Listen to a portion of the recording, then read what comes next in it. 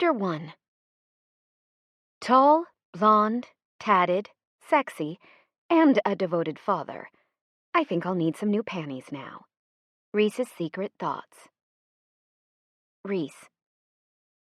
Ms. Doherty, you have Katerina Roberts on her way to see you from the playground. The teacher says she's having a hard time breathing. Mrs. Shue from the front office called through my intercom. I looked towards the speaker, even though she couldn't see me, and nodded my head as I said, "Thank you, Mrs. Shue. I'll meet her." I was the school nurse for Kilgore Elementary School. In the 3 weeks I'd been here, I found that there were 3 main things that children came to the nurse for. 1 was a scrape or cut of some sort. 2 was a stomach bug. And 3 was kids having trouble breathing. The trouble breathing thing was the scariest. I'd found that quite a few children at the school had asthma, which was a shocker for me. So I knew quite a few of the regular children due to them coming before recess, or after, to get a puff on their inhaler. Katerina Roberts was a new one for me. Mrs. Dane, would you mind pulling up Katerina Roberts' record for me to see if she has any allergies or medications she can get if needed? I asked Laura. Laura Dane was a CNA, or a certified nursing assistant. She'd been a lifeline since I'd started here 2 months ago. Mrs. Redden, the school nurse I was replacing, was currently at lunch, although she was expected back any minute for me to take my own. Later, when I took over fully, I'd be taking my school lunch during my spare time because the school couldn't be without a nurse. But for now, until I finished interning with Mrs. Redden, I'd be able to leave if she was here. Standing, I walked out of my office, through the room that held the exam tables, and into the hallway. I was always surprised at the bright red walls with the black-tiled floor. Kilgore took their school colors very seriously. Along the walls on the 2 furthest tiles were painted red feet that showed the students where they were to walk as they went through the hallways. It was always fun to see them walking single file, especially the ones that were rebels and made their own path. I wasn't one to follow the path myself, and I always sympathized with those students. My daughter Rowan was the same way. I used to drive my parents crazy during my school-age years, which was always fun to remember now. Back then, it hadn't been so funny. I waved to Mrs. Shue, who was making her way slowly down the hallway. She nodded before disappearing into the school's office. Just before I turned the corner that would lead down the hallway that held the entrance to the playground, I heard the labored breathing of a small child. I sped up, running, especially concerned now. Surely they wouldn't have just let her walk alone, right? A child with respiratory distress? But as I rounded the corner, I saw the girl on her knees, alone, with her hands planted on the tile in front of her. Typical tripod position for a person in breathing distress. "Honey," I said, rushing forward. "Sweetheart, look at me." "Katerina?" The little girl looked up. She was a small little thing, much smaller than most of the children in this school. My guess was that she was a first grader, but most likely on the younger side of the grade rather than the older side. "Can you tell me what's going on? Did something happen on the playground?" I asked as I started running towards the office. He, she gasped for air. My heart froze. Anaphylactic shock. "Honey, are you allergic to bees?" I asked. I felt her nod against my cheek where her head rested. Yes. The S came out in a wheeze as I rounded the entrance to the nurse's office. Then the coughing started as I laid her down on the exam table. Laura rushed forward, holding out the small cubby that held each individual child's medications, and said, "She's allergic to bees, peanuts, and shellfish." I'd already decided that what she had was related to the bee sting, but having it confirmed made me comfortable in using the EpiPen Junior I saw in her plastic cubby. Reaching into the container, I removed the EpiPen and read the prescription label confirming it was for the same child, checked the dose, comparing it to Katerina's chart, the expiration date. Removing it from its container, I took the safety cap off and then promptly injected it into her thigh. The click was deafening as the needle penetrated the skin. I counted slowly to 10 and watched as, instantly, Katerina started to breathe. Her lips, which I hadn't noticed had gone completely blue, started to return to their normal color, and Katerina's eyes opened. Tears started to run down her cheeks, and she launched herself into my arms. I caught her effortlessly and curled her into my chest as I held the girl's shaking, sobbing body. "It's okay, baby. It's okay," I whispered softly. Medics are less than 3 minutes out, but I'm sure her father will beat them here, Mrs. Redden said, startling me. I hadn't realized she was here. Why would her father beat the medics? I asked. I knew that the parents would be called, but not before the medics, which were a little over a mile down the road. Her father's on the police force for Kilgore. Luke Roberts, Laura said wistfully. Should I know him or something? I want my daddy, Katerina whimpered softly against my neck. I know, sweetie. He's on his way, I said softly. Then, turning to Laura, I said, Go wait for the medics so they're not freaking out trying to get in here. The school was new, and with a brand new building came new security features. For instance, the front office was the first thing that the public had to pass through to get into the school. It had a wall of glass windows that were bulletproof, and each individual had to be buzzed in by the office attendant. The doors could be opened from the inside, but it kept the general public from waltzing in any time they felt like it, which definitely gave us some peace of mind when it came to protecting our children. It was especially nice as a parent of my own kindergartner, too. I felt comfortable sending her to school, knowing that every possible thing was being done to keep her safe.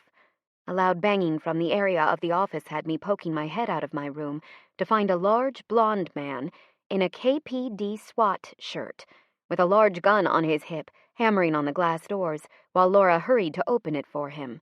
Make sure it's him before you let him in, Mrs. Redden chastised Laura gently. I agreed. The man was big. We wouldn't stand a chance against him if he got through, and he wasn't the child's father. Can I see your ID or badge? Laura asked through the glass. He glared at her, but showed his badge, which seemed to appease Laura. Pushing on the bar that opened the door, she stepped back quickly and moved. Good thing, too, or she'd have been run over. He charged to us quickly, his eyes on the now sleeping little girl in my arms. Is she okay? He asked in his deep, rumbly growl. I nodded. We had to use her EpiPen. She's good, though. Her heart rate's a tad fast, but her breathing's normal. Her lips are no longer blue. She was stung by a bee on the playground. I saw the large man visibly wilt as he finally made it to my side. His large, scarred, tattooed arm lifted, resting his enormous hand on the small girl's head, sifting his fingers through her long, dirty blonde hair. It was really sweet, and I could tell instantly that he was a wonderful father. His eyes lifted as he caught me watching them, and something hard and unyielding snapped down, veiling his emotions from me. I blinked in surprise. That took skill right there. Must be a cop thing. Leaning forward, I let the girl's head drift off my shoulder into my waiting hand. The dad understood instantly, holding out his arms, taking the child from me. He took in my spunky Captain America scrubs and shook his head, a small smirk kicking up the side of his top lip. Luke, a woman's voice called from the entrance. I turned to see a beautiful blonde coming through the front entrance, a paramedic. Another woman with red hair followed behind her, pushing the stretcher. His face showed instant relief at the sight of the woman, who charged forward and threw her arms around the man and child. Wife. Had to be. What's going on? Is she okay? The woman asked worriedly. I explained, cutting off the man's words. She was stung by a bee on the playground, a little over 7 minutes ago, I said, looking down at my watch. We used the EpiPen on her, lower left thigh. As I explained what had happened and what her stats were, the red-headed woman started taking down notes on a clipboard, documenting what I was saying. The other woman, the blonde, watched me with an intentness that showed her concern for the small girl. When they all left together, 5 minutes later, I watched as the big man stepped up into the back of the ambulance, and the redhead shut the doors behind the couple. My heart panged as I wished I had something like that. Then I ruthlessly shut that thought down. Love was a fucking joke. I should know. I'd been in love before. I'd also had that love ruined, forever tainted by my ex. Nope. No more love for Reese Doherty anymore. Or so I kept telling myself. Chapter 2. Daddies. Better than a superhero any day. Katie. Luke. I walked into the school the next day, Katerina's small hand held in mine. Daddy, don't forget you're picking me up today, Katie informed me happily. I rolled my eyes. This was the 4th time she'd told me in the 20 minutes it had taken us to get to the school. I know, honey. I was the one to tell you, remember? I asked, as I opened the first door that led into the school. Yes, Daddy, but you forgot last time, she scolded me. I snorted.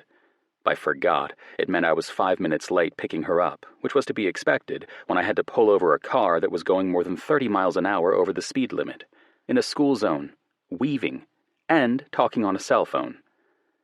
"Yes, baby, I'll be here," I said again. As I walked Katie to her class, I stopped at her teacher's door and squatted down, giving her a kiss on the forehead, before pulling her into my chest. God, yesterday had been terrifying. I'd gotten the call while I was at work, and couldn't get here fast enough. She'd had reactions like that before, which was why she had the EpiPen in the first place, but I'd always been with her when it had happened. As I watched her walk into class and hang her bag up under her cubby, I felt my heart pang at the realization that I could have lost her. Jesus. Standing, I turned and made my way back down the hall, purposefully not walking on the red footsteps, seeing as every single kid in the place wouldn't deviate from their path. My next destination was the nurse's office, to give the nurse another EpiPen, just in case. The room was bright and cheerful. Pictures of a sick Winnie the Pooh and Piglet were painted on the wall, with a Dr. Tigger taking care of them. In the corner of the room were 2 cots for the children, and on the opposite side was a glass-enclosed office where the nurse, from yesterday, sat behind a large mahogany desk. She was much cuter than I remembered, although my mind hadn't been centered on the woman as it was now. What did she say her name was? Had I even gotten it? She spotted me as soon as I walked into the door, but she had her phone to her ear as she spoke quickly into it. Normally I would have backed out of the office, but I was in a hurry, needing to get to work in less than a half hour to finish up paperwork that I had to turn in for the training we'd done yesterday. Walking in, I held out the new med to her and smiled, nodding my head. "Mom, can I call you back after your treatment? I have someone in my office," the woman said urgently. After a few more nods, she murmured, "Love you. Call me if you need me." As she hung up, she smiled at me. "I'm sorry. My mom's on her last round of chemotherapy, and I wanted to wish her luck." Tough. I hadn't known anybody, personally, who had cancer, but from what I'd observed over my 35 years, it was a tough disease to conquer. "Not a problem," I murmured, mesmerized by her emerald green eyes. They reminded me of my ex-girlfriends, which wasn't a good thing. I remembered those eyes as being annoyed that I'd choose my kid over her. Why that would be a surprise when I'd told her as much was beyond me. I also had a sneaking suspicion that her parents had a lot to do with the decision. When I'd met Lydia Mooney, she'd been having lunch with my mother and father. We'd started dating shortly after meeting, and I'd spent my junior and senior year with her. Then we'd had a falling out because I'd joined the Marines, and she hadn't wanted that life. We'd broken it off. A few years later, I'd rekindled my relationship with Lydia, but Katie, my one-night stand baby, became a bone of contention between us. Although we hadn't gotten back together, officially, it wasn't a solid no either. When I found out I had a child, I'd gotten out of the Marines and started my relationship with Lydia back up again. At first, I thought it was because our relationship was so new, but then I started seeing how Lydia never wanted to be in the same room as Katie, nor did she want to hold her. After confronting Lydia about how she was acting, she admitted that she didn't want to be with me if I was willing to keep another woman's kid. A kid that I'd so carelessly made before we'd gotten back together. Not willing to choose her over my kid, I'd finally called it quits and moved. "Is that for me?" Reese asked, gesturing toward the medication. I blinked, startled by the sharp turn my thoughts had taken just by seeing the woman's eyes. Green was fucking green. They didn't determine a person's demeanor. I nodded and handed it over. Yep, I didn't want her to be without it in case she needed it again. She nodded and stood, walking over to the stack of paper holders on the counter behind her. Reaching forward, she took a sheet out of the top stack and handed it to me. "This is just the standard form. When I can give it, what I give it for. Although I already know the reasons and I know how to use it, the school needs a record just in case." I nodded and started filling it out, while she made herself busy across the room by opening a box that I saw was filled with paper that covered the exam tables. Clicking the pen closed, I stood and took her in.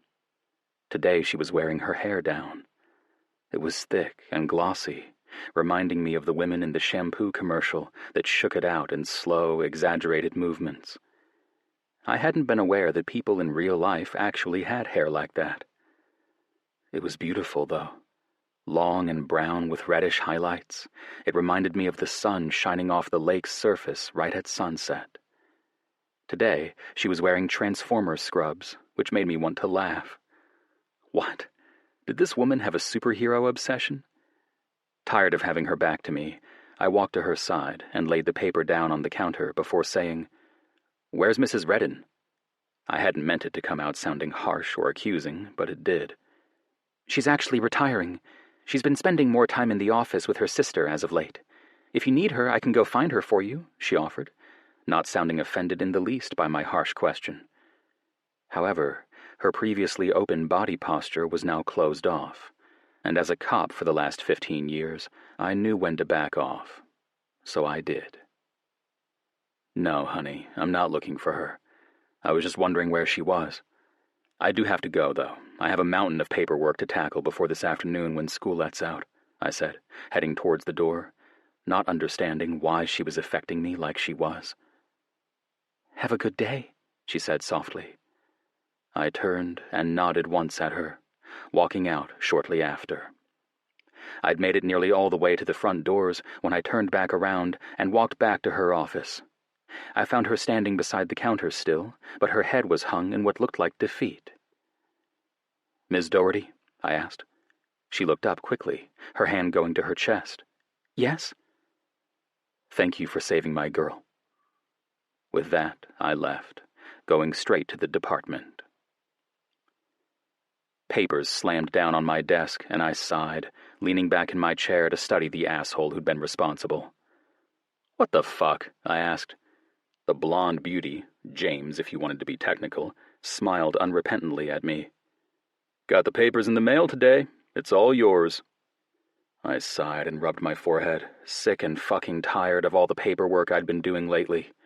It was nearly suffocating. If I'd known that being promoted to assistant chief was going to get me so much work, I'd have told the commissioner he could shove the promotion up his ass.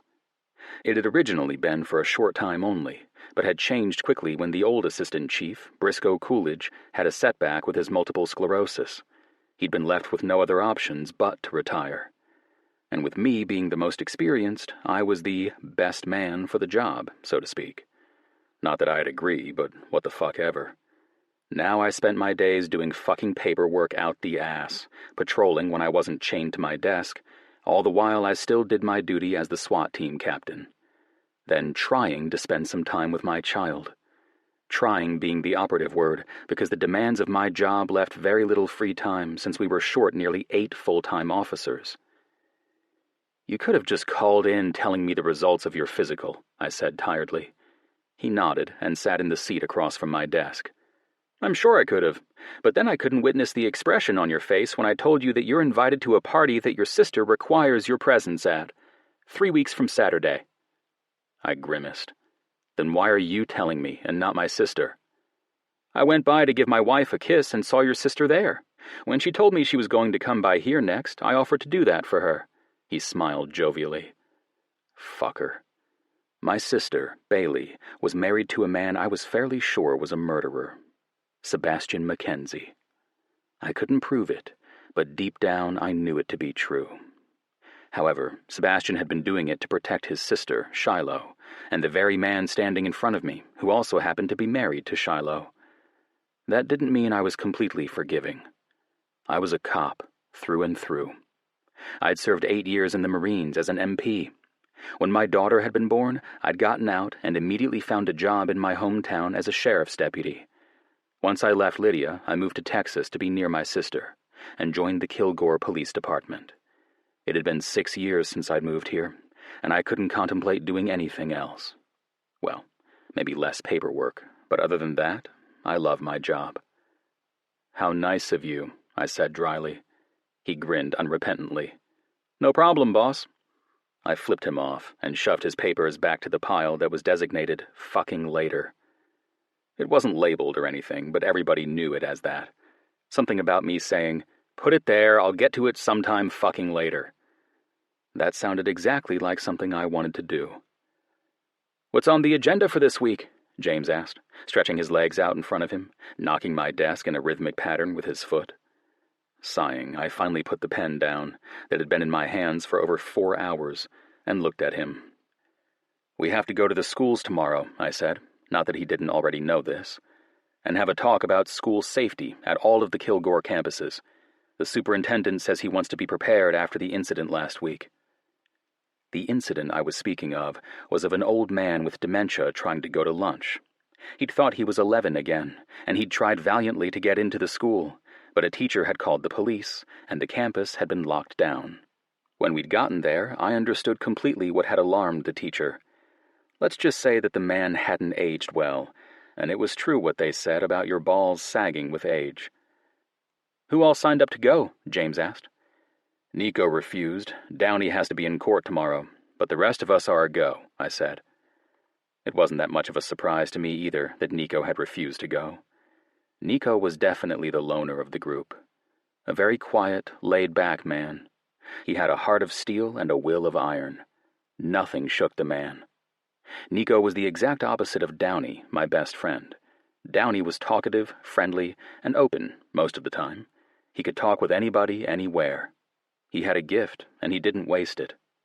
Downey started classes to become a hostage negotiator upon my request, because he was so good at it.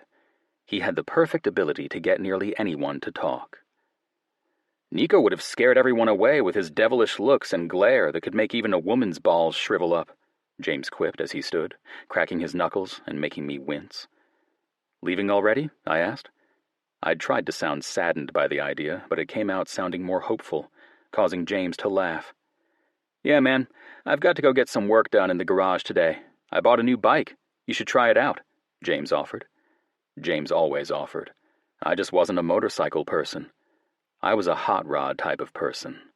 I liked a motor that was so loud your eardrums threatened to burst. I liked the feel of a throaty engine vibrating the entire car around me. I liked the feel of the stick shift underneath my hand as I waited to throw it down and give it all it had. Currently, I was working on an old GTO. It needed a lot of work, but in my spare time, that was what I did for fun. I just dropped the motor in last week and planned to get the tranny in this week. It was going to be fucking sweet. "I don't want to try it out. I like my skin covering my bones, thank you very much," I said as I stood. "Now get the fuck out so I can finish this shit and go home."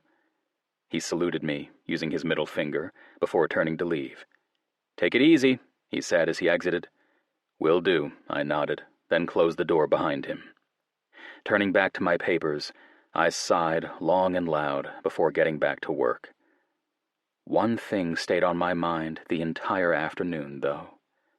Rhys Doherty in her stupid superhero scrubs. Chapter 3. Is it just me, or does Frozen suck just as bad the 299th time as it did the 33rd? Rhys's secret thoughts. Rhys. "Rowan, Diane Doherty, if you don't go get your freaking shoes on, I'll take that stupid princess doll away from you and rip her legs off," I fumed. Okay, so maybe that sounded harsh, but it was time to go. 10 minutes ago. Rowan was a 5-year-old terror that had a princess complex. How she got that princess complex, I didn't know, but she had it, and I didn't like it one bit. "Is Daddy coming to get me this weekend?" Rowan asked as she walked slower than molasses to her room. I clenched my eyes tightly shut in a vain attempt to hold on to my patience.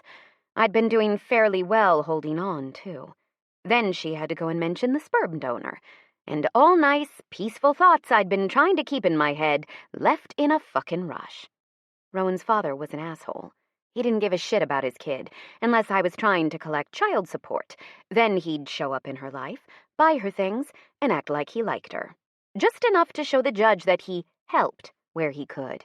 Then he'd leave again until the next time I tried to get more money. And by more money, I meant no money at all. The man didn't pay child support. The bad thing was that he worked in the oil field and he made good money. This was a process that we did every 6 months to a year, since I'd had Rowan, and one I'm sure we'd continue for the next 13 years until she turned 18. Weston Bryant was a charmer. He had a smooth tongue and could talk the pants off of any woman in the country, which was what he'd done to me. He'd been my first. I'd been a 24-year-old inexperienced, sheltered girl who didn't see the bad in anyone. I didn't realize what I was getting into when I accepted that date with Weston. I knew what I left that date with, though. My daughter. Although the best thing that had ever happened to me, I wouldn't hesitate to say that having her had been anything but easy. I'd been in the middle of nursing school at the time, and thank God my due date fell on the summer break, or I wouldn't have graduated. The last 5 years had been challenging, but I had a very good thing that came out of it all, and she kept me getting up every morning, kept a smile on my face, kept me going when all I wanted to do was lay down for a single freaking nap. No, baby. Daddy's not coming over this weekend. But if you're good, and you go get your shoes on, I'll take you to see the new movie you've been wanting to see, I bribed her. She came out of her room looking skeptically at me. Promise? I nodded. Absolutely. She gave me that look. The one where you feel like a shitty parent? The one where she knows that you're probably lying, but she'll have hope anyway? I was going to hell. The next day, I found myself at the movie theater with a room full of screaming children excited to see the newest Disney movie. I wasn't a fan of animated movies. I also wasn't a fan of theaters. But I'd do just about anything for my daughter, even sit in a theater with kids who wouldn't shut the fuck up. Didn't these parents know how to tell their kids to be quiet? Surely they wouldn't let them do that throughout the entire movie, right? But when 30 minutes went by and the couple in front of us continued to let their kids fight and run around the entire fucking theater, I was about out of tolerance. I hadn't realized that anybody could be so rude. I'd just about made my mind up to say something when a big man, 2 rows in front of us, stood and walked down the aisle. He walked calmly up the main row. I thought that he was just going to the restroom, but he stopped on the row that the parents were busy playing on their phones. Sounds and all. Excuse me. A familiar voice rumbled. The cop. What was his name? Luke? Yeah, that was it. Luke Roberts. He had to be seeing the movie with his daughter, because why the hell else would a man like him be watching a Disney movie? Sir, ma'am, I'm going to have to ask you to make your children behave, or I'll have to ask you to leave, Luke said softly. I wanted to stand up and applaud. Would that be rude? Rowan didn't even notice. Being on the other side of me, she was enraptured with the fat, blobby robot on the screen, not bothered in the least by the kids nor the man. Turning my face away from my child, I watched as the asshole father stood up, bowing up his chest. The man was big, I'll give him that. But he wasn't the same caliber as Luke. The two were like night and day. Where Luke was fit, the man was large. Where Luke was intimidating and authoritative, the man came off as a jerk who used his size to get his way. A particularly bright part in the movie lit the theater, showing me Luke's amusement at the man's show of attempted intimidation. When the man got up and got face to face with Luke, I turned in my seat more fully to get the full effect, tossing a piece of popcorn into my mouth in excitement. Now this was what I was talking about. I was an action kind of girl. I didn't like movies where there was nothing exploding and no shirtless guys. Now, the scene in front of me I knew wasn't going to escalate much past raised voices, but it was better than nothing. Listen here, boy. I'll have you know that I paid for my tickets just like the rest of these folks. I want to sit here and enjoy the movie, the man yelled. You want to enjoy the movie? How about you tell those, he pointed to the kids, to sit down. The man's 2 fighting kids slipped in between the seat and Luke's legs. Then Luke lost his patience. Sit! They followed direction instantly, sitting down and staring at the movie with quivering chins. It was as if that was the first time they'd ever heard a reprimand before, although it probably was. The mother stood in outrage, but Luke's glare had her quickly sitting down, which caused me to snicker, making Luke's eyes turn toward me. His glare showed me he wasn't as amused as I was, but he winked at me, eyes flicking down to Rowan before he turned back to the man in front of him, who was absolutely livid. I'm going to call the cops on you, the man snarled. Luke's lips tilted up into a slow grin. Go on. Make my day. Turns out that the man didn't have to, because in the next moment the show was stopped, the lights turned on, and 2 cops came striding down the theater's main aisle. They were in uniform, just not the standard black uniform with yellow writing that most cops wore. These men wore black cargo-type pants, a black shirt with KPD on it in large yellow letters. Large gun belts were strapped around their waists. They had a walkie-talkie that was strapped onto the belt that had a wire connected to a handheld device that clipped to their shoulders. Their badges, worn around their necks, were big, gold, and shiny. The taller of the two was a redhead, big and brawny. I bet he could pull off a kilt very nicely. I could visualize him perfectly playing a bagpipe and his kilt floating up to reveal his nicely muscled ass. He had a beard, as did the other man. Must be a thing, because now that I thought about it, Luke did too. The other man was Mexican-American. He was tall, but only about 6 foot or so. His eyes were dark, taking in the theater in a quick, efficient way that only someone that was experienced would. I'd found that since I'd started being in the presence of my sister's boyfriend's motorcycle club, the Dixie Wardens, that all of those men took in a room much the same way. Most of them had military backgrounds, and quite a few were cops. There was just a certain aura about them that fairly screamed, "Cop." They passed my row, both of them looking at me before dismissing me completely, eyes on the scene in front of us. "Well, the police are here," Luke drawled. "What now?" By now the man had the attention of the entire theater, instead of the back 4 rows, and you could tell he was losing steam. He knew he was in the wrong. "It's time to go, woman. We're getting our money back for this shit. Fucking cocksuckers!" the man growled, grabbing his wife's arm and forcing her to stand. The kids followed nicely, slipping out of the theater as quickly as they could manage. "Downey, follow them to make sure they actually leave without causing any more trouble," Luke sighed. I blinked in surprise. "What an asshole! He ruined my movie!" Rowan exclaimed, drawing the attention of Luke and the other officer. My eyes closed and my face heated. "Goddamn true. I'm going to kick her ass." I said it softly, but when I opened my eyes, I realized that both men had heard, somehow. What? Did they have super hearing as well? Luke smiled. The other officer did not. He looked like he had a permanent scowl on his face. "Nico, would you mind asking them to restart the movie on your way out? Preferably from about 15 minutes ago. We missed some," Luke said, not sparing me another wink. Or look. The officer, Nico, nodded and started back out the door. Luke went back to his seat in front of me and kissed a child's head that was sitting next to him. By my guess, it was Katerina, but I couldn't see her over the edge of the seat, so I couldn't confirm my suspicion. When the lights darkened again and the movie started to rewind, I sighed. This had to be the most boring movie ever. On the plus side, though, Rowan was excited. With a quietness I'd never heard before in a theater, the movie played, and the entire 2 hours, I watched the dark form of Luke in front of me, all the while wondering why I had it so bad for him. He was just a man, after all. Right?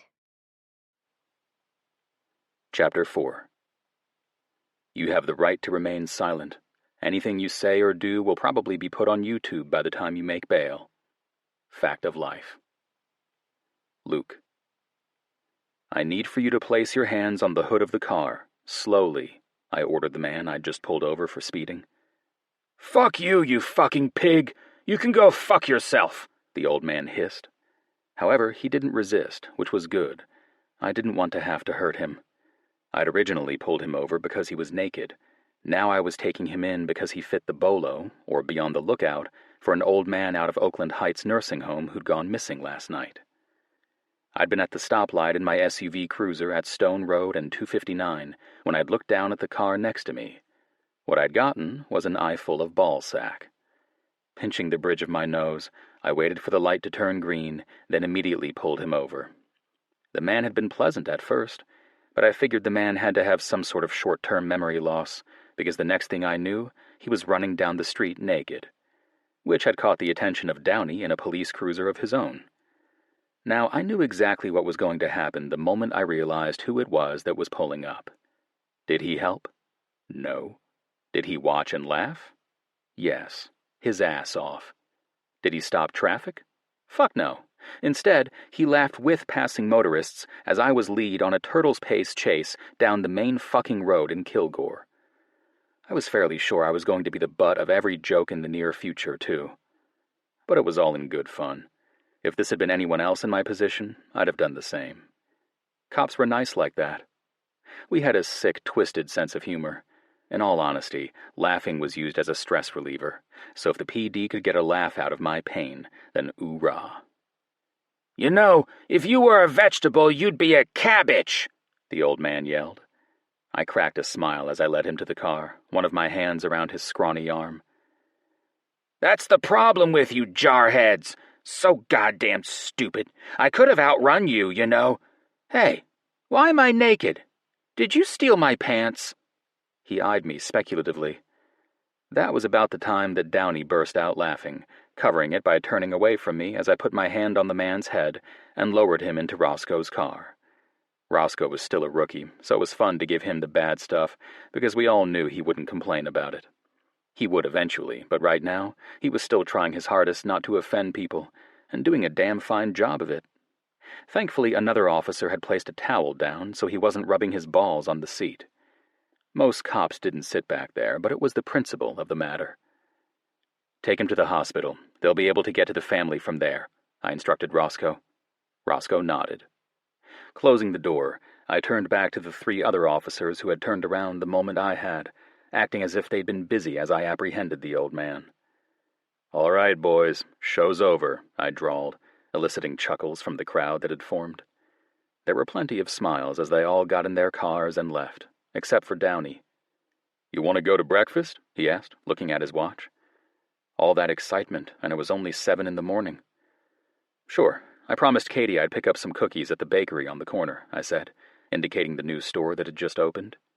"Want to try there?" He looked at it skeptically. "It looks like a frou-frou place. I was more thinking a plate of eggs and 12 pieces of bacon from the back porch." "That's fine. I can run by the bakery first and then I'll meet you there," I offered. He glared. "Guess we'll never know if it's any good if we don't go." I nodded. I wasn't a big fan of bakeries either.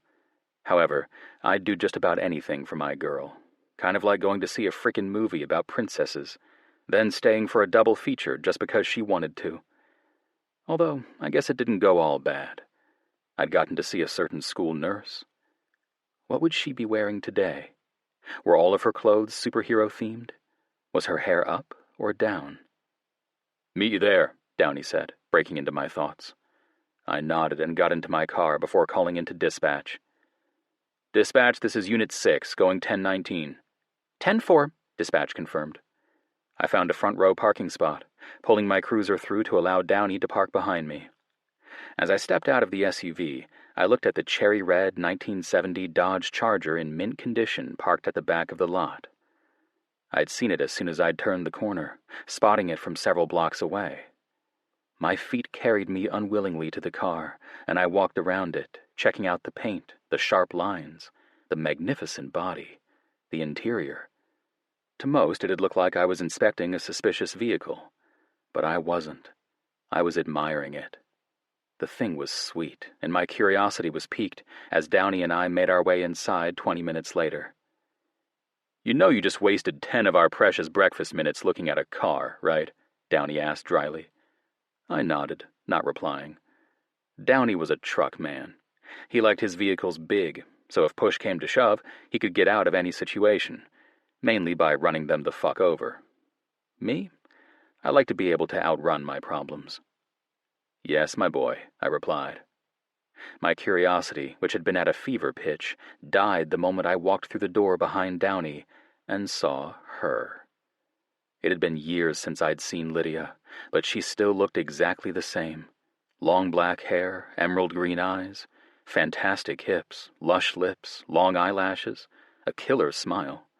Yet not a single thing did it for me anymore. Instead of the woman that I'd previously compared all my potential conquests to, I only saw Lydia, the bitch that had refused to be with me because she hadn't wanted my kid to live with us. She'd wanted her own children, just not one that wasn't related to her by blood. Oh, and the little part where she still lived off of Daddy's money and didn't want to give that up. Turning my face away from Lydia, I scanned the room as I usually did. The woman currently sitting at a table next to the door, though, really did it for me. In her Hulk scrubs, with the massive fists all over, I found the desire to smile. So I did. She looked up in time to see my lips twist into a grin, and her face blushed prettily. Seeing as there was only one car in the lot, I knew immediately whom the ride in the lot belonged to. I just hadn't figured her for the type. You know what I like. You're buying anyway. You owe me. Oh, and don't forget the cookies, I said, trying my hardest to avoid the woman who was looking at me with longing in her eyes, as if she'd been starving for a lifetime and had seen her salvation the moment I walked in the door. I walked slowly towards Reese, coming to a stop next to her table. Mind if I sit down? I asked. She shook her head. No, I won't be here long, though. I nodded and took a seat. Neither will we. I have about 20 minutes until I have to go back on patrol. She grimaced. Back? How long have you been on patrol?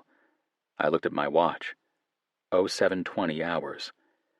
About 4 hours now. I was called in since an officer had to go home because of a stomach bug, I replied. She made a gag face, causing me to smile. She nodded. What do you do with Katerina when that happens? My sister lives here now. Most of the time I just take Katie to her. I used to take her to a friend's house, I explained. Why I was being so open with her, I didn't know. I wasn't the chatty Cathy type. But there was something about her that just made it easy to talk in front of her. I wish I had that.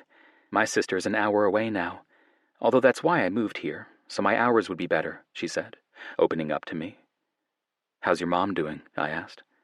She looked like I'd grown a second head. How do you know there was something wrong with my mom? She asked suspiciously. I grinned. You told me the other day when I dropped off Katie's prescription, remember? I said with a raised brow. She winced. I'm sorry. My memory's shot. I can't even remember what I had for dinner last night. I laughed. I was the same way. Downey set a cup of coffee and 2 ham and cheese breakfast sandwiches down by my elbow before pulling up a chair and sitting down. He looked back and forth between the two of us, a small frown turning down the corner of his mouth. What? I asked. He gestured to the counter with his head. Lady at the counter. She says she'd like to speak with you before you leave, and she charged me full price, yet yours was free. What the fuck? I grimaced. Former girlfriend. Recognition flared in his eyes as he took a look at the counter again. Lydia's eyes were filled with longing as she stared at the table we were occupying. I turned before I could make eye contact. The thought of talking to her did not sound appealing. In fact, anything would sound more appealing than that. Like pulling out all the hairs surrounding my nipples. That's the bitch that broke up with you because you had a kid? Downey exclaimed rather loudly. I nodded. The one and only. What a bitch, Reese said under her breath. I nodded. Yep. Downey's eyes finally moved to Reese, and he held out his hand. She took it and shook it twice before she let it go. Hi, she said timidly. He grinned. Downey. She smiled wider at him and said, Reese. He recovered quickly, then turned back to me as he continued the conversation without missing a beat. I thought she lived in Wyoming, Downey said, bringing his sandwich up to his mouth and taking a large bite. I nodded. Me too. We ate in silence, Downey choking down 3 cinnamon rolls, Reese finishing off her beignets, and me eating my sandwiches. All right, gentlemen, Reese said as she stood and brushed off her shirt, freeing her shirt of the white powdered sugar covering her abdomen. It was a wonderful breakfast. We should do this again sometime. Although not here, because I find that it's not as appealing as I thought it was. Have a good day. I downed the rest of my coffee in one gulp and followed her outside, leaving my half-eaten sandwich on the plate. She didn't notice I was following her until she opened her car door and saw me directly behind her, which caused her to screech. You're exceptionally unobservant, I said, scowling slightly. She tilted her head. I've never had a reason to be that observant. The worst I have in my background is a baby daddy who refuses to pay child support.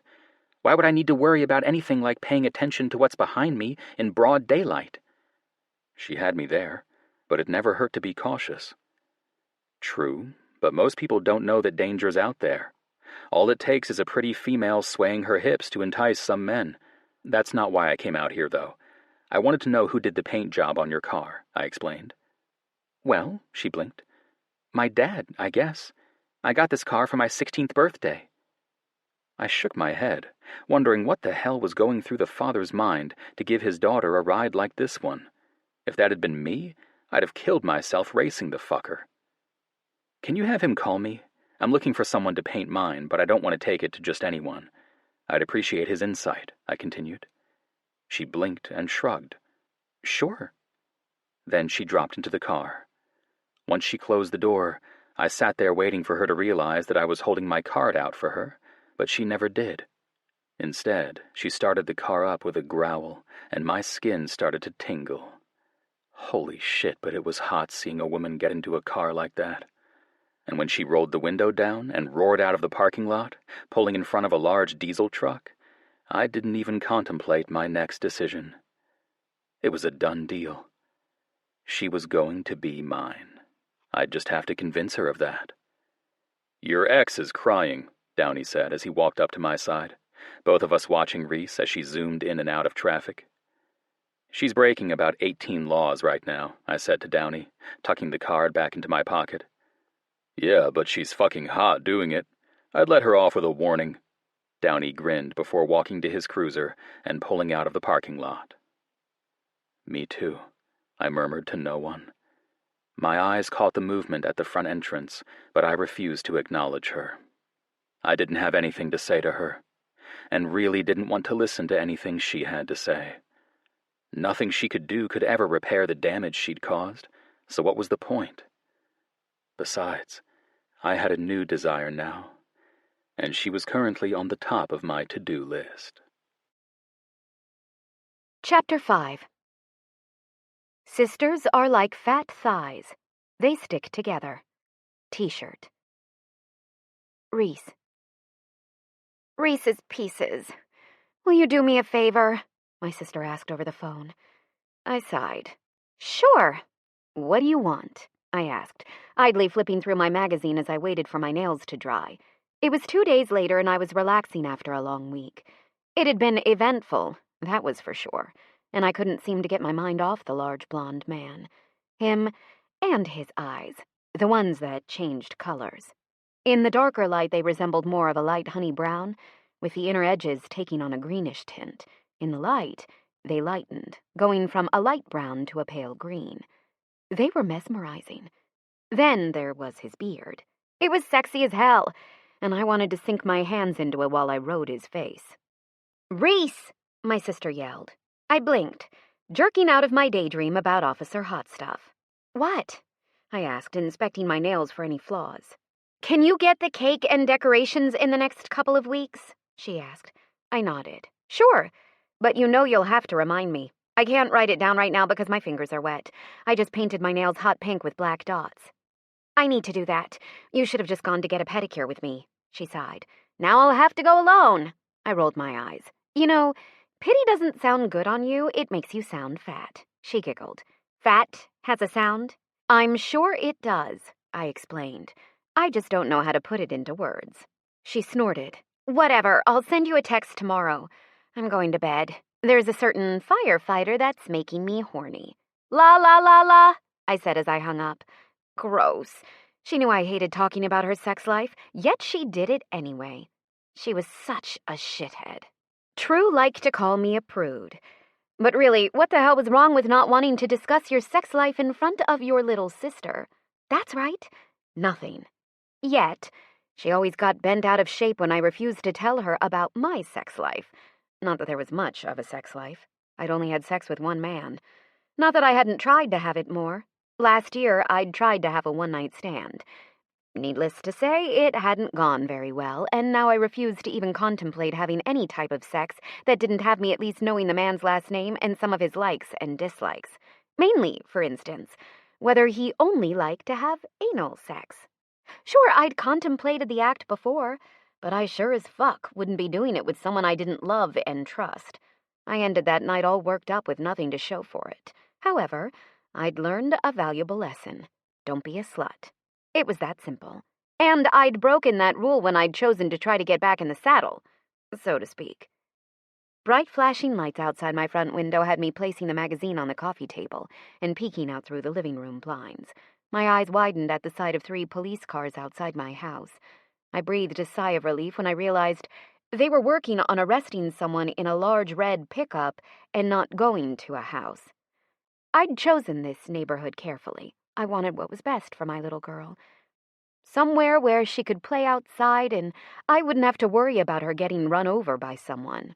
This neighborhood, the realtor had assured me, was a great one for kids to play in.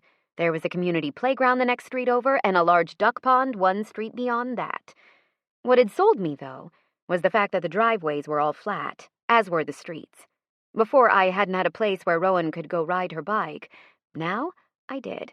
I had a lawn she could play on, a backyard I could put a jungle gym in, and a hot tub for the times where Mommy needed a little bit of relax time. Such as right now. I watched until they led a young woman from the red truck to one of the police cars. The lights obscured the faces of all involved, and decided now would be a good time to get in the hot tub. Dropping my fingers from the blinds, I walked to my bedroom and started stripping off my clothes. I slipped into a tankini, making sure my boobs were fully covered. Then I exited my bedroom and grabbed a towel off the couch. Leaving the sliding glass door open, I walked outside to my patio and flipped the lid back on the hot tub, then all the way off until it rested on its side next to the spa. I'd just submerged myself up to my neck when a commotion had my curiosity raging again. Thankful that it was a mild September night, I got out without grabbing my towel and walked to the side yard where my large 8-foot privacy fence enclosed the backyard from the front yard. Undoing the latch on the gate, I opened it and peeked outside, eyes widening when I saw a man that had been standing at the back of the truck they'd pulled over take off, directly to my backyard. He didn't use the gate, though. Instead, he went for the top of the fence, not realizing that the gate was open. When he got to the top, I somehow found the metal rake I'd been using that afternoon in my hand, and I swung it in an arc over my head. It hit the man just as he swung both legs over the fence. He teetered on the edge of the fence before he fell forward, hitting the ground with a loud thump. I winced in sympathy, dropping the rake to the side and peeking at the man in worry, but only until a large male body hit me like a battering ram. I fell flat on my back with a harsh thump. My breath left me when a large man dressed in black straddled my belly, holding me down just with the power of his legs. My eyes must have resembled something close to dinner plates when I finally got my breath back. A powerful light shined in my face, and I heard the man on top of me hiss. I gasped for air, closing my eyes tightly shut to block out the blinding light. Shit. An all too familiar voice said, "I'm sorry. I didn't know it was you." "I got the perp," another voice said. Then I heard the sound of a body being dragged across the grass. "It's okay," I wheezed. "But it'd be awesome if you could stop shining that light in my eyes." The light was removed from my eyes quickly, then placed on the ground by our bodies. The body, however, didn't waver. Luke still straddled me, but my arms that had been pinned above my head were now free, and I'd moved them to rest on his powerfully muscled thighs. His eyes were on my chest, my wet chest, my exposed, wet chest. I gasped and covered my exposed breast, accidentally brushing across a large erection with my hand in the process. The hissing happened again, and suddenly, I was free. Pulling my tankini over to cover my boob, I stood without the aid of the hand he offered me and looked around in dumbfounded silence. "What the hell?" I asked again. "Sorry. We had a couple of tweakers get pulled over when they tried to make a drug deal about 2 miles down the road. We got a tip that they came to the house 2 doors down from you. They were in the process of leaving when we showed. I didn't think he'd run. You were lucky he didn't hurt you," Luke mumbled, not bothering to hide the adjustment of his cock with his hand. I blushed and turned, walking to the patio and grabbing my towel. I thought I heard a sigh when I covered up with it, but I could have been mistaken. "That's okay. Really, it is. You just scared me, is all," I said as I walked into the house.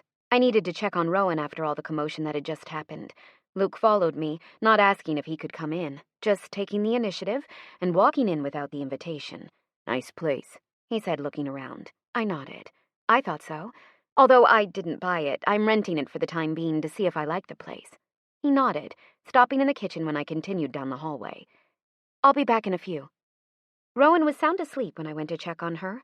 The girl could sleep through just about anything, unless it was the silence of the power going out. Then she was wide awake. I made a pit stop in my room for a pair of sweatpants and a tank top, feeling lucky that I'd just washed my clothes. Otherwise, I would have been wearing ones that were a little more tight and shabby looking. I'd been wearing much the same clothes since I'd graduated college, refusing to buy more because I'd gained a size and I knew it. I hated going shopping when I knew I no longer fit into what used to be pre-Rowan clothes. I found Luke at my front door, letting Downey and a blonde man in that I'd never seen before. Shaking my head, I padded into the kitchen and started a pot of coffee. The smell of the brew brought them into the kitchen, and I smiled at Downey before looking at the blonde curiously. He was tall like Luke, but leaner, almost as if he ran a lot, keeping his muscles slim and trimmed compared to Luke's sheer brutishness.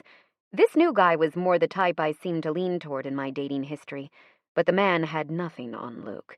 My eyes strayed towards Luke's lower body. He was wearing black tactical pants with a big belt around his waist.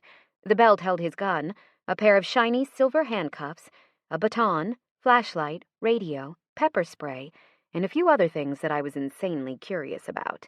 I'd have to ask him sometime what they were. Maybe when I could get my mind off the fact that he still had an erection. That seemed to be growing. My eyes bugged out and shot up to his face.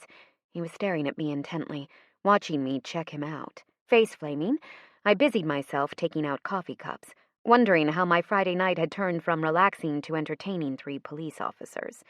"Reese," Luke said, calling my attention back to him. "This is James Allen. He's another officer with the KPD and a member of the SWAT team." My eyes moved from Luke to the new man, James, and I smiled. "Nice to meet you." He nodded. "You took that hit like a champ. I've been on the receiving end of one of those during training. I'm surprised you can still breathe." I giggled. Me and my sister used to fight like that all the time. I can't say that I'm used to somebody Luke's size taking me down, but at least I knew how to fall, right? It was definitely a humbling experience. He was just telling me the other day that I'd never know what was out there and I should be more observant. Luke chuckled at my expense, and I stuck my tongue out at him, which only caused him to outright laugh this time, which elicited raised brows from his fellow officers. He laughed until I thrust a cup of black coffee in his direction, and I watched the column of Luke's neck work as he took a careful sip. Why was his jaw so sexy and appealing to me? Then I got a load of the coffee cup I'd given him, and I wanted to burst into laughter. It was my favorite, and surprisingly, I'd gotten it from my sister for Christmas. It was plain and simple. White ceramic with black lettering declaring, "I like to fuck," in bold black letters. I wondered secretly if that was true. He was a very attractive man, and I bet he was a beast in the bedroom. That's about when the other 2 started to pay attention to the cup, but before they could start teasing him about it, the silence was breached by their radios. All 3 of theirs went off at once, causing them all to move fast. "Gotta go, Reese. Thanks for the coffee," he said before rushing out the door just as quickly as he'd arrived. Well, shit. Taking the coffees to the sink, I dumped them out, locked up, and went back to my hot tub. I couldn't get Luke's face, nor his erection, out of my thoughts for a long, long time. Chapter 6. "No, ma'am, you cannot feel my baton." Luke to a perp. Luke. "You killed my husband!" the woman screamed from the side of the road. A young patrol officer by the name of Wednesday Carmine had the young woman by the shoulders, trying her hardest to keep her back from barreling towards me. Downey stepped in, grasping the woman around the middle and taking her to the opposite side of the crime scene, shutting her into his cruiser. I gave him a thankful nod and turned my attention back to the chief, who was staring at the scene unblinkingly. I closed my eyes, bile rising up my throat. "Tell me what happened," the chief ordered softly. The chief looked tired, and I didn't blame him one bit. He'd been called in after only getting off a few hours before. We'd all been putting in quite a bit of overtime lately, seeing as we were short in every department. Then my mind turned back to the scene. The horrible fucking scene. I'd killed him, but how the fuck was I supposed to know that was a fake goddamned gun? I'm not a fucking mind reader or precognitive. I can't look through the gun he was holding in his hands and see that it was plastic. All I saw was the black gun pointed at my face, and I reacted, I explained, much more calmly than I felt. "The gun?" the chief asked. I nodded, pointing to the weapon that was still lying next to the man's dead body. "I told him to drop it. I fucking told him," I ground out. The chief raised his hand in a calming gesture. "I know. Now, from the beginning, tell me what happened." I lifted my hands, scrubbing my head with my tired fingers. I arrived on scene with Downey. We'd gotten a report from a neighbor that a man had a gun pointed at his wife in the front yard. When we got here, he did indeed have a gun. I sighed. Downey and I both ordered him to put it down. When he refused, the wife ran forward and got in his face. When he pushed her away, he turned the gun on us, and I fired. The chief's muttered, "Fuck," didn't really make me feel any better either. We both knew it was about to become a shitstorm of mass proportions. And 2 hours later, when I found myself in a meeting discussing the event, I was anything but better. "Officer Roberts," the IA, Internal Affairs, bitch asked, "can you tell us why you didn't use your taser?" I suppressed my growl of frustration. "I'm an officer of the law. I've been an officer for 6 years, on the Kilgore PD for 5 of those. I was a Marine for 9 years. I've been on the end of a gun more times than I can count. And none of those times did I ever think of pulling a taser. First of all, when I have a gun pointed at me, I'm not going to taser him. I wouldn't be within range. Secondly, a taser makes muscles contract. If I shoot him with the taser and his finger's on the trigger, there's a very high possibility that he'll get a shot off before I can take him down," I explained through clenched teeth. The woman came off as quite a bitch. I'd never seen her before, and I didn't care to see her ever again. I doubted she'd ever been in the field as an officer of the law. Any right-minded officer wouldn't have bothered asking a stupid question like the one she'd just asked. I really wanted to go the fuck home. I'd had a bad fucking night, and this was the last thing I wanted to do was sit in a meeting with an IA, the chief of police, the fire chief, the 2 first responders, Downey, and myself. "And why didn't you shoot him in the leg or arm? Surely you could have done something, anything better than what you did," the IA asked. My fists clenched, and I saw Downey wince. He knew my temper just as well as anyone, and this bitch was getting on everyone's last nerve. "Have you ever shot a gun before, Ms. Dion?" I asked calmly. She nodded. "Yes, I have." She sounded offended that I'd asked, but fuck her. "When you're shooting at a target, are there legs on the target?" I asked. She blinked, thinking about it. "No." I nodded. "Right. Well, the reason that is because when you're in a situation where you're shooting at a live person, most likely due to a volatile situation, you aim for the biggest part of the body. That's center mass. The reason being is that I could miss. Or wherever I shoot them at, say the leg, will only piss them off and they'll shoot me anyways. Which was what I was trying to avoid." Ms. Dion nodded her head at my explanation. "Okay, well, that's all I have for you tonight. You may go. Y'all too," she said, pointing to Downey, as well as the first responders, Ty Stoker and Drew Dillon, both firefighters with the Kilgore Fire Department. "Don't go far, Roberts. I want to speak with you after we get done," the chief ordered tiredly. I nodded. Walking out with Dillon and Ty, I barely managed to control the urge to slam the door like a temperamental child. Barely.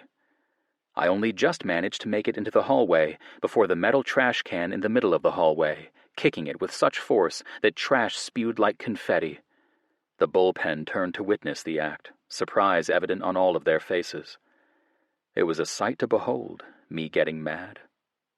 I wasn't one to lose my temper in front of others, so if it happened in a room full of my colleagues and people I respected, it was big, and they knew it. "I love the part where she asked me why I didn't get the body off the street faster," Ty said, flabbergasted. I'd like that one, too. In Texas, paramedics weren't allowed to pronounce someone dead. They had to have the justice of the peace come out and pronounce the person dead. From there, he'd take them to the mortuary or morgue. Paramedics, although capable, weren't supposed to pronounce death. They could say that the patient had injuries incompatible with life, but they couldn't do the actual pronouncing. Drew snorted. "My favorite part was where she asked why there wasn't any EMS on scene. How many times has the chief drilled into our heads, scene safety? It's at least every other shift." They also wouldn't stay on scene if they were of no use. They couldn't do anything. Not if they wanted to uphold the integrity of the crime scene. Downey rumbled his agreement, but I left, not really wanting to be around anyone at that moment.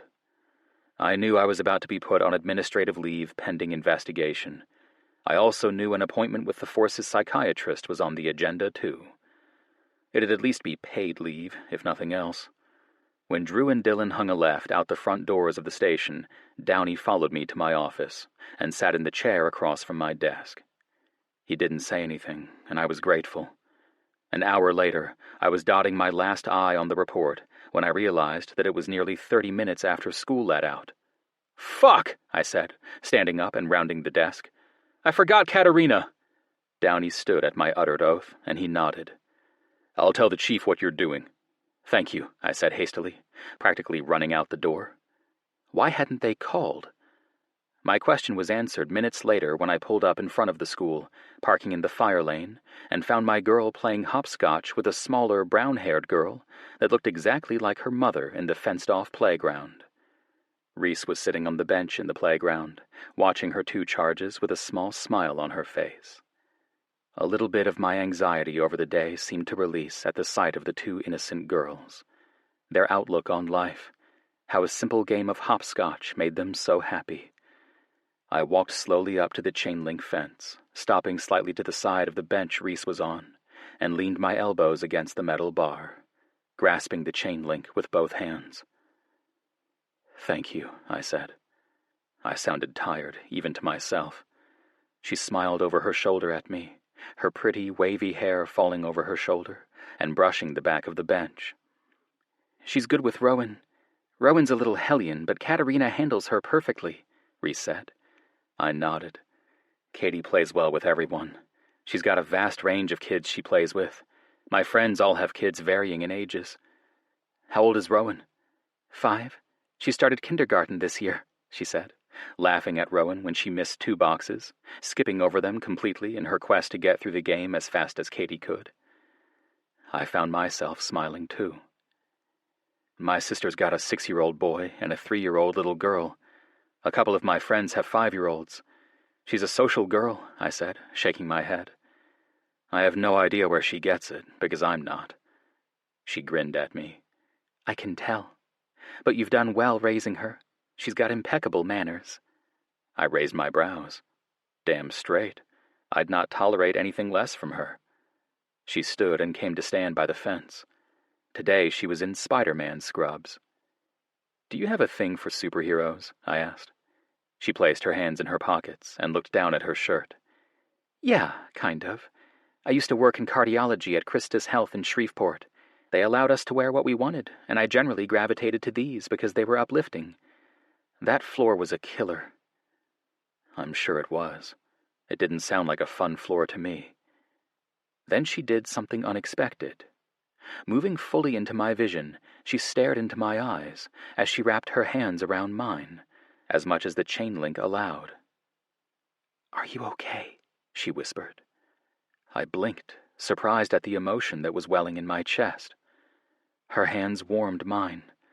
I hadn't even realized that they were cold, that I was cold. Her eyes were full of pain. For me. She'd heard about my day. "I'm okay," I rasped. She gave me a wry look. "I'll be okay. How's that?" I asked. She looked at me, studying my face with her green eyes. She was exceptionally observant. She was also stunning, and in that moment I wanted to kiss her more than I'd ever wanted anything. Badly. Which, of course, was when my daughter squirmed her way between the fence and Reese, smiling up at me with a devious scowl on her face. "You forgot me," she growled. It took everything I had not to burst out laughing.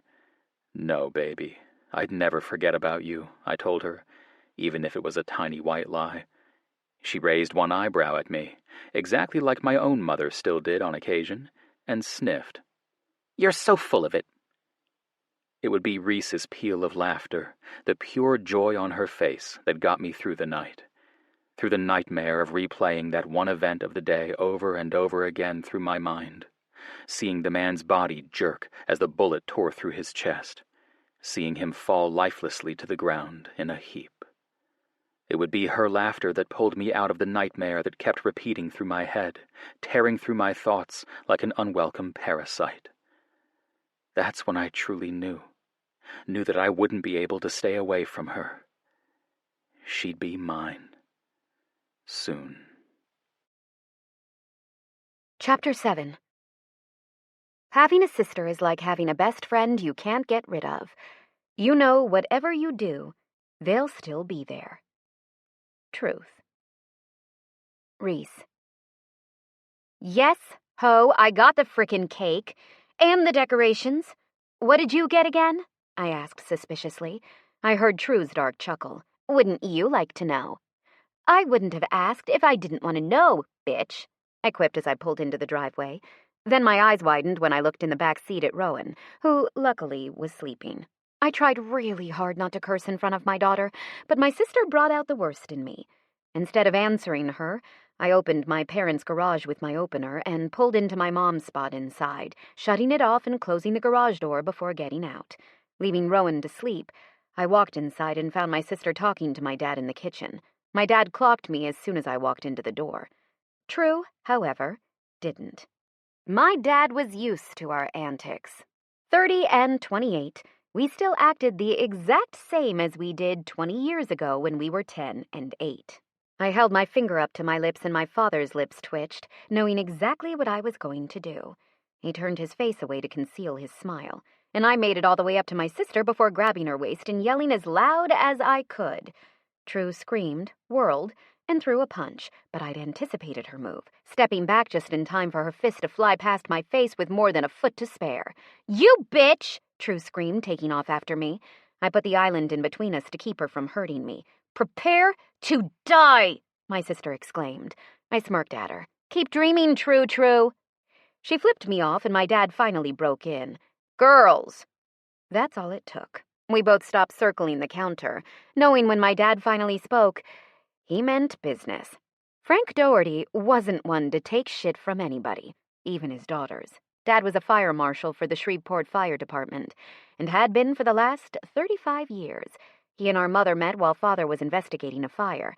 My mother had been the patrol officer that had responded to the scene first, and from there it was history. They had a love that I would forever base all of my future relationships on. My father taught us how a woman was supposed to be treated, and to expect nothing less than a forever kind of love from our husbands. My parents had a connection, a type of connection that stood the test of time. 2 kids, 2 extremely demanding jobs where they had to put their lives on the line to do, and illnesses. Which was why I couldn't find anybody. The standard was too high. I'd broken that standard once when I met Rowan's father, and I never would again. Lesson fucking learned. And I had the scars to prove it. So, when's Cabe bringing Mom to the bar? I asked, ready to get my mind off of things so depressing. T-1 hour and counting. Now, let's get to cooking, True instructed. Clean up after yourselves, my father ordered as he left the room. True and I both looked at each other for a good 5 seconds before we both burst out laughing. Yeah, right. I tried valiantly not to look. I really did.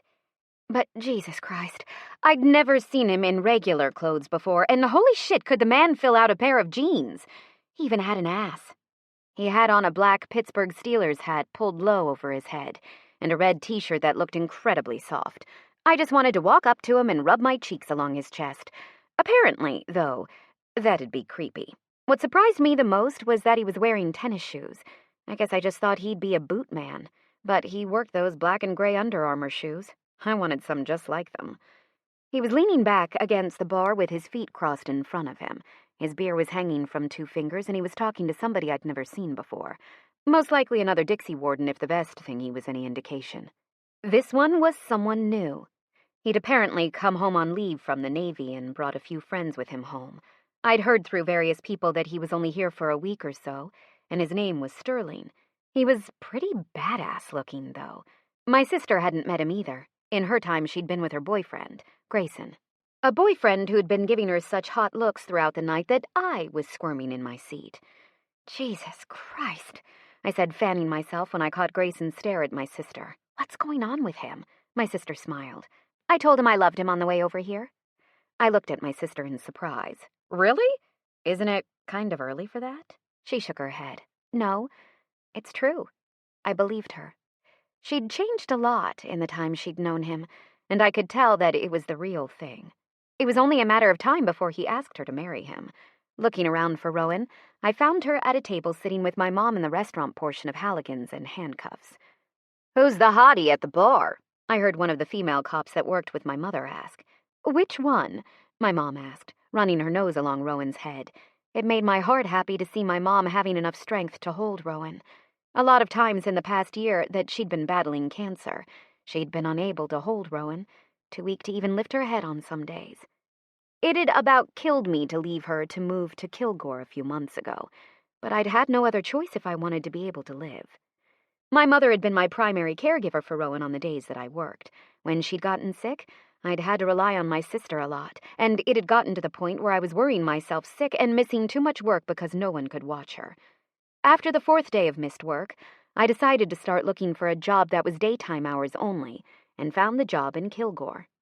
Most of the time now, I was out in time to get Rowan from school, and that constant nagging feeling of worrying about who was going to pick my kid up from daycare, go pick her up from school because she was sick, or find someone to watch her during the school holidays, was gone.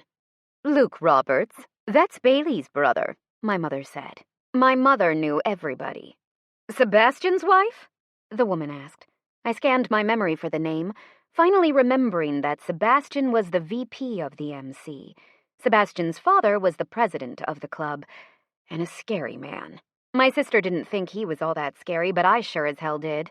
There was just something about the man that gave me the back off I'm a dangerous fucker vibe. Although Luke emitted that vibe too, just a slightly altered version of it. More like a back off I'm a dangerous fucker, but if you need me, I'll be here kind of vibe. And Luke's coworker, Nico, not so much. I'd be more likely to run away from him rather than towards him. Hey, baby, if it's all right, I'm going to take a bathroom break, my mother said to Rowan, who immediately declared that she needed to pee something fierce. Instead of walking to the table, I watched as my mother and daughter walked hand in hand to the bathroom, both of them swinging their hands like they didn't have a care in the world. That's some look you have, I heard from behind me. I shivered slightly, hoping he didn't catch it. When I turned around, though, I knew he had. And his smile was cocky, saying he knew exactly what he did to me. How would you know my look when my back was to you? I asked suspiciously.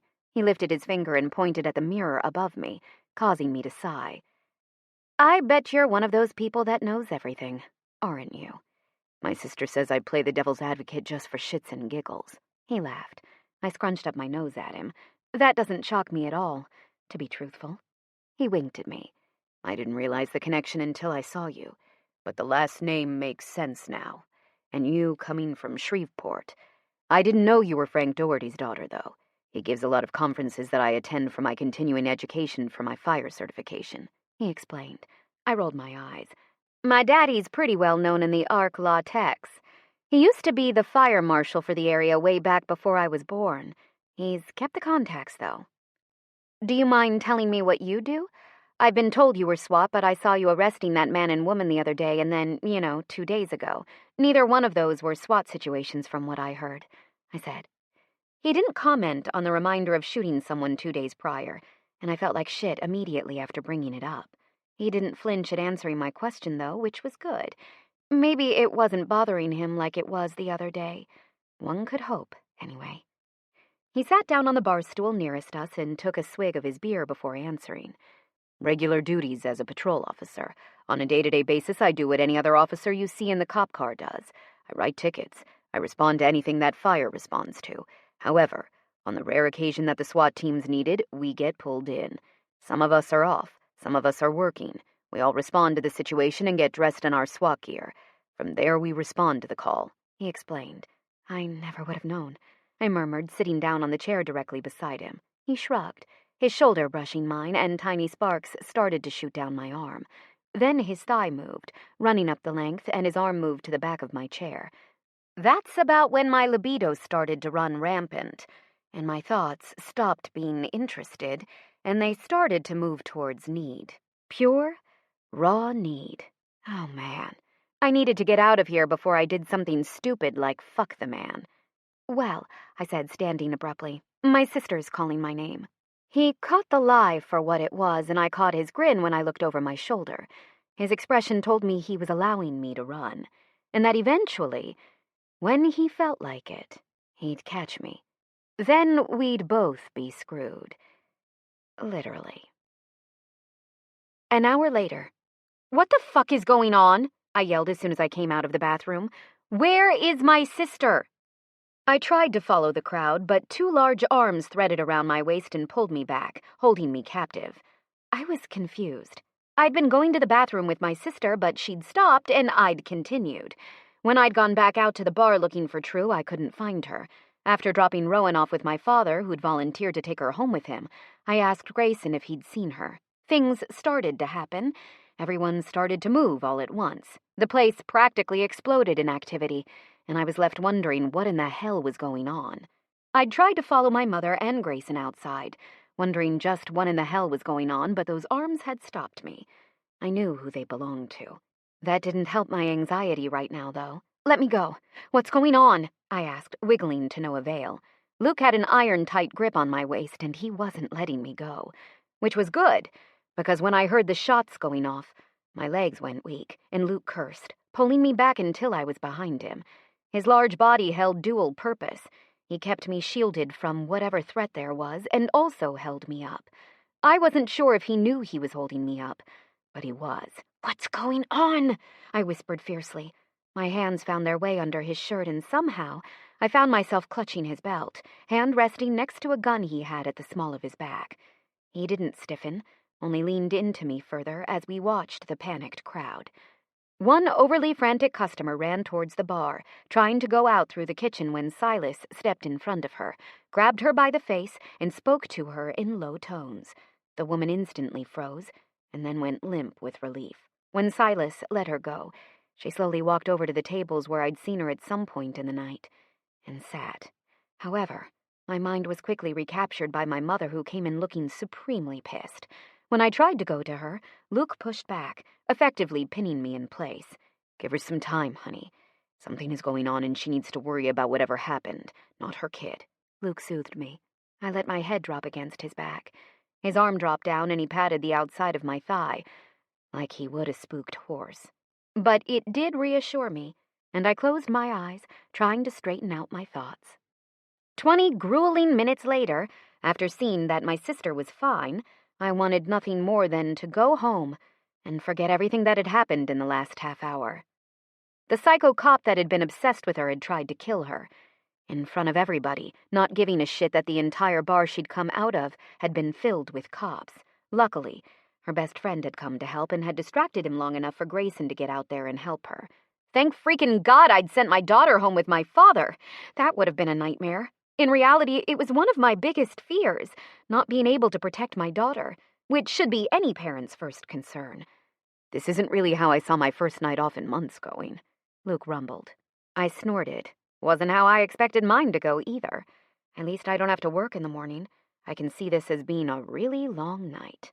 He turned, crowding me close, and winked. "I can spend it with you." I blushed, feeling the hard line of his body now that I was more aware, and my thoughts went right back to where they were earlier, hot and needy. Then, while my inhibitions were clouded, he kissed me, and I'd never felt anything more exciting in my life. No, I don't think so. But thanks anyway. Chapter 8. There's bitchy, and then there's a bitch. They're two different things. Trust me. Truth. Reese. Men fucking sucked. I hit the punching bag with a closed fist, swinging it 8 inches forward. When it swung back again, I hit it again and again. Stupid punch. Fucking punch. Men punch. I kept at it until my arms resembled the consistency of a limp noodle, and my arms wouldn't raise up at my command anymore. That's when I started on the knee strikes and kicks, repeating the process on both legs over and over again until the oxygen was heaving in and out of my lungs like a steam engine. Sweat was pouring down my face and into my eyes, burning them. Swiping my arm up over my eye, I wiped off the sweat and decided I wasn't tired enough. There was no way I'd be able to sleep tonight if I was still able to walk, not after the day I'd had. My stupid ex. He sure knew how to ruin my life. He'd done it quite a few times already. Today's conversation was no different. 3 hours earlier. He showed up unannounced, of course, on his designated weekend, and knocked on my front door. I hadn't told him where we were moving to. He'd changed his number, and I'd had no way to contact him to tell him where we were going. So he either had to have contacted my family for the new address, or he had to have greased some palms to get the information. My bet was on the latter. Weston Bryant was a Casanova of epic proportions. Otherwise, he'd have never gotten into my pants. "Can we talk?" he asked, not even bothering to ask where Rowan was. I nodded and stepped outside, slipping out the door so he couldn't see in. I never allowed Weston inside our house. It was a happy place, and I didn't want his stench inside of it, even if it was only mental. "Sure," I said wearily. "What's up?" "I'm filing for joint custody of Rowan," he said without preamble. I blinked at him stupidly for a few seconds before I could get my mouth to work. "What do you mean you're filing for custody?" I asked quietly. He scowled at me. "It means that I'm tired of having to tell your lawyers how much money I make. They're actually going to make me pay this time, and all the back pay I owe. They're holding my checks. I can't live on no money, and my wife wants to get to know her stepkid." My mouth dropped open. "You're married?" I gasped. He glared at me, offended that I had such a reaction to the thought of him finding anybody. "Yes," he snapped, "for 4 months. We even have a baby due." That made my heart hurt, not only for Rowan, but for that innocent child who had to have this asshole as a father. Hopefully the mother was more reliable than Weston was. It was more than obvious that she wasn't smart, otherwise she wouldn't have married Weston. "But Weston, I didn't file anything with the lawyers. I never said a word. This is the first time I've heard anything about holding your pay," I said nervously. If he filed for custody, he could win. He was married and had a family. I didn't. And he was charming, where I was anything but. "Well, you sure did something, 'cause they're taking my checks. It's ruining my life," he yelled. I backed away from him, surprised at the outburst. Out of all the times I'd been around my ex, I'd never heard him raise his voice. He didn't need to. He was a sweet talker. His silver tongue got him everything he wanted. And Weston yelling was an intimidating sight. Weston was tall, nearly 6'3". Although he wasn't bulky with muscle like Luke was, he wasn't a slouch either. So for him to crowd me and yell in my face like he was doing now, I started to get nervous, like any smart woman would do. "I'm sorry, Weston. I don't know what to do. I didn't file those charges. But you know you wouldn't like Rowan staying with you. That's why you only ever keep her for the day instead of overnight. Remember? If you file for custody, you'll have her half the time." I tried. He scowled. "Well, starting tonight, I'm going to take her with me every other weekend like I'm allowed. We'll see about the rest when it happens. Where is Rowan?" Every cell in my body screamed at me not to allow her to go. But there was a court order that said Weston had Rowan every other weekend and each Wednesday afternoon. If he wanted her, I had no legal recourse to keep her, not unless Weston terminated his rights. Which I should know, because I'd researched the hell out of it, not wanting her to go with him. I'd been told by a lawyer friend of mine that if I tried to keep her away from her father, I'd be held in contempt of court, which would not look good if Weston started doing what he'd just threatened to do. Which led me to now, hours later, trying to work out into oblivion. That was the only way I'd get my mind to turn off. I had a billion things swirling through my mind, and I wished it wasn't a holiday weekend. Otherwise, I'd be able to call and talk with a lawyer tomorrow, instead of 4 days from now. Slipping the gloves from my hands, I tossed them on the freezer beside the punching bag and slipped through the garage door and then out the gate. It was dark, and I was glad. I was crying, and I didn't know how to stop.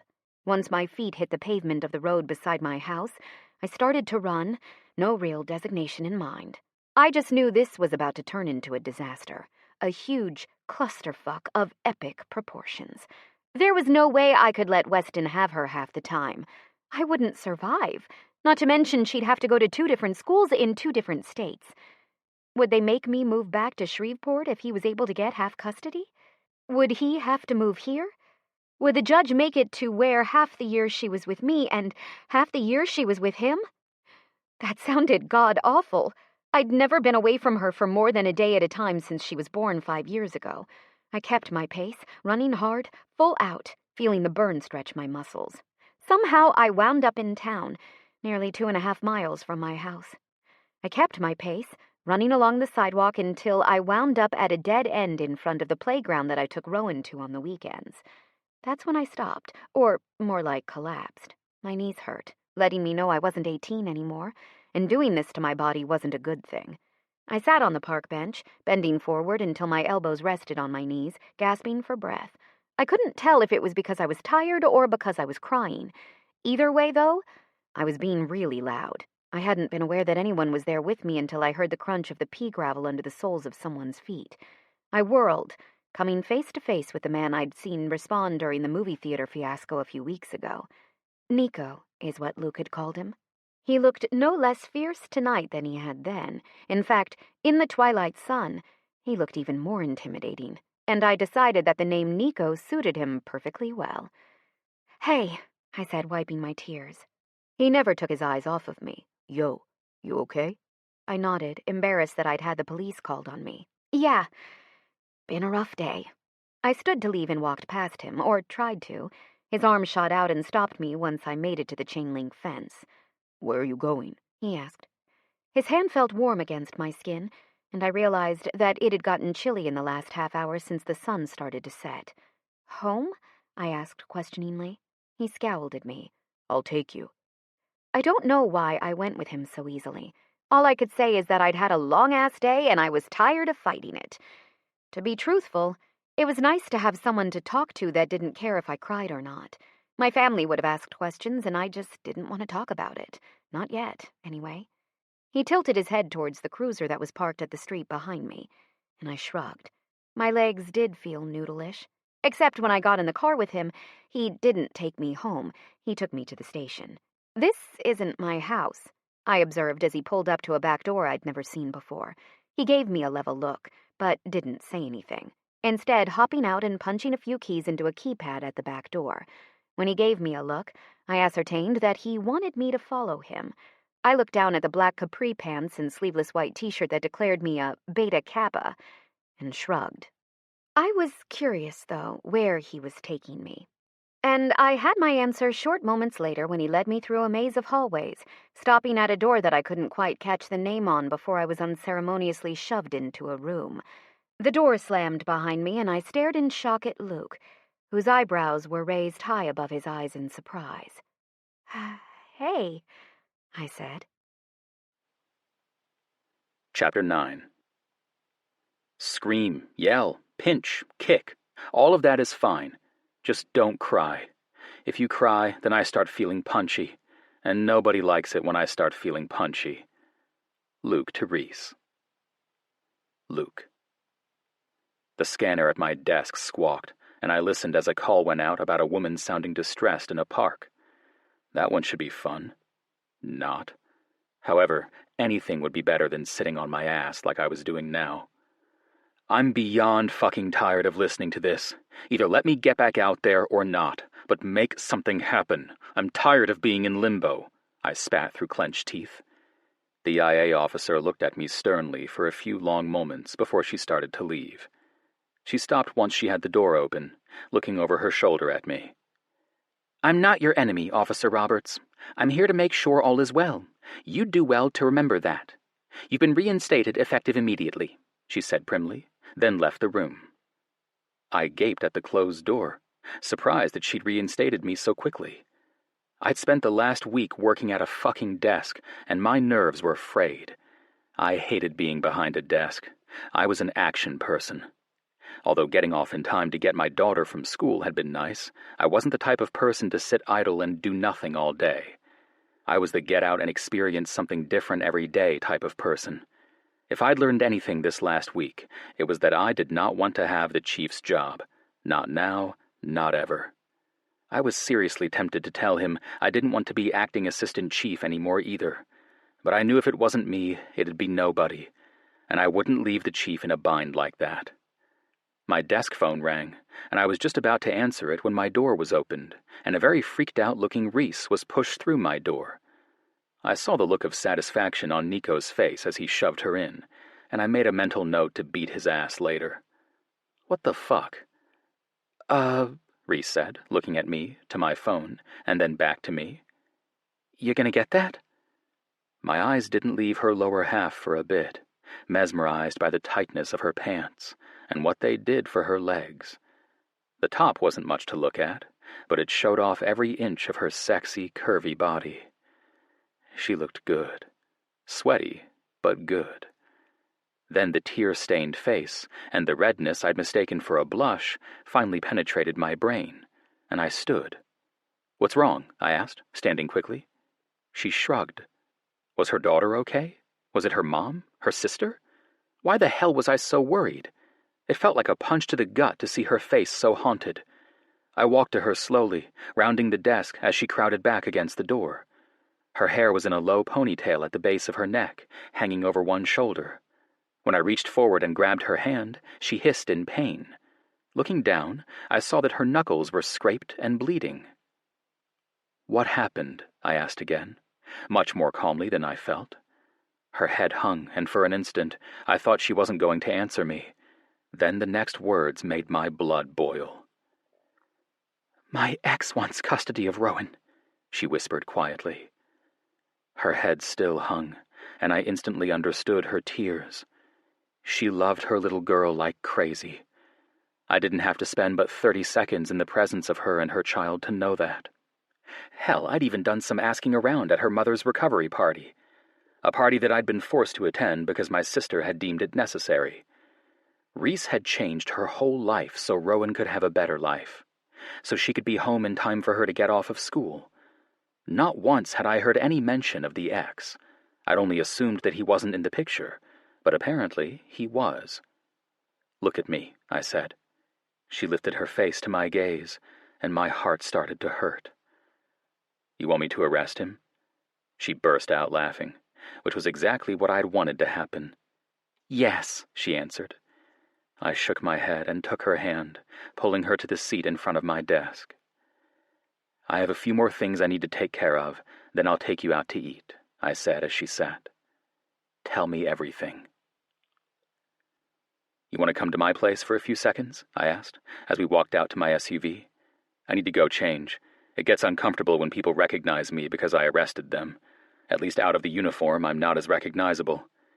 She nodded. "Sure, I need to change too. At least my shirt, anyway." I looked her over.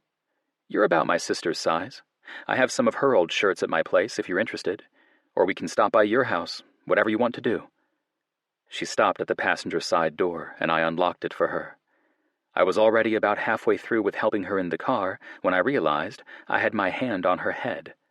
"Shit," I said, removing my hand. "It's habit." She was giggling quietly when I closed the door behind her. Shaking my head, I rounded the SUV and got in. The powerful engine rumbled to life, and I backed out of my spot next to the chief's. I guess that was one of the perks of being the assistant chief. The close parking spots. Nobody else would dare park in my spot. They'd tried once, and I'd moved their car, with my winch. Then I'd booted the car so they couldn't drive until they came to see me, then had apologized. It had been hilarious. Of course, I hadn't let them know that I found it funny, but it had been. "I'll wear one of your sister's shirts," she answered, as she watched the town go by through her window. "Where would you like to go?" I asked, sitting my elbow on the console between our seats. When I encountered her arm already there, I followed her hand down and clasped them together. She held on tight. Her hand felt tiny inside my own. Her hand was soft. Mine was rough. Hers skinny and fragile. Mine strong and sturdy.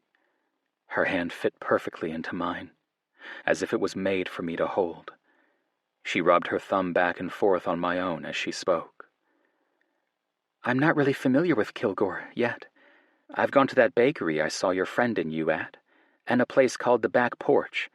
I haven't even gone out of the city yet. I've heard there are a lot of places to eat in Longview and the surrounding area." Longview was about a 30-minute drive from Kilgore. In the time I'd lived in the area, I'd only been to Longview a handful of times. "They have a nice place downtown called the Rotten Rooster," I said teasingly. She giggled. "That sounds perfect for my mood right now. Let's do it." Shaking my head, I took the turn that led to my road when a car in front of me ran the stop sign, barreling down the road going at least 30 over the speed limit. "Fuck," I sighed and flipped on my lights. "Hold on to your shorts." Then I accelerated, flipping on the lights and siren, taking the same road the speeding car had, then called it in. "Dispatch, this is Unit 6. I'm on Stone Road going east towards 349. I have a 1075, I said into the radio that hung on the dash. 10-4, Unit 6, dispatch answered. I hung up the radio and placed both hands on the wheel, catching up to the car easily. I looked down at my radar, noting that we were going 89 in a 60. I chanced to look over to Reese to see her smiling wide. "You're enjoying this," I said, shaking my head. She giggled. "Yes!"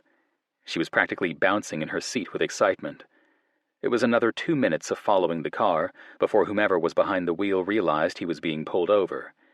As I angled myself behind him, I reached into the floorboard and pulled the Kevlar vest up, slipping it on over my shoulder before strapping it down tight. Reese watched me with wide eyes as I angled out of the car and approached the passenger side window. The street we were on was 2 lanes with no shoulder, so it was safer for not only me but the driver to approach on the passenger side. As I made it to the window, I said, "License and registration." The young girl looked scared shitless. She was young, maybe 16 or 17.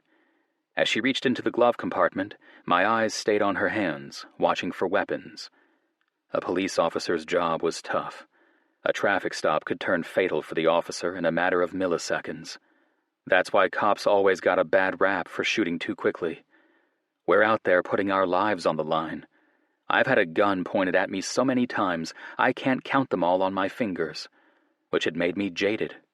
My life's always going to be put first. Always. "I don't have my license," she whispered, weeping now. I sighed. "How old are you?" She sniffled. 15. I rubbed my forehead with my hand. "Okay, get out of the car," I ordered. She started crying harder, but she got out, closing the door behind her. "Why were you going so fast?" I asked. "My sister called me 10 minutes ago crying about needing a ride because her boyfriend dumped her while she was at a party with him. My parents were asleep, and I thought I could get there and back without them noticing," she explained between hiccuping sobs. I wanted to groan. "What's your name?" I asked. Macy Rubio," she told me. "All right, I'll get you seated in the back of the cruiser, and we'll go get your sister. Then we're going to take you home and wake your parents. I'll need your keys so I can move your car," I said. She handed her keys over as I walked her to the back of my SUV, opening the door and helping her in the door. I got in her car and moved it further off the road, turning on the blinkers before getting out. I walked to my door and got in, giving Reese an apologetic smile that she returned. "Where am I going?" I asked. The girl had calmed down minutely, but she was still sniffling every few seconds. "The next road down. Last house on the right," she said. The drive was silent, and I knew immediately which house it was because of the sheer amount of cars and people in front of the house. "What's your sister look like?" I asked.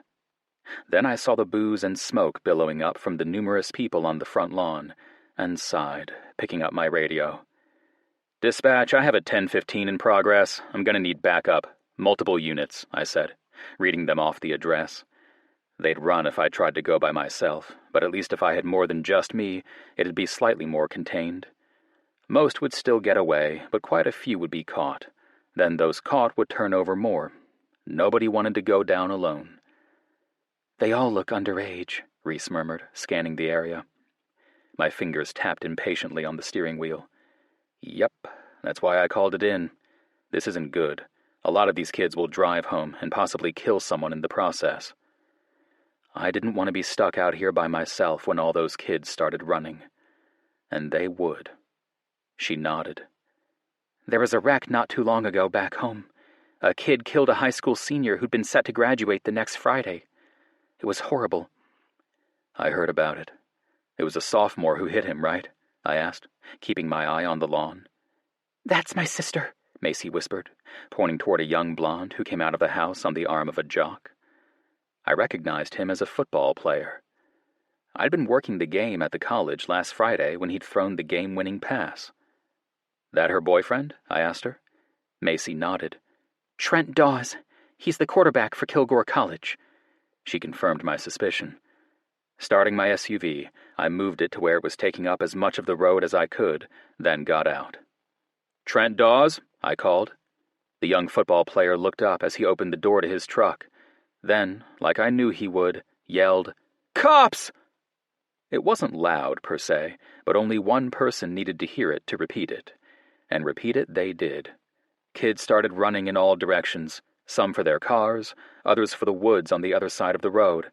They started scrambling like ants that had their mound disturbed. It was always comical to see the chaos. Luckily, though, the other boys in blue showed up just in time for the show. And we put on one hell of a party. Chapter 10. Men are usually too focused on the cleavage in the shirt to see the crazy in the eyes. Life lesson. Luke. "Those parents didn't look too happy with their kids," Reese smiled as we walked hand in hand into the Whataburger. No, they hadn't. In fact, the father had been downright livid. Which was good.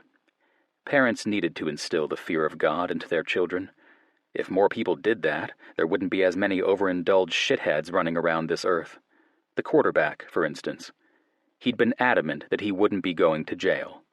I'd only smiled, because it was more than evident to me by the weed I'd found in his pocket that he was. He'd learned that he wasn't invincible, and that being the star of the college wouldn't give him a free ride in the real world. No, they didn't. But that's good. Kids nowadays don't have the same discipline that we had. You wouldn't believe how many young kids I arrest every week, and their parents could give half a shit. "I tried to sneak out once in high school, and my father locked the window I snuck out of after I left," Reese said, smiling at the memory fondly. "He wrote me a note on the back door telling me he left a blanket on the rocking chair on the back porch, and to enjoy my night outside. It was awful." I snorted. My dad's a police chief in Wyoming. The last time I snuck out of the house, he had one of his boys arrest me and leave me in the drunk tank all night. It was awful, and I smelled like shit when I finally got out the next morning, and he made my mom pick me up, which was even worse, because I hate disappointing my mama. She laughed at that. I'm sure picturing a younger me having to explain what I'd done to my mother. "My sister had a falling out with my father when she was younger. It was awful. My dad would ask about my sister would ask about my dad. They were both so freaking stubborn. Now, if you saw them together, you wouldn't know they ever had a problem, that they'd refuse to talk to each other for years," Reese said, taking a pull of her milkshake. I wouldn't. I'd seen them together at the party last week. It only went to show that I didn't know everything. "Your old flame is across the aisle staring at you like you're her missing teddy bear," she said, stirring her shake with the straw before pulling it out and wrapping her tongue around the end. My cock hardened, and suddenly it was a smidge hard to breathe without panting. "What's she look like?" I asked, trying my hardest to control myself as she licked the straw clean before answering. "Long black hair, green eyes, straight pretty white teeth. Big boobs," she murmured, dipping the straw back into the ice cream. "The one from the bakery." Watching the movement avidly, I explained, "That's my ex-girlfriend, Lydia. I still haven't figured out why she's here. The last time I talked to her was 6 years ago." Her brows rose. 6 years is a long time. I never heard any of the details of why y'all broke up, other than her not liking the fact that you had a kid." She was digging, trying not to look as interested as I knew she was. I shrugged. It was an average breakup, I guess. She didn't want kids, and I had a kid. It's not like I can really get rid of the kid I do have to make her happy. I think I truly surprised her when I chose Katerina over her. We broke up once she admitted that, and I moved down here within the month. Her mouth had dropped open. "You had the kid before you met her, obviously. Who the hell would just get rid of a kid because the new girlfriend didn't want kids?" I shrugged. "Don't know. I assume there's more to the story. Her father was pretty uptight, and didn't like me having a child out of wedlock. I assumed that Lydia made me sound worse than I really was. I had a feeling during the entire relationship that it wouldn't work out. I told myself that I was just passing the time with her, though. That was the only reason I stayed with her for so long when I knew it wouldn't work out." She sat back in her chair, a smile on her face. "So you used her for sex?" I shook my head. "No, that's not what I said." "Oh?" she asked. "Then what did you mean?" It means that I was having fun. She was an amusement, one that might have turned into something more in time, but wore out her welcome when she told me she didn't like my child, I said coldly. I wouldn't have said it as coldly if I hadn't seen Lydia stand up in the mirror above Reese's head. Just having her anywhere near me set my skin to crawling, just as it had done when I'd left her. I saw her flinch and turn around, as did Reese, who gave me a sympathetic look. "You've got this twitch right above your eye," she said, a grin playing at the corner of her lip. "I think I really like you. I didn't think anyone could be as mean as I could." "Are you done yet, or are you just going to play with that straw with your talented tongue?" I asked, exasperated. She winked. "What?" she asked, licking the straw completely before sucking it into her mouth. "Does this bother you?" She was playing with fire. "You know," I said, standing slowly, "I've had one hell of a week. I'm running on fumes, and you're getting really close to pushing my last button." She stood too, taking the half-eaten milkshake with her. "And what button's that?" she asked over her shoulder. I took in the view of her backside, the tight black pants that molded to her ass perfectly, her long hair that just brushed the top of her butt, just begging for me to sink my fingers into it, a handhold I could pull while I fucked her hard from behind. "I'm not an easy man," I said softly behind her. "I'm rough. I have a kid. My job's demanding, and I won't be able to devote a lot of time to you." She snorted. "I'm not an easy woman. I'm emotional. I have baggage. I'm loud. My kid requires a lot of my attention, and I PMS once a month." In one swift move, I pinned her up against the side of my cruiser. Her body went limp, and her fingers went to my shirt, clutching it in her fists. My mouth slammed down on hers, weeks of sexual frustration coming out into the kiss. She tasted like vanilla ice cream, soft and smooth and oh so sweet. "You're so fucking sexy," I said against her lips. "When I get you into my bed, I won't let you up for air for weeks." She grinned, pulling in the air I'd just exhaled before saying, "We have kids. You've got until 10 a.m., tops." I leaned forward. "That's enough time. For now." Chapter 11. Nice pants. Now take them off so I can fuck you. Unless you're not fond of them, then I'll take care of them for you. Luke. Reese. We never made it further than Luke's garage. I was nervous. Would it show that I hadn't had sex in years? As I looked at Luke, his grip on the steering wheel, the large outline of his cock behind his black pants, I started to panic, which was why we never made it inside. He must have sensed my panic when he rolled his cruiser into the garage and turned it off. He looked over at me, eyelids low, and gave me a wolfish grin, before the hand that wasn't held in mine snaked out, unbuckled both seatbelts, and hauled me across the console. I went, folding my legs up until I straddled him, knees planted on either side of his hips. On one side, the seatbelt dug into my knee, the other, the door and his gun. But my uncomfortableness suddenly took a flying leap and bounded out the window in warm, wet lips, descended upon my own. He captured my bottom lip between his teeth and bit down lightly, bucking upwards at the same time. My eyes became hooded as the heat of his cock rubbed against my sex, causing need to zip through my body like an electrical current. My breathing picked up, my heart rate increased, my nipples beaded, and my sex started to leak. When he sucked my lip, I leaned forward and backward, working my core along his stiff length, bumping into his gun belt on each forward movement. His hands traveled up my sides, encountering the hastily made cuts of my shirt, where I'd stripped them of their sleeves earlier that morning. The fabric was jagged, only being held together at my sides by a thin piece of material that covered my lower ribs and belly. His thumbs hooked into my sports bra, sliding it up until my breasts burst free from their confines, only covered now by a threadbare piece of material. The material of my sports bra was bunched up around my armpits, and I relished in the feeling. Something about him not removing my shirt made the whole situation naughtier, hotter. His eyes were laser-focused on my breasts as my nipples beaded even more, standing out in stark relief against my gray shirt. "So sexy," he groaned, letting his thumbs travel under my shirt to brush against my distended nipples. I gasped, leaning into his touch. He grinned as he took the side of the material on each side, pinching the two armholes together so my breasts were exposed. They felt heavy with need as he studied them. Then, slowly, he leaned forward and gave one breast a long, languid lick. Then he blew on it, making them harden impossibly more. "Oh, God," I said, feeling the act like a shock to my pussy. He grinned before repeating the process on the other nipple. My hands started to grapple with his Kevlar vest. Once I had that off and tossed carelessly into the passenger side floorboard, I worked on his shirt, followed shortly by a white undershirt. He held his arms up and hunched his shoulders to make the removal easier, and I was thankful. The confining space of the car was impairing my ability to maneuver and making them jerky with pent-up need.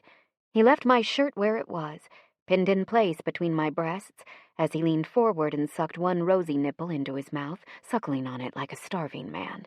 My hands found his hair, and I clamped down on it while I moved my hips against his cock, faster and faster. His free hand pinched my other nipple, teasing a hint of pain out of my pleasure. "Oh, God," I said, feeling an all-too-familiar feeling start to barrel through me. Noticing my frenzied movement, his mouth left my breast and switched to the other nipple, suckling hard while his free hand moved down my stomach. His nimble fingers slipped under the waistband of first my pants, then my panties.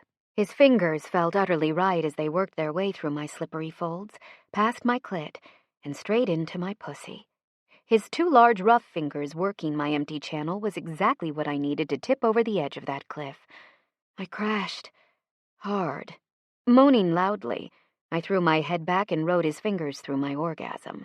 His mouth on my nipple never stopped as I practically flooded his fingers with my release. It was so intense, in fact, that I wasn't aware of the movement of our bodies until I felt my back hit something smooth and unyielding. My shoes were the first to go, followed by my socks, pants, and panties. He left my shirt where it was as my legs fell open to his hot gaze. I was wet and swollen, and the expression on his face had me rearing to go again. No recovery time needed. His eyes studied my face, my body spread out on the hood of a car. I briefly noticed it was a deep, midnight purple that was buffed to perfection. Then all thoughts of the car I was currently occupying the hood of died when he reached for his back pocket and withdrew a wallet. His fingers searched inside the depths, coming out with a foil square that he held between his teeth as he unzipped his pants and maneuvered his thick length out of the opening. My mind blanked as I caught sight of the beauty, large and thick. I briefly wondered if it had hurt going into me, but just as quickly dismissed it. I didn't care if it hurt. In fact, I kind of wanted it to hurt. He smiled and ripped the foil packet between his teeth, removing the condom and pinching the tip before working the latex down over his stiff dick. My eyes were drawn to his balls that hung between his legs as he gave his condom-clad cock a few short tugs. With each movement, his balls swung and my mouth watered.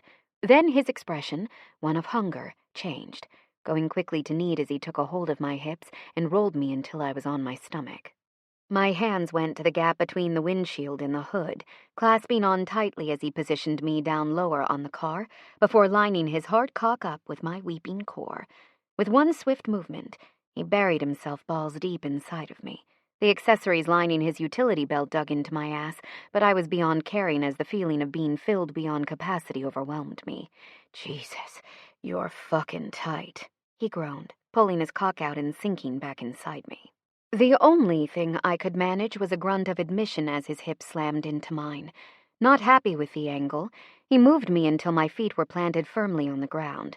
My hands just barely reached their previous holds, but I didn't care. With each thrust of his cock, his balls swung, hitting my clit deliciously.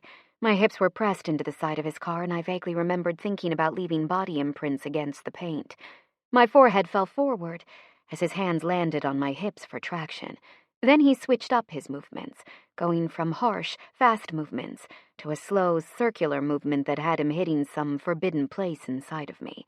One of his hands moved from my hip, up my back, until it tangled into my hair, removing the hair tie that was keeping it up, and letting the large mass of tangles fall free, which he promptly buried his gigantic hand into, and pulled.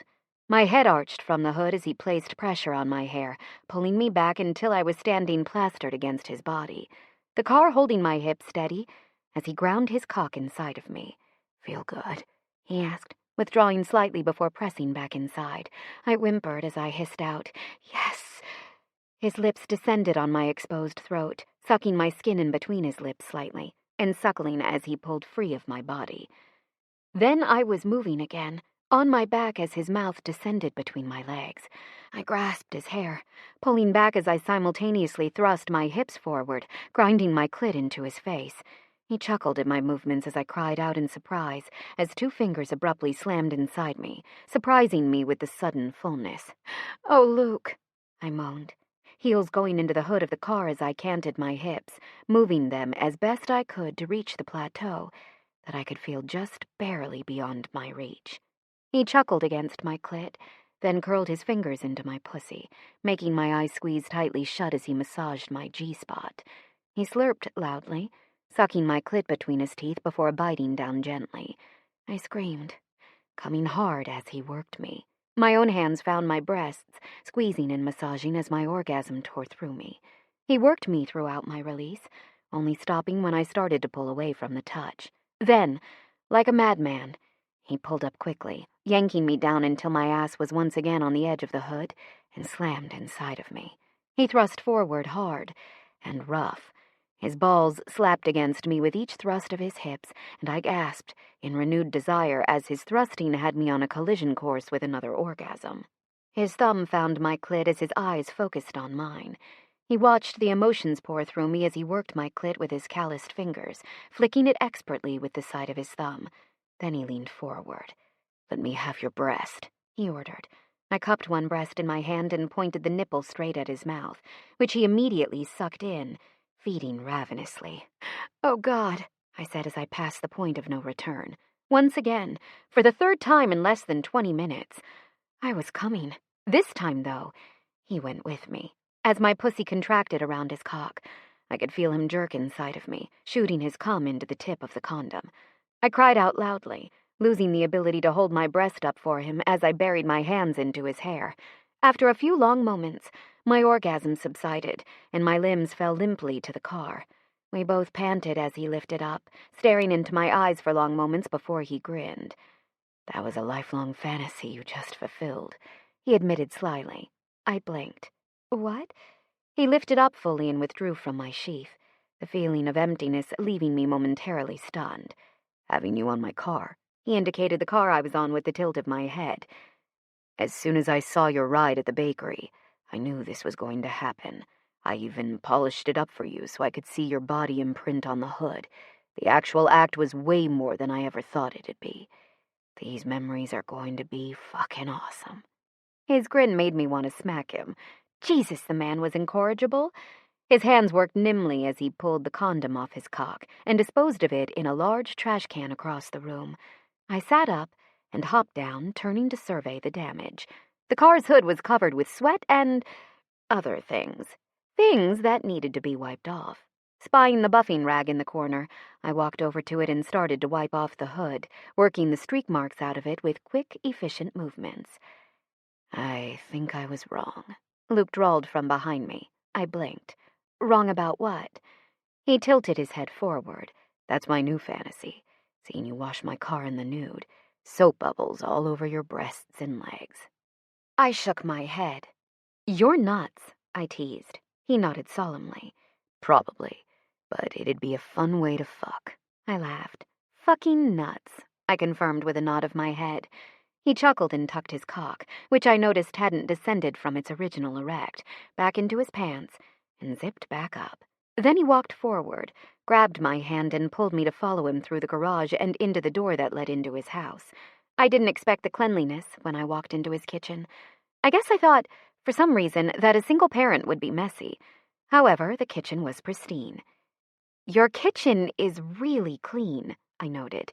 He grimaced. "Years of ingrained responsibility courtesy of the United States Marines." His grin was contagious, and I walked towards him, wrapping my arms around his torso. My head rested on his chest, noting that he still not only wore his badge around his neck, but a pair of dog tags as well. "You gonna treat me right?" I asked. He lifted my chin, making me stare into his eyes as he asked, "The question is, are you going to treat me right?" I nodded as best I could with his hands cupping either side of my face. "I'll try not to be a raging bitch during my time of the month," I confirmed. He shook his head, a smile playing at the corner of his lips. "And I'll try not to ignore you while I'm at work." I pinched his sides, causing him to flinch. "So, I'm gonna need some clothes," I said, pulling my bra back down to cover my breasts. He winked. "I have a shirt with your name on it." Chapter 12. Snail Running Team. Shell yeah! T-shirt. Reese. "I'm keeping this shirt, you know," I said as I scanned my cell phone. It was the only other thing I had with me besides the clothes on my back and my house key. I don't know what I was expecting to find when I started flipping through it. Okay, well, I did know what I'd hoped. I hoped that my ex had called to tell me he'd changed his mind about Rowan. The only thing that made this better was that I knew Rowan loved her father, that she'd be happy with the situation. However, her love was bought. It wasn't true love like I had for Rowan. Rowan's love for me was selfless. She'd love me even if I never bought her another thing.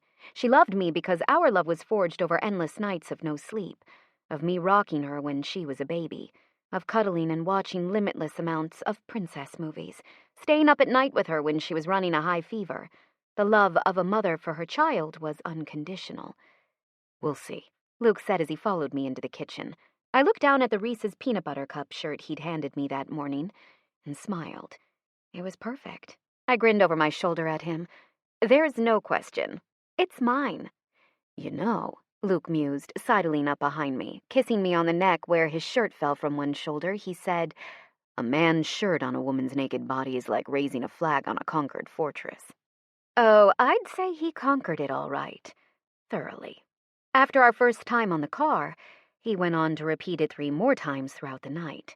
Now it was within minutes of the last time in the shower, and I was deliciously sore in places I didn't even know could be sore. I also was fairly sure that my vagina would never recover from the pounding it had been taking throughout the night. I would concur. You've most definitely conquered Mount Reese, I teased. He chuckled against my neck, giving me a soft kiss on the cord of my exposed neck before letting go and walking to the coffee pot. "Want some?" he asked, raising up the pot. I shook my head. "I don't drink coffee. Do you have any hot chocolate?" He shook his head. "Chocolate milk?" He shook his head again. "Chocolate syrup?" I tried. He shook his head again, smiling now. "Well, what the hell do you have?" I asked in exasperation. He opened the fridge. "Beer, V8 juice, protein shakes, and milk." I scrunched my nose. "What does Katie drink?" He shrugged. "Water or milk." My mouth gaped open. "No juice, or tea, or chocolate milk?" He shook his head. "I don't let her have that kind of stuff. She usually eats pretty healthy." I shook my head. "Wow. So do you ever get her donuts? Or Little Debbie's?" I asked. He shrugged. "She doesn't know that they exist, so she doesn't ask for them. I don't eat like that. She shouldn't either." I wanted to cry for her. What child had never experienced the world of donuts? "I bet she knows what they are, but knows you won't buy them for her. She probably has other ways of getting them," I explained. I mean, there was no possible way that a child just didn't know that donuts existed. She saw them other places. For instance, other kids I knew had them in their lunches at school. I packed Rowan's lunch, and she never went without something sweet of some sort. Whether it was cookies, snack cakes, fruit snacks. I know that it's not healthy, but come on. A child has to live. "I'm not saying that she's never been exposed to it. I'm saying that she's never eaten it. She doesn't know what she's missing," he clarified. I snorted. The man was a cop, for God's sake. He couldn't be that naive.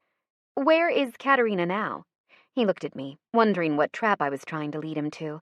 "A friend's place." "Come on. Let's go over there right now and see what she's eating. It's 8 in the morning. I'll bet you anything in the world that she eats badly when she's not with you," I countered. "Fine," he said, filling a to-go cup of coffee for the road. "Let's go." "This is a nice place," I said, scanning the area. "Yeah," he said as he parked in the front of the business we were at. "They've done a lot of work to it over the past 5 years." He took me to a place called Free.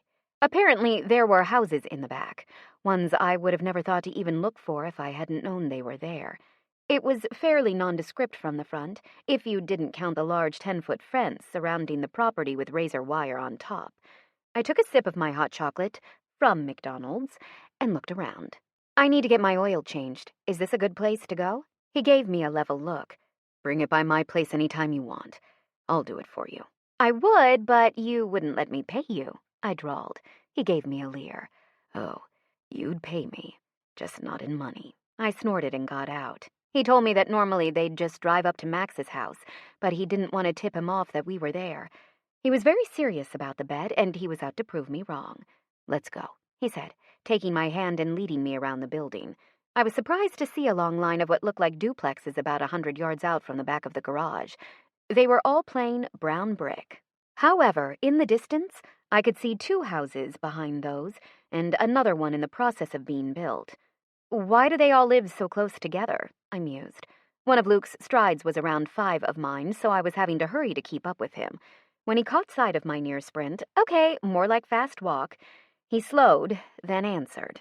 They were all a team in the Rangers a few years back.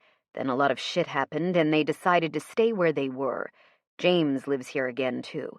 That's their house right there, he said, indicating a house off in the distance, one I hadn't seen until he pointed it out. So, who lives in these places? I asked. He shrugged. I think the first 3 are empty. The last 2 are still being used. Where did they get the money to live like this? I wanted a compound. Although, the only ones on it would be my sister, her man, and my parents, which didn't necessarily constitute a compound. This place, though, was the shit.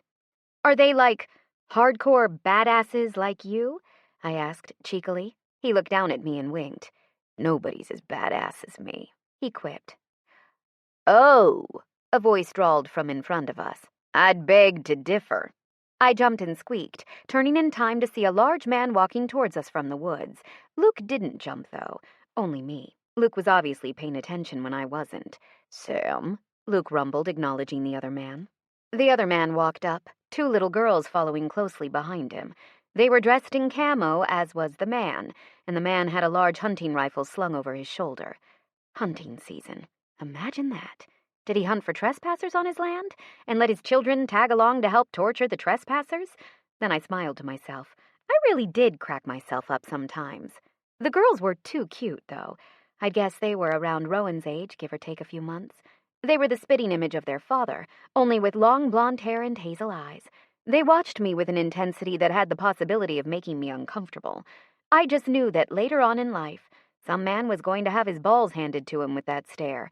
The smaller of the 2, but only just, smiled at me. Are you Rowan's mom? I nodded. Yes. I'm Prue. This is Piper. Phoebe's lost, Prue the curly-haired cutie said. I blinked and looked up at the man, worried. He grinned. We're playing hide-and-seek. With a gun? I blurted out before I could think. He shrugged. There's shit in the woods I'd rather not run into without being properly prepared. I tilted my head. Like an elephant? The scar under his eye scrunched when he smiled. He nodded. Whatever. I'm prepared either way. Movement above the man's head had me looking up to see the elusive Phoebe shift her weight in the tree. The only thing that had given her away was the bright green inner lining of her jacket. So, would you be upset if she were, say, in a tree? I asked, eyes never moving from the tree. Sam grinned. Is she now? I never even saw her. I nodded, eyebrows raised. Yeah. How'd she get up there? He turned and surveyed the tree. Scaled it, I'd guess. She's been climbing trees since she was 9 months old, starting with the Christmas tree. Now at nearly 4, she can climb a tree faster than me.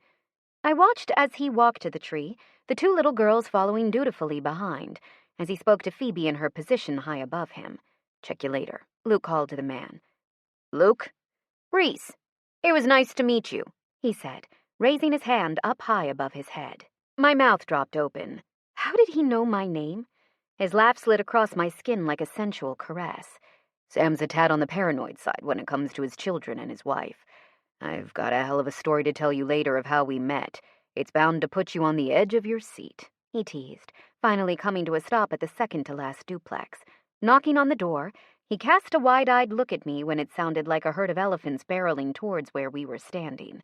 Reflexively, I took a step back, worried that the door might not withstand the sheer momentum of the tiny feet eating up the distance. But they all stopped in time. "How many kids do they have in there?" I asked. "They have one of their own, plus mine. Possibly some of the other kids that live here. And the brother's kid stays over a lot, too. So there's really no telling," he explained, watching as the doorknob turned and a messy-faced little girl with dirty blonde hair stood naked in all her glory. "Hello, Harley Bell. Where's your mama?" Luke asked, apparently not surprised by the nakedness. "She's cleaning up the kitchen. We had homemade funnel cakes," Harley Bell screeched. "And I licked the egg beaters. Mama says I was lucky that she unplugged them before I got a hold of them. Daddy's changing his pants because—" Her tirade was cut off by a small blonde woman with purple highlights that came up behind Harley, covering Harley's mouth with her hand. "Hey, Luke, you're early," she said before her eyes turned on me. Then I watched in fascination as her eyes lit with sudden alertness and intrigue.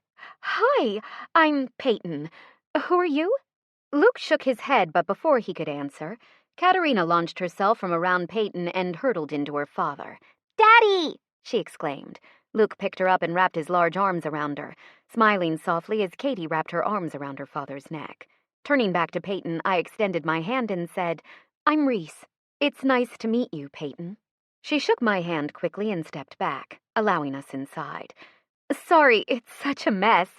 We made funnel cakes for breakfast." I smiled triumphantly up at Luke, then turned to survey the room. Amazingly, it didn't look like a duplex from the inside. It looked like a normal house. The walls were painted a beige color, and a large deer head hung on the wall next to a family portrait of a man, woman, and tiny infant. "Oh, wow! She's tiny!" I exclaimed. Peyton walked over to the picture and smiled fondly. "Yeah, Harley was born premature. She weighed in at 1 pound and 14 ounces when she was born at 26 weeks. My mouth fell open in surprise. "Holy crap. Did you get one of those pictures with her hand through your wedding ring? When I was doing clinicals during nursing school, we had a baby that was born at 22 weeks gestation, and they took a picture with the mother's wedding band around her ankle." She nodded and walked over to a collage of pictures over the fireplace, one of which contained a picture of a tiny hand clutching her father's wedding band. The other showed her in a Route 44 Sonic cup. "That's adorable," I said. "How long was she in the NICU for?" 77 days, I heard said from behind me. I turned to see a large blond man with a scar running down the middle of his forehead, standing directly behind me, standing next to Luke.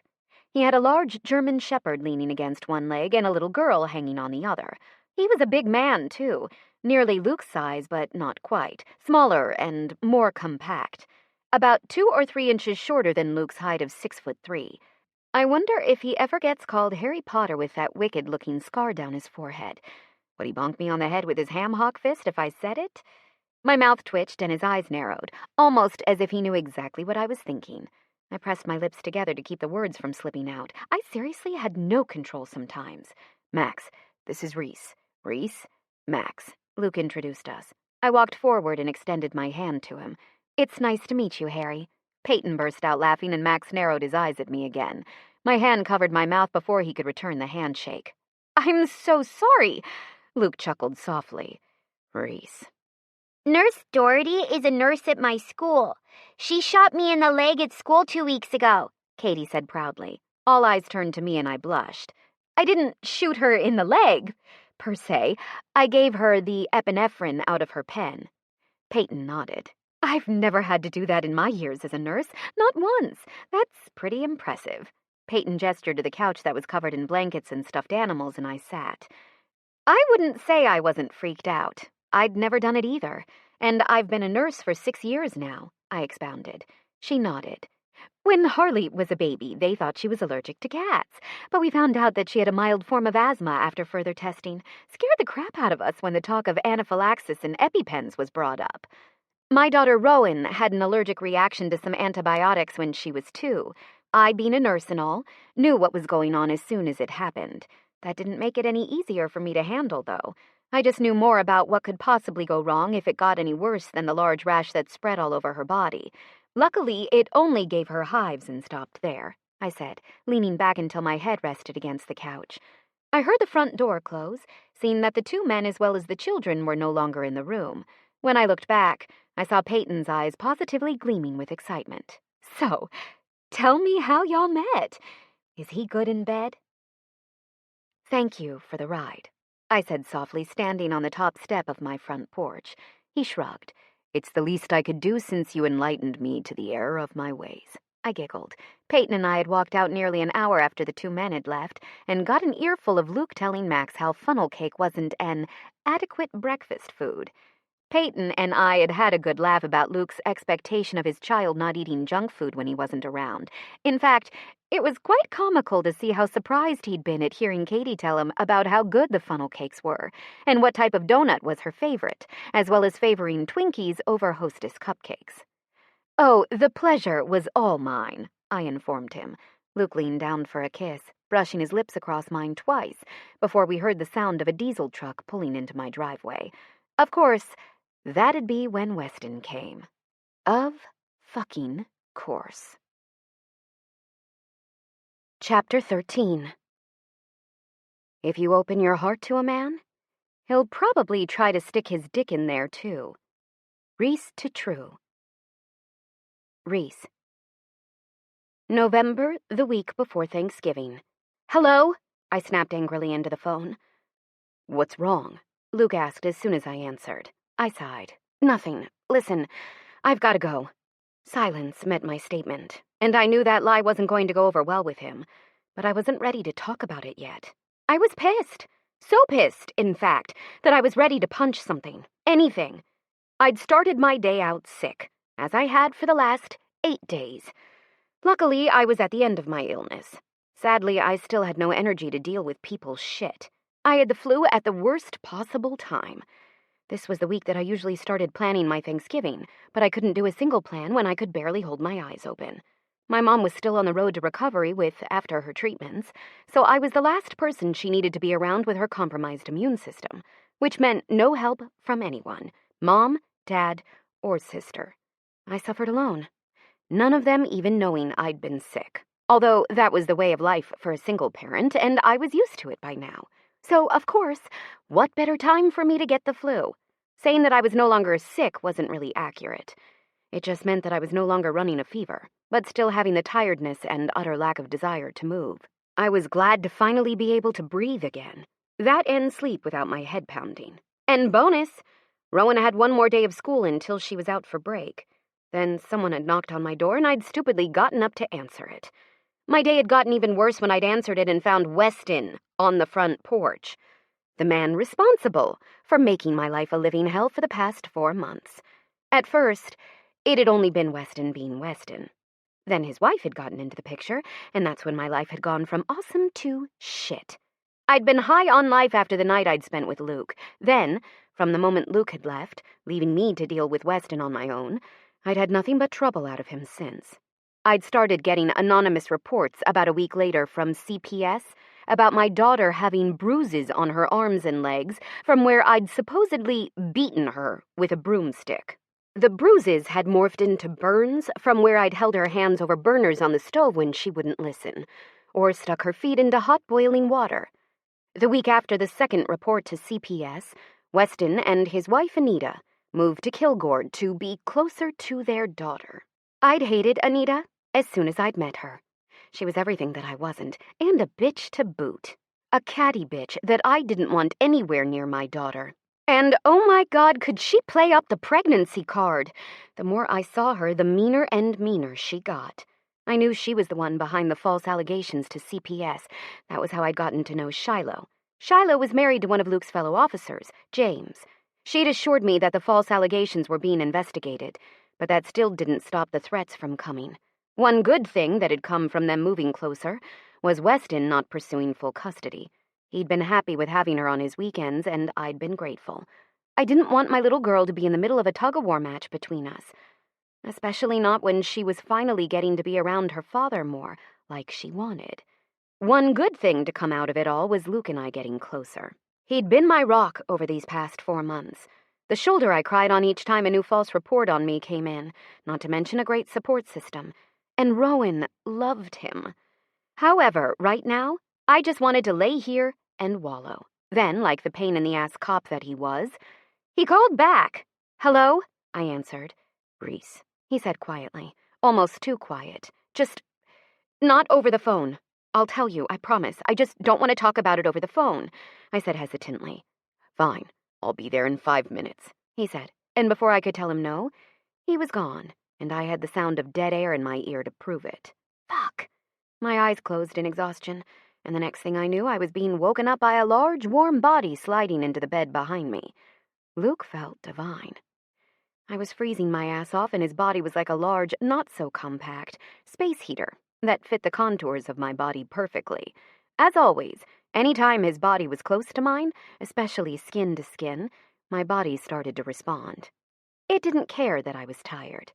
"You'll get sick," I muttered sleepily. That had been my argument all week to keep him away from me. At first, I hadn't even told him I was sick. I was too sick to talk on the phone. The only strength I found in the past 8 days was to wake up enough to get Rowan off and on the bus, feed her dinner, and get her to bed. It wasn't until the 5th day that Luke had showed up on my doorstep. He'd been angry that I wasn't returning his calls, thinking I was running. Of course, I hadn't been, but he hadn't known that.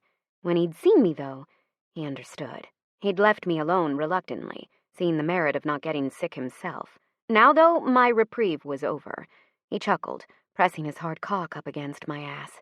"No, I won't. You're not breathing on me," he teased.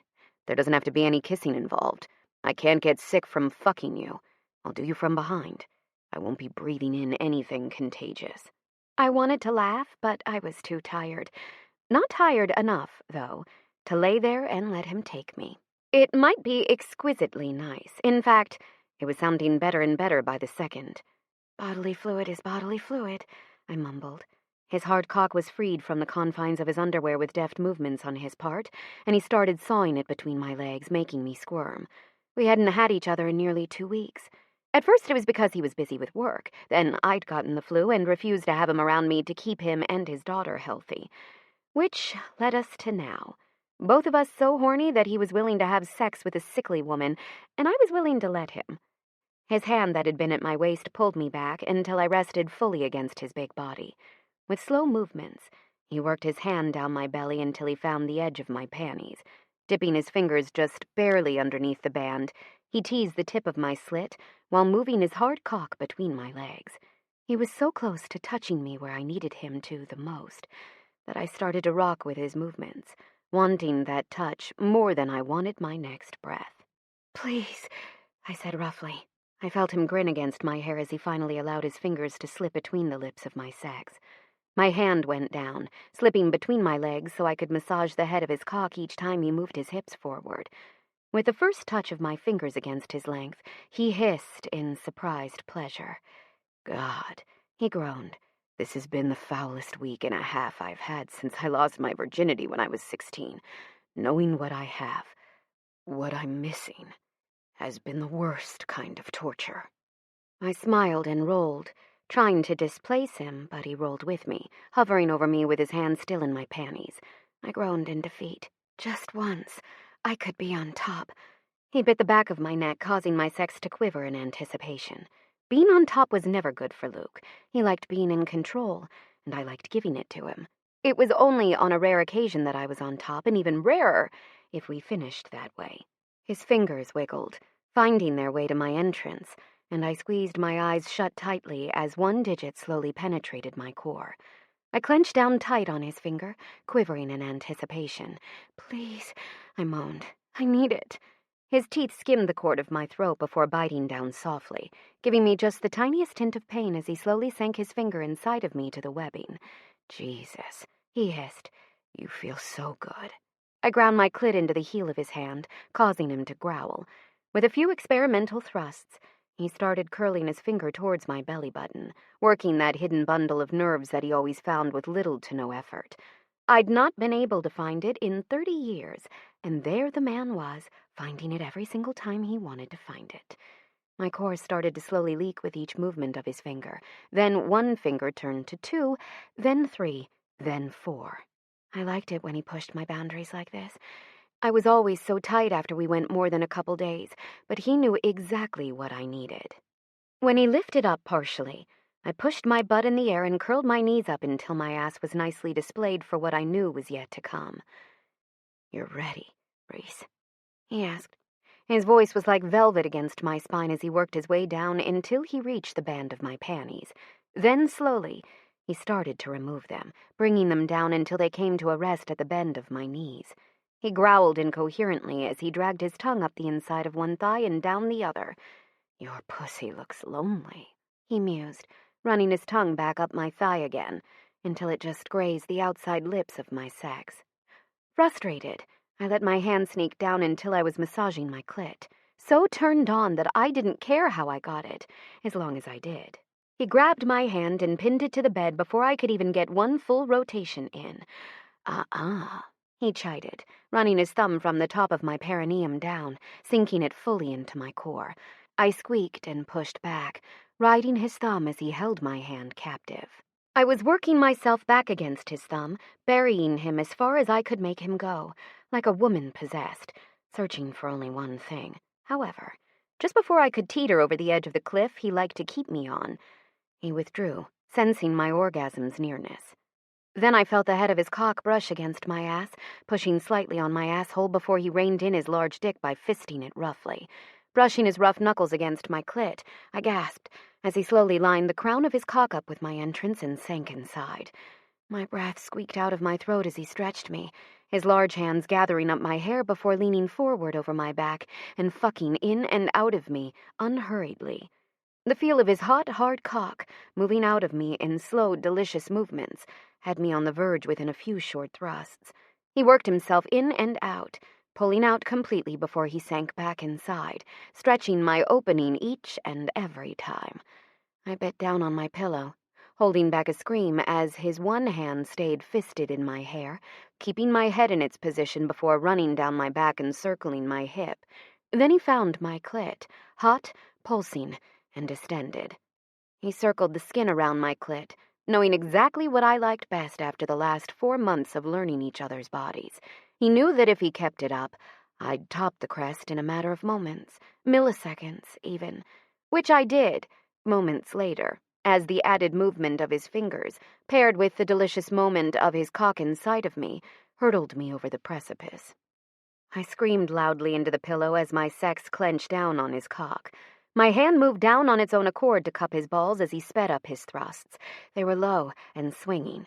However, they weren't like that for long. After less than a minute of his continuous thrusting, his balls tightened and pulled up to his body just before I felt the rush of his seed jetting deep inside of me. "Oh, God," he moaned into my neck, sinking his teeth back into my shoulder. I moaned with him, still riding the last waves of my orgasm as he rammed inside of me, hard. I felt each jet of his cum splash against my inner walls, and I pulsated around his length, even after his orgasm subsided. "I swear, it gets better every single time," he confirmed, something he'd been saying each subsequent time we'd been together. I shook my head, closing my eyes as he withdrew from me. I still didn't move when I felt the dribble of his cum as it leaked out of my core. I was too tired, exhausted, and sated, which he must have realized because he came back to me moments after leaving the bed and started cleaning up the mess he'd made. We'd decided, after mutually having tests run to prove our health status, that we would forego condoms on account of me already being on birth control. I'd been getting the shots since I'd had Rowan, so it seemed of little consequence to me to continue using 2 forms of birth control when what we both wanted was to feel each other skin on skin. It was messy, though, and I'd yet to find a way to get around not washing the sheets during moments of spontaneity, which happened a lot when we both had young kids that demanded our attention. It was quickies here and there instead of long, slow nights. However, it worked for us, the way we were doing it, and neither one of us had any complaints. "Now that we've gotten that out of the way," he said, collapsing on the bed, "tell me what happened to make you so pissy." I glared at him from my position, ass still in the air. "Got that out of the way?" I asked, raising a brow at him. He nodded and grinned over at me. "Yes, out of the way." I gripped the pillow I had under my head, hauled back, and whacked him. He laughed, shaking the bed with his exuberance. Then I face-planted into his chest when he hooked an arm around my neck and pulled me forward. "I want you like a drunk needs a shot of whiskey. I like the burn, but I also need the high fucking you gives me. I haven't felt this good in years. Being with you makes me happy. So, why, might I ask, is it a bad thing that I wanted to fuck you? I pinched his nipple, then went for it. Weston wants to take Rowan to Anita's old place in Arkansas for Thanksgiving Day, and I have to let him. The only good part is I get her back the day after Thanksgiving. Silence. Dead silence. Then he had to go and make my day worse. I know that's disappointing, but he is Rowan's father, Luke said slowly. I rolled away from him and sat up, glaring at him. Well, what the hell am I supposed to do for Thanksgiving now? She's been with me for the last 5 years. It's not a holiday without her. Then he had to continue with being annoying. I'd invite you to my Thanksgiving, but my mother invited Lydia, and there's no way around you seeing her if you were to come, and I know you have a problem with her, Luke said as he stood up at the edge of my bed. My heart clenched. Why did they invite her? I refused to ask, though. That wasn't my right, yet. Luke and I were new. Too new for me to pull out the jealous girlfriend card so early in the game. I really don't have a problem with her, as long as I don't see her, hear her voice or her name, and possibly smell her. I'll be all right. I tried, knowing it was a lost cause. He gave me a droll look as he yanked his jeans up over his bare ass. Did I ask to be invited to your Thanksgiving? I asked. I hadn't said that, had I? That would have made me sound desperate, and Reese Francesca Doherty didn't do desperate. I just wanted you to know that I would love to have you there, but it'd be better if you weren't, he said slowly. I laid down, pulling the comforter up over my head. When do you have to leave? I asked. I heard him laugh softly. 5 minutes ago. Was it really worth coming all the way over here for that? I asked. You could have just waited until I was ready to talk about it. I felt him lean over the bed, fists planted on either side of my body. Oh, I wouldn't say it was a waste of my time. I'm leaving happy. I'll talk to you tonight, okay? He asked, giving me a kiss on the cheek through the comforter I refused to remove from my face. I nodded. Yeah, fine. He sighed. It'll be okay, baby. Rowan will be fine. You'll see.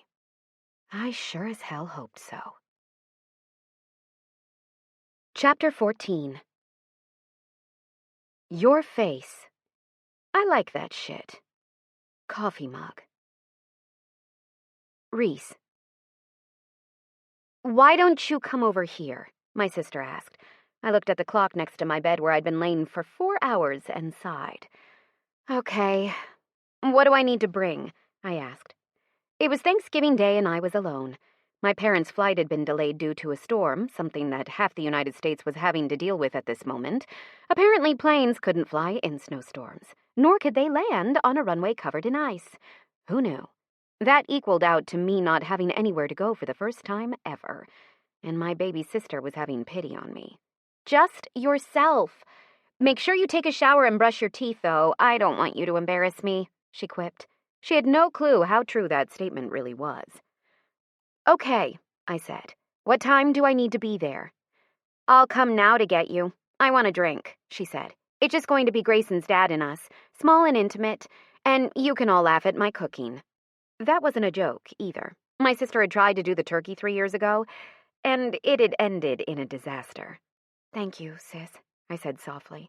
Her voice softened. I love you. My eyes closed and I barely held back a sob. I love you too. He really told you that you couldn't come? My sister asked in surprise as she stirred what looked to be turkey gravy on the stove.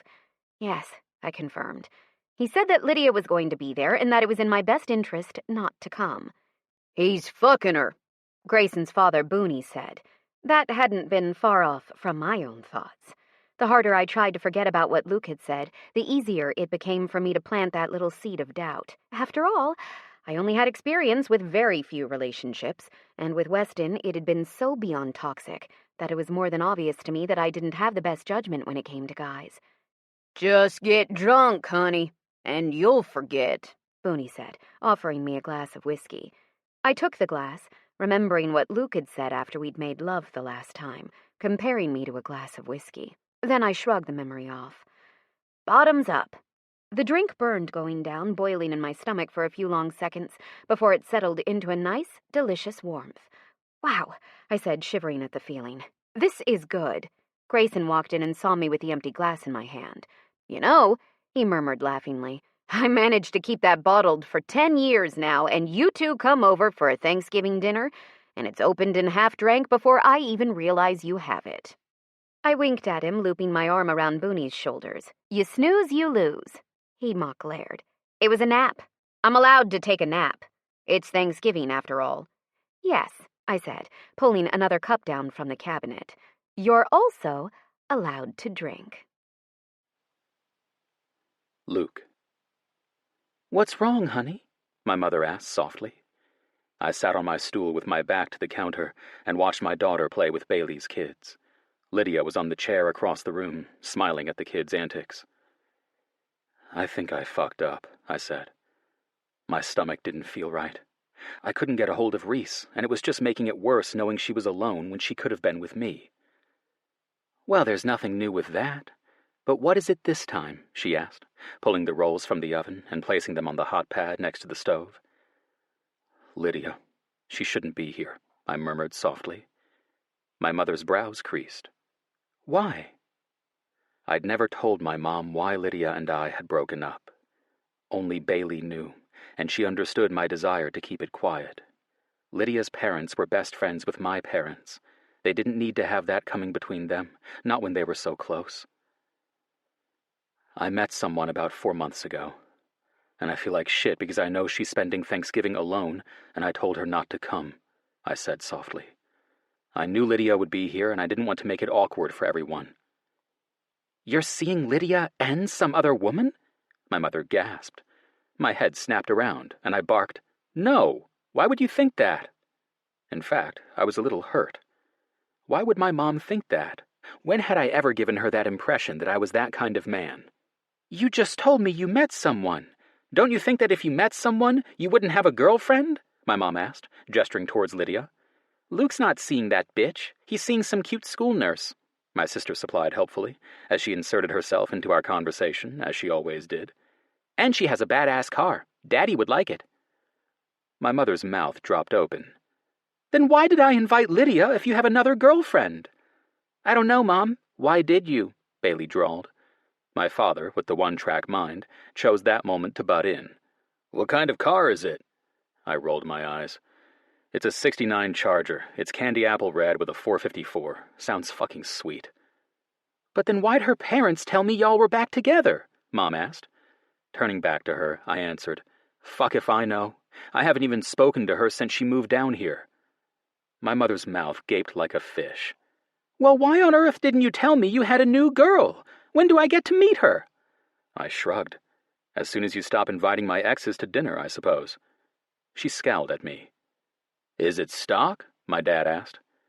I pulled the phone out of my pocket and showed it to him. "Yes. Doesn't make a difference, though. Thing's a beast. I bet it could hold its own on the quarter at a Lone Star Speedway." My father was holding the phone up to his face, his glasses raised so he could study the detail work on the paint, when it rang in his hands. Handing it back to me, I scanned the caller ID and sighed. "Roberts. Your girl's house was vandalized. No sign of her, though." Downey's chilly voice rumbled into my ear. I froze. "How bad is it?" Downey hummed for a few seconds before he said, "Not bad, per se. More like the girl won't be able to close her door for a while.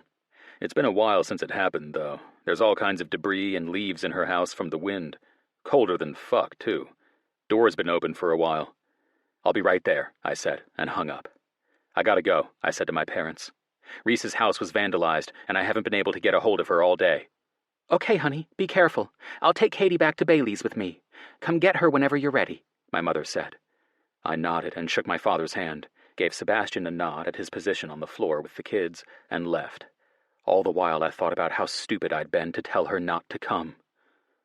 I was a dumbass. By the time I found out where she was, 4 hours later, I was hot. She wasn't answering her phone.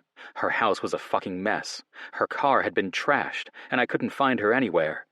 Then I'd had to play phone tag, calling each and every goddamn member of the Dixie Wardens, looking for Grayson's number, just to get a hold of Reese's sister to see if she was with her. She was. And I found myself pulling up into the driveway, still fucking pissed. The 45-minute drive to Grayson's place only served to make my anger simmer. I hadn't known where she was for 4 long hours. How fucking hard would it be to send off a text message and let the man you're seeing know where the fuck you are? I got out of my Dodge truck and slammed the door with a flick of my wrist, on a mission. I was set on my mission, too, until I was stopped by Grayson and his father before I even made it inside.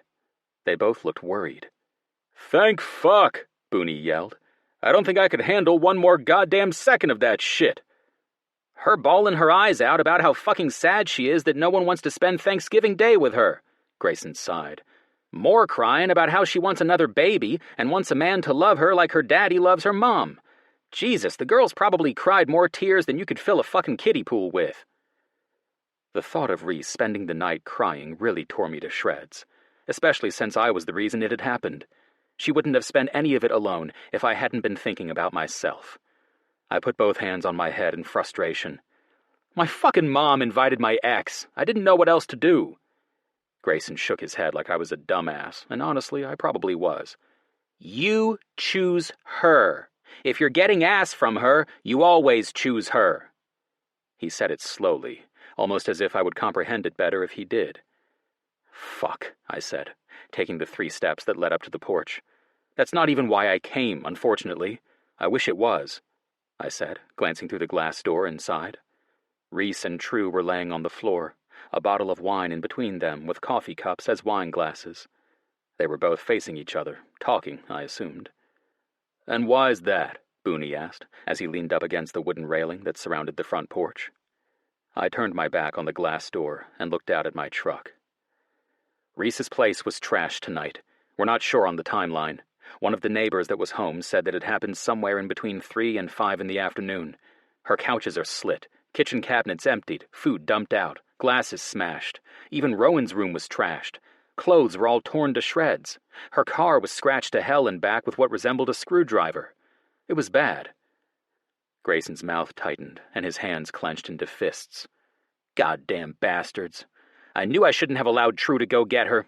If she hadn't, her car would have at least been all right. What's she going to do now? Were there any witnesses?" I shook my head. None. The old man that called it in was the same one who gave us the time period. He's the one that was in love with Reese's car. Said he used to have one exactly like that when he was younger. That's why his eyes always strayed towards it. He did it when he was letting family in for dinner. He saw it and called the police. "Fuck me," Grayson growled. "Can't do anything because it's the day of Thanksgiving, and there's no way I'm going out in this shit on Black Friday, nor am I letting the 2 of them go. She can stay." "She's going to be staying with me," I interrupted. Grayson shook his head. "She won't stay with you. She's got some fucked up rule in her head that says she won't live with a man until she's married to him. Only reason I know that is because I heard it for the last 4 hours. Well, we'd just see about that. Chapter 15. As soon as this day's over, I plan on having a nervous breakdown. Feel free to leave me the fuck alone, or you'll be pulled in with me. On the plus side, there'll be ice cream, so it won't be all bad. Secret Thoughts of Reese. Reese. I'm not staying with you. There's nothing you can say that will change my mind, I yelled, waving my hands in the air wildly. It was 4 a.m, and I had yet to go to sleep. After I'd sobered up, Luke had explained what was going on and immediately brought me back to my place so I could see the damage. "Rowan," Luke said. One word, and I knew I wouldn't convince him. "We'll be staying in separate rooms, and I'll be sleeping in the garage apartment," I compromised. His eyes narrowed. "We'll see." I sighed and looked around the living room. It was horrible. Everything that I'd worked so hard to acquire over the past 10 years was now gone. My recliner that I rocked Rowan in when she was a baby through many colic-filled nights was ripped to shreds. The TV I'd bought brand new just last year smashed to smithereens on the floor. My pictures, my clothes, my food, everything ruined. Anything that wasn't nailed down was literally in pieces if it could be in pieces. The only thing that I'd found so far that was still in working order was the shower curtain in the bathroom, which was sad because it was literally the only thing in the entire place that I could afford to replace. I just spent my entire savings paying off my school loans and buying new furniture. Now it's gone, Every single bit of it, and I have nothing to replace it with, I whimpered. I didn't realize I could become so attached to inanimate objects. However, now that they were gone, I realized what they'd meant to me. What hurt the most, though, were the baby clothes I'd been saving, the ones of Rowan's that had meant so much to me, just gone. That was the straw that broke the camel's back, so to speak. Covering my eyes with my hands, I started to cry. Big, fat, ugly tears. Luke's muscular arms wrapped me up tight, surrounding me so completely that some of the coldness at seeing the horror of what was done to my place leached away. "It'll be okay, beautiful.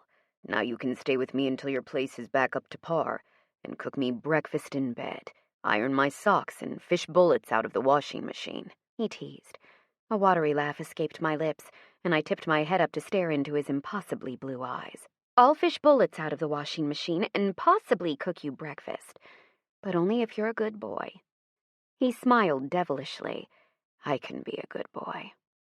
His good boy act didn't faze me in the least. I was immune to bullshit, which was what had come out of his mouth. "Yeah, right." He grinned. "Now, let's lock this place up and go meet my parents." "Your parents?" I screeched. He nodded. "Yeah. They're very interested in the girl I fucked over to bring my ex to Thanksgiving, whom, I might add, invited herself after it was all said and done, and you don't have to tell me how stupid I was not to bring you, because I already know. In fact, I started kicking my own ass about an hour before my parents showed, which, if you'd had your phone on, you would have known." I shrugged. Honestly, it was probably better that I hadn't been there.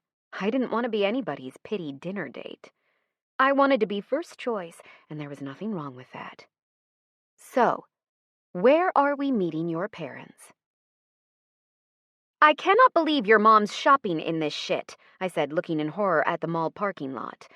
"Mom and Bailey do it every year. I've been picking them up and chauffeuring them around for years now," he said, scanning the parking lot. "In your cruiser?" I asked. He shrugged. "Yeah, or my dad's." I blinked. "Isn't that illegal?" I wondered.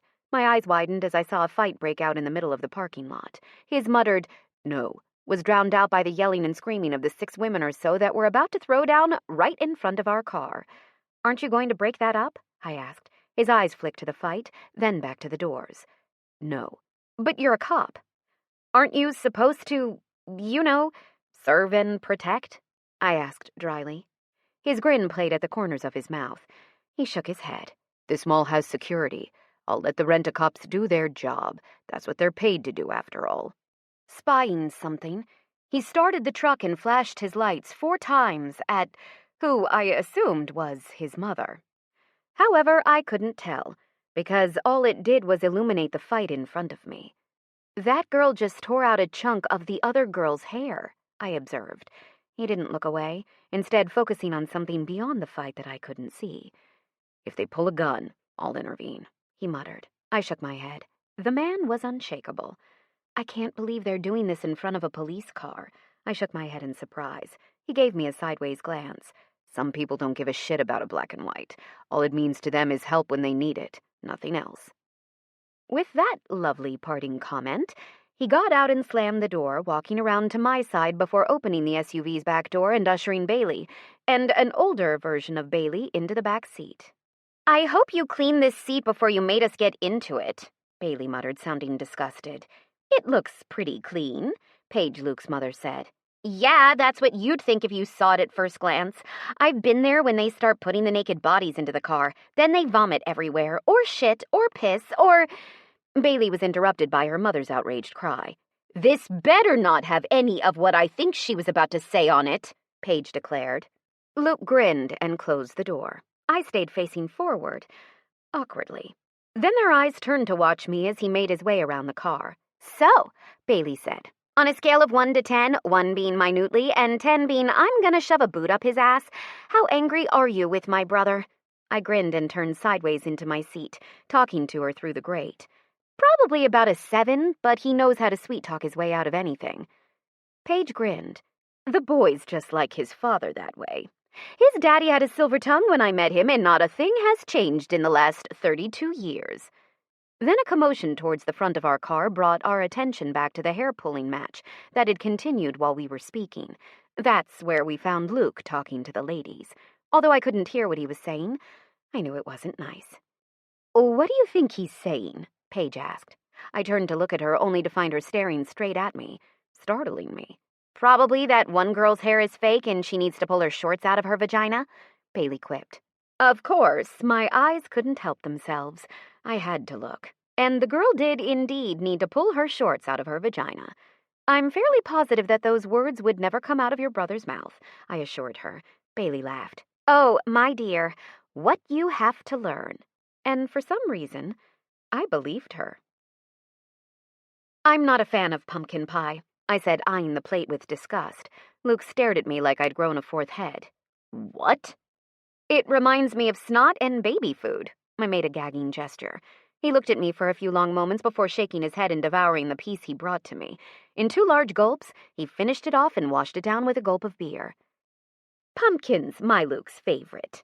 You'll have to learn to make it if you plan on cooking for him. He's got one hell of a sweet tooth," Paige said, smiling fondly at her son. The disgusting man. I was fairly sure he'd have to brush his teeth before I could stand to be next to him again. Hell, who was I kidding? All I had to do was look at the man, and any and all disgust would melt away. "Where did your parents end up getting stuck?" Luke's father Travis asked. I turned to him and smiled. I liked Travis. He was a large man, much the same as Luke, except where Luke had only tightness at his midsection, Travis had the smallest of guts. His hair was also no longer blonde, but a silvery gray that made him look incredibly sexy. A loud screech echoed through the room, and Luke's head snapped around to take in the little black box on the counter across the room from us. He sighed and stood, walking straight over to the little black box, and picked it up. He read quickly, then clipped the device on his belt before walking towards us. He kissed his mom on the cheek first, ruffled Bailey's hair, and gave me a soft kiss on the lips. "I've got to go. Be back when I can," he whispered against my hair. Then, without further ado, he disappeared out the door. I saw him running across the house, then he jumped into his police cruiser, flipped the lights on, and barreled down the road. "Was that a pager?" I asked, into the stillness of his wake. Chapter 16. "So you're a police officer? Do you do anything with that baton besides hit people with it?" Reese to Luke. Luke. "What's going on?" I asked, as I walked into what we called the command room. Really, it was just a room off the side of my office that had 2 computers and 2 televisions lining one wall, as well as a large U-shaped desk allowing for the other members of SWAT to sit down and see the computers in the middle of the room. In the center of it all was John Adams, our information specialist and director of all things that took more brain than brawn. In fact, he was borderline genius, according to his IQ test. He'd been a hacker in his teenage years, but had chosen to be on the law's side when his little sister had been shot down in front of him when he was 17. I trusted the man with everything. "A shooter at a residence on Templeton. Neighbors called when they heard what sounded like a Tommy gun going off at the neighbor's place.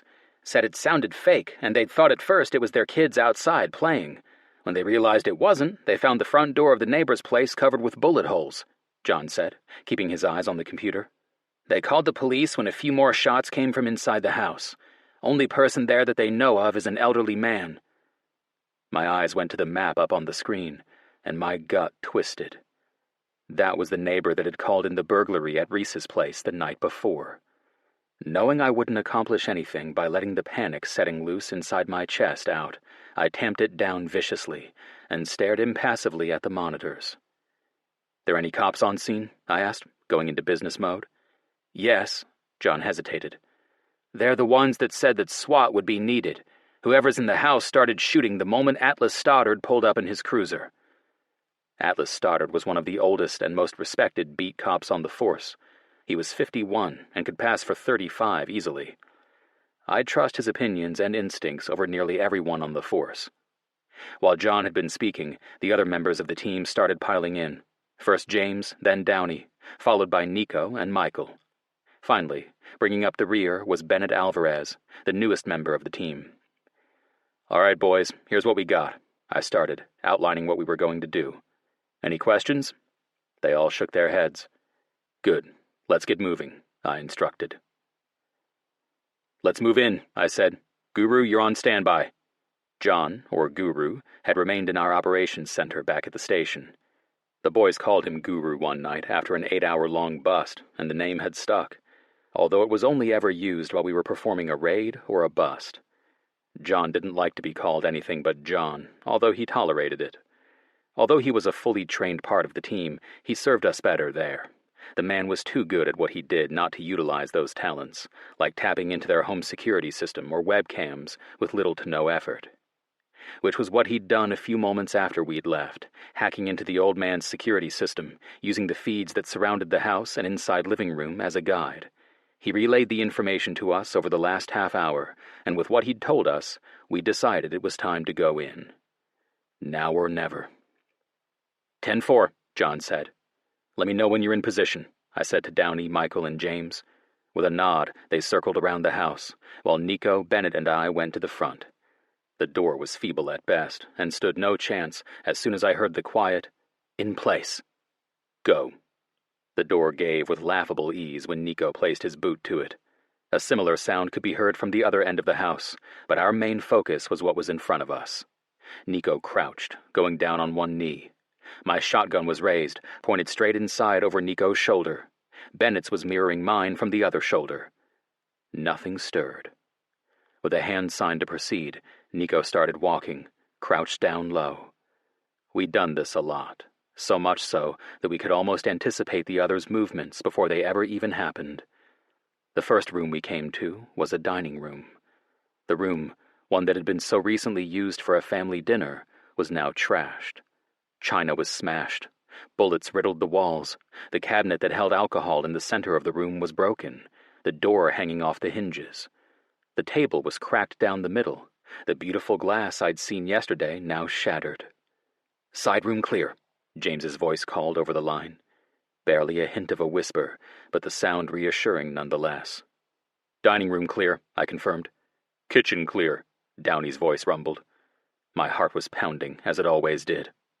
Adrenaline making my vision clearer, my hearing sharper. The solid weight of the shotgun in my hands, the butt of the stock up against my cheek, allowing me to breathe easier. "Living room clear," Michael confirmed. We were down to the 2 back bedrooms when the 2 teams met. A series of hand signals were flashed, and Downey took point on the first room, while I took point on the second. With a quick motion, I went in down low, sweeping the room with a quick, thorough glance. The room was empty, except for exercise equipment. "Clear," I said, feeling Nico at my back. We turned to follow up with Downey's team when a deafening explosion shook the house. My vision became spotted, and my eyes felt too big for my head, but my gun stayed in place as I forced myself to move around the bend of the door. James, Downey, and Michael were picking themselves up off the floor. None of them had lost their weapons either. With that said, though, the entire westbound wall was gone. "Clear," James wheezed.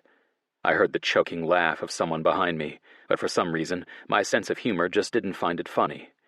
I guess having my men nearly killed didn't strike my funny bone like it did the others. "House is clear," I said into my mic.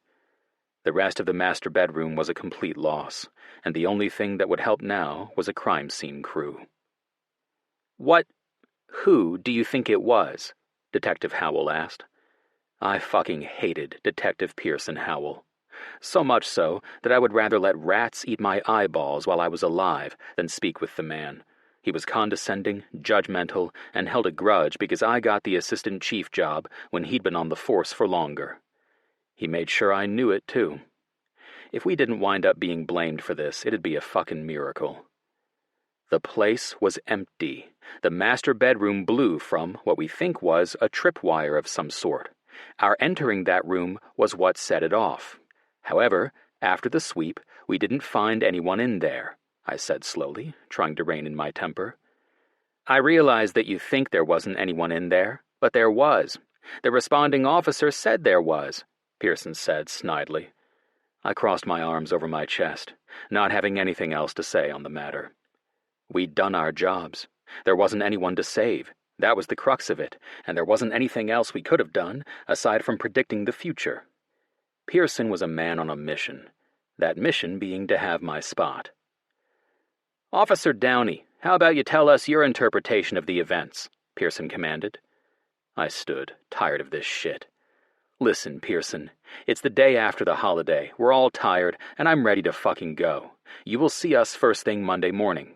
Until then, that'll be all on the questions, I informed him, standing up. All of my men stood as well, knowing that with my admission, the meeting wouldn't proceed any further. Hell, I knew for certain that James, Downey, and Michael had to be hurting, yet they hadn't complained once. Detective Pearson opened his mouth, but the chief raised his hand for silence. That's enough, Detective Howell. We'll continue this Monday morning. Until then, y'all have a good weekend. I nearly groaned in relief. I really didn't want to get into it with Pearson. I wanted to go home and crawl into bed. We exited the precinct around 20 minutes later. What was that all about? Downey asked, a hand on his shoulder as he massaged it. I shrugged. Same shit, different day. He does this every time he can, you know that. He nodded. Yes, but you know something. I blinked, then shrugged. I want y'all to meet me at my place in the morning. Get a good night's rest and meet me there around 10. I'll supply donuts. After hearing confirmation from all the men, I got in my cruiser and drove straight home. I wondered who'd be there. I knew for sure that Reese, Rowan, and Katie would be there. I just hoped that was all. I didn't have the energy to deal with my sister or my mom. They always worried and stayed up. Today, though, it was different. For the first time since Katie was born, I didn't have to worry about who was watching Katie. After a discussion I'd had earlier in the week with Reese, I knew I could count on her to watch Katie from now on if the need to run out quickly ever arose. It was just a bonus that Reese was already at my house. Knowing that I didn't have to worry about my daughters sleeping anywhere but her bed was a huge relief. I pulled into my driveway, finding my parents' rental, as well as Sebastian's truck, gone. I breathed a sigh of relief as I pulled into my garage and killed it. Stepping wearily out of my cruiser, the first thing to catch my eye was my car. Fond memories of taking Reese on the hood was enough to give me a hard-on, even after such a grueling night. My dick didn't care that it was nearly 3 a.m. I cared that I had a hot, willing woman somewhere in my house. One that had been more than receptive in the past to me sneaking into bed with her and fucking her senseless. That was the only thought on my mind as I closed the garage door and walked into the kitchen. There were no dishes in the sink. No mess whatsoever, in fact. That was my mother's doing. She couldn't stand a messy kitchen. Me, I didn't give a fuck, but my military training always kicks in and it gets cleaned eventually. Locking the doors and checking the windows, I prowled through the dark house, going from window to window, making sure they were locked. The front door was last, because I wanted to double-check that the alarm was set, which it was. I'd just turned around when I was blinded by a light. I froze and rose my hand. Fuck, Reese, put the fucking light down. At the sound of my voice, Reese lowered the light. I'm sorry.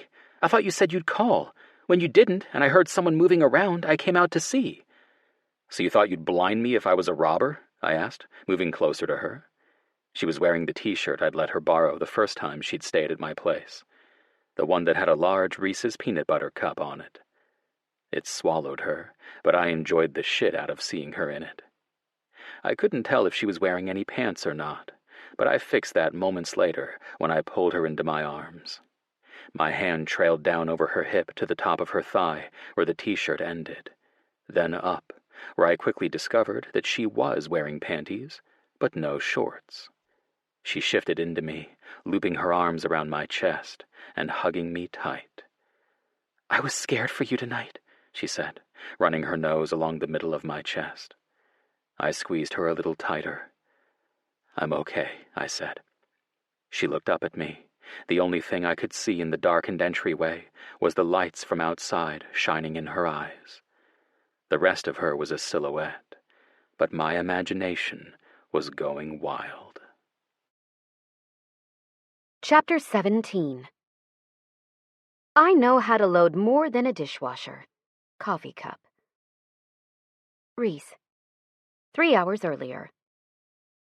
Are you sure you don't mind if we go? Paige asked as she looped her scarf around her neck. I shook my head. No, really, I'm fine. Luke and I already worked it out where I'd be watching Katie on the nights he was called in. It's all right, I promise. My reassurance was enough, and she gave me a warm, strong hug. All right. We'll see y'all tomorrow afternoon. I'll make apple pie just for you. I hugged her back. Thank you. I'd gotten to know Paige, Bailey, Sebastian, and Travis well over the past couple of hours.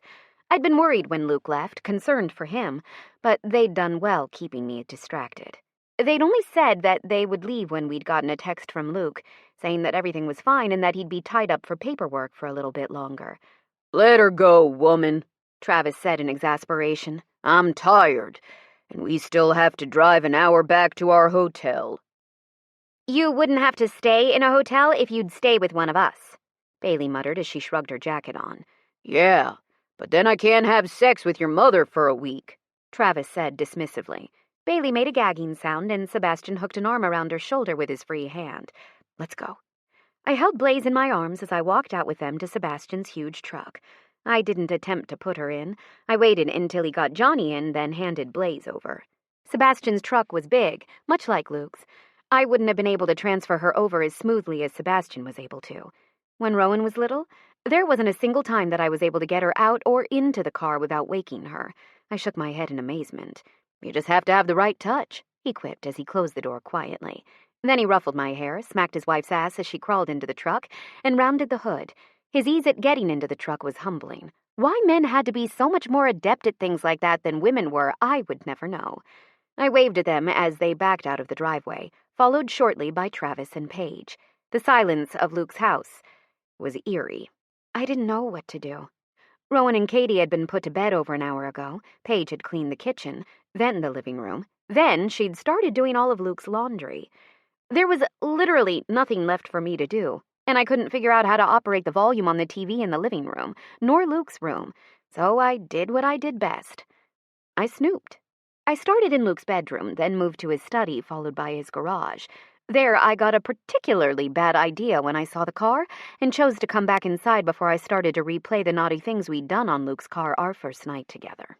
I finally ended up on his desktop that was set up in Luke's office. That's where I found the particularly interesting stuff. Well, interesting if you were 8, like Katie was. I didn't see a single thing on the computer other than a pinned website at the top of the Google search bar that had the local news journal's website. Not one porn website. Or forum. It was a complete and utter bust. Finding myself on Pinterest, I started searching the internet, which led me to a site that had clothes. Then it led me to buying clothes for Rowan, Katie, and me. I'd been in Katie's closet today, and had been horrified at the utter lack of anything dressy. I suppose that was what happened when one was being raised by a single father, who would rather go out and work on his car than go to the mall. I was searching around to find something under $15 in the lingerie section when I saw the cutest underwear I'd ever seen, and I could not wait to let Luke see them. $250 later, I had clothes on their way to Luke's place, with the promise of 2-day shipping since it was Cyber Monday deals on Saturday. Tired of playing online, I went back to Luke's room and changed into a shirt and panties before searching through his drawers for some boxers, which was when I discovered the socks. A drawer full of socks, all unmatched, which was how I found myself matching socks at nearly 3 a.m. after trying in vain to go to sleep. I had socks taking up every inch of Luke's bed as I matched pair after pair. What did he do? Pick out a pair for each of them every morning? I'd just matched my 54th pair. Truly, it was the 54th, when I heard the sound of boots on hardwood. The sound was methodic and knowing. I glanced down at my phone to make sure that Luke hadn't called, since he'd said he would when he was on his way home. Something he hadn't done. Luke was really good about calling. He was always consistent, and called me every time he was on his way over or leaving work. If he said he was going to call, he would, which made me positive that it wasn't Luke out there. But there were 2 children in the house. So that was the only thing on my mind as I stepped out with the flashlight that was on Luke's nightstand a minute later. I'd had one hell of a time turning the lights out earlier. I'd practically maimed myself tripping over various random things on the floor. Shoes here, gym bag there, jacket in the middle of the hallway, My Little Pony on the floor outside Katie's room. It was in my best interest to have the flashlight. However, when my eyes found someone much, much larger than an 8-year-old or a 5-year-old, I practically freaked. I lowered the light. "I'm sorry. I thought you said you'd call. When you didn't, and I heard someone moving around, I came out to see. So you thought you'd blind me if I was a robber? He asked, stalking forward. I ignored his question. He was wearing a black t-shirt and black pants with a black baseball cap on backwards, covering his beautiful blonde hair. That was nearly all I could see, though. Luke's place got extremely dark since there wasn't anything else outside except for the lone security light that hung off the garage. His hand trailed down over my hip to the top of my thigh, where the t-shirt ended, then up underneath the shirt, stopping when he hit where my panties met the back of my thigh.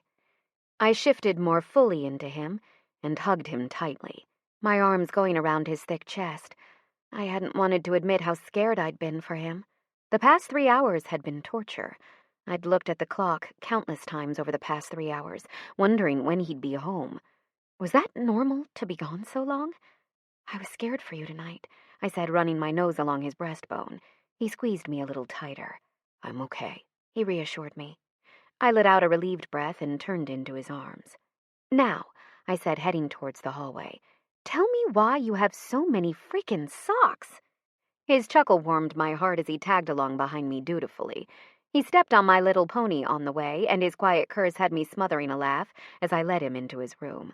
Closing the door, he took in the bed with the hundreds of socks that covered every square inch, then looked to me. I don't like doing laundry. I shook my head as a quiet laugh escaped, while I leaned over and started collecting socks. I realized my mistake the moment I bent over, and the t-shirt I was wearing rode up, showing off my Joe Boxer underwear. He growled low in his throat, and I heard the lock on his door slide home. I leaned up slowly, arms full of socks, and turned to find him stripping out of his shirt. Then he toed off his boots and kicked them to the side, followed shortly by his pants. I gulped when the only thing that was left was a pair of gray boxer briefs. He was gorgeous, tall with broad shoulders and a firm, defined chest. Blonde hair, beautiful eyes, large hands, strong thighs, stunningly defined abs. And the tattoos. My God, the tattoos. He, of course, had a Marine Corps one on his arm. However, on his back was a large tribal design that stretched from nearly shoulder to shoulder. His front was free of tattoos other than one that was hidden by the waistband of his pants. It was a word in Latin, one he hadn't told me the meaning of, and I hadn't had the courage to ask. Now, though, it was in full view as he slowly let his boxer briefs fall to the floor. He stepped out of them 1 foot at a time, and I swallowed thickly, staring at his pulsing erection as it bobbed with his movements. It was angry and throbbing. Veins popped out on each side of his length, and the head of his cock was a ruddy red that betrayed his need. I licked my lips, quickly losing my grip on all the socks I had clutched to my chest. And when he started prowling towards me, I sat back on the bed hastily and laid back, helpless to do anything but. What a picture I must have made, laying on his bed with socks all around me.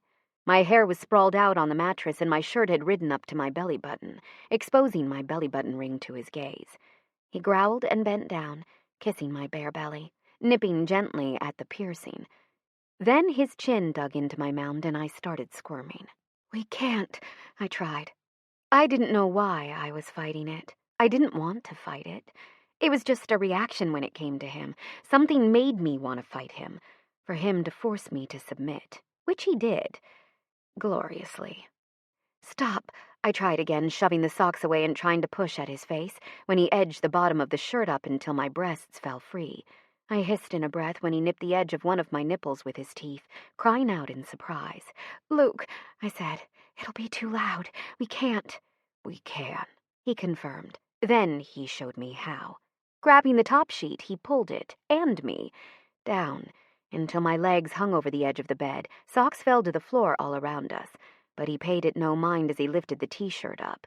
When I went to raise my arms, he threaded first one, then the other, out until the shirt was left around my neck only. With quick, deft movements, he rolled the shirt into a round rope-type contraption. Then he grinned and held it against my lips, waiting with his eyes on mine, until I opened my mouth to refuse. When I did so, he shoved it in and said, "Now you can make all the noise you want." With one swift movement, he yanked my panties from my body, then bent down to capture one of my nipples in his mouth. When he had me in the position he wanted, he grabbed a pillow and shoved it under my ass, pushing it up to a comfortable working height for him. The head of his cock played along my folds as he switched breasts, teasing me, enticing me. I moaned, and the t-shirt did its job, muffling it to the point that the sound was barely recognizable.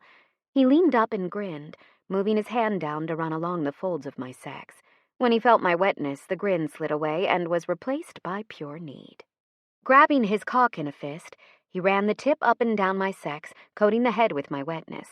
He circled it around the butt of my clit, eliciting tiny jerks of excitement from me with each rotation. "Please," I whimpered. It was unintelligible, but he knew what I wanted because in the next instant, his cock was at my entrance and slowly parting me. My eyes closed and my neck arched as he stretched me almost to the point of pain. It was perfect. Fucking divine. My hands clutched the bedsheet, fisting them until my knuckles turned white. His eyes took it all in as he slowly sank balls deep inside of me. I looked down, seeing the curly brown hair of his sex pressed against my shaved one. My pussy was swallowing his dick, the edges of my entrance stretched wide to accommodate his girth. He circled his hips, making me clench down hard on his length. He moaned, pressing the palm of my hand down flat on my stomach when my back started to arch. "Don't move," he pleaded. That only meant one thing. He was close to losing his hard-earned control, and I wanted him to. I contracted my pelvic muscles, squeezing his dick from the inside since he wouldn't let me move anything else. His eyes narrowed, and his breath left him in a rush. "Stop," he commanded. I squeezed again, pulsating the muscles. He pulled out and I felt empty, but not for long, because it wasn't milliseconds later before he was slamming back inside. My boobs bounced with the forceful movement, eyes squeezing tightly shut as I tried my hardest not to scream. Because t-shirt or not, if he kept it up, it wouldn't matter what was in my mouth. I was going to get loud. His abdominal muscles squeezed and clenched with each plunge and retreat. His large biceps bunched as he lifted my ass up off the bed, giving him a better angle to work with. My legs wrapped around his waist, but that must have been too constricting for him, because with a swift movement, he put each leg up and over his shoulders, leaning down until we were face to face. I gasped, but the sound was drowned out, which he loved. I saw the flash of excitement in his eyes as he took in the makeshift gag. "Come fast," he demanded. I nodded. I wanted to. Really, really wanted to. My legs were pushed up by my ears, and my breathing was coming in sharp, desperate gasps as he plunged in and out of me. But with the new angle, I didn't much care about breathing. My only focus was on the upcoming release I could feel building and building. His hard cock was making loud, juicy sounds as he pushed in and out of me. It started out small, minuscule, really, but it slowly built until it was teetering on the edge, something massive that I only ever felt with Luke. What pushed me over was his hand gripping the meat of my ass, squeezing tightly as he tried with all he had to stave off his own orgasm. Seeing the pain of his impending release washed over his face, I detonated, shattering into a million tiny pieces. My gag did its job with the help of Luke's mouth. He slammed his down on mine and held it there as we both exploded into orgasm. I could feel my sex slicken with his release, and my eyes shut tightly as I relished in the new feeling. He grunted with each jet of his cum that was shot from his cock. He jackknifed up, pulling out to watch as the last remnants of his release poured from him onto my overheated core. He caught it with his hand before I could get onto the bed, bringing it up with his hand and rubbing it into the lips of my sex. He looked up, eyes flashing as he saw the state of my post-orgasm body. "Every fucking time," he growled, sitting up to kneel at the end of the bed. "It gets better." I shook my head, shaking the gag from my mouth. "That's 'cause you're going all caveman on me and I'm letting you." He shrugged. "Whatever the reason, I like it." I looked down at his still hard cock and shook my head. "Aren't you too old to get it up more than once a day?" He grinned. "I don't know. Let's go to the shower and find out." I was a fucking sucker, and I was fairly positive that I was going to be sore in the morning. Again. Chapter 18. My neck, my back, my Netflix, and my snacks. T-shirt. Reese. "What the fuck?" Luke asked, pointing to the couple kissing in front of the bakery that Luke's ex owned. It took me a few moments to realize what I was seeing, and when I did, my mouth dropped open. He had dropped Rowan off last night. He was still wearing the same clothes, but the woman he was kissing wasn't his wife. No! Hey, that's Daddy. Stop! Rowan yelled from the back seat. Luke looked to me for guidance, and I shook my head. There was no way I was going over there. Keep driving. Mommy! Rowan cried. I closed my eyes. I hated it when she cried, especially when it came to her father. It had always been the one thing that affected me the most, the one thing I couldn't fix. I couldn't be Rowan's daddy. I'd never be able to fill that void. Luke's strong hand wrapped around mine, possibly noting the thoughts that were sifting through my brain.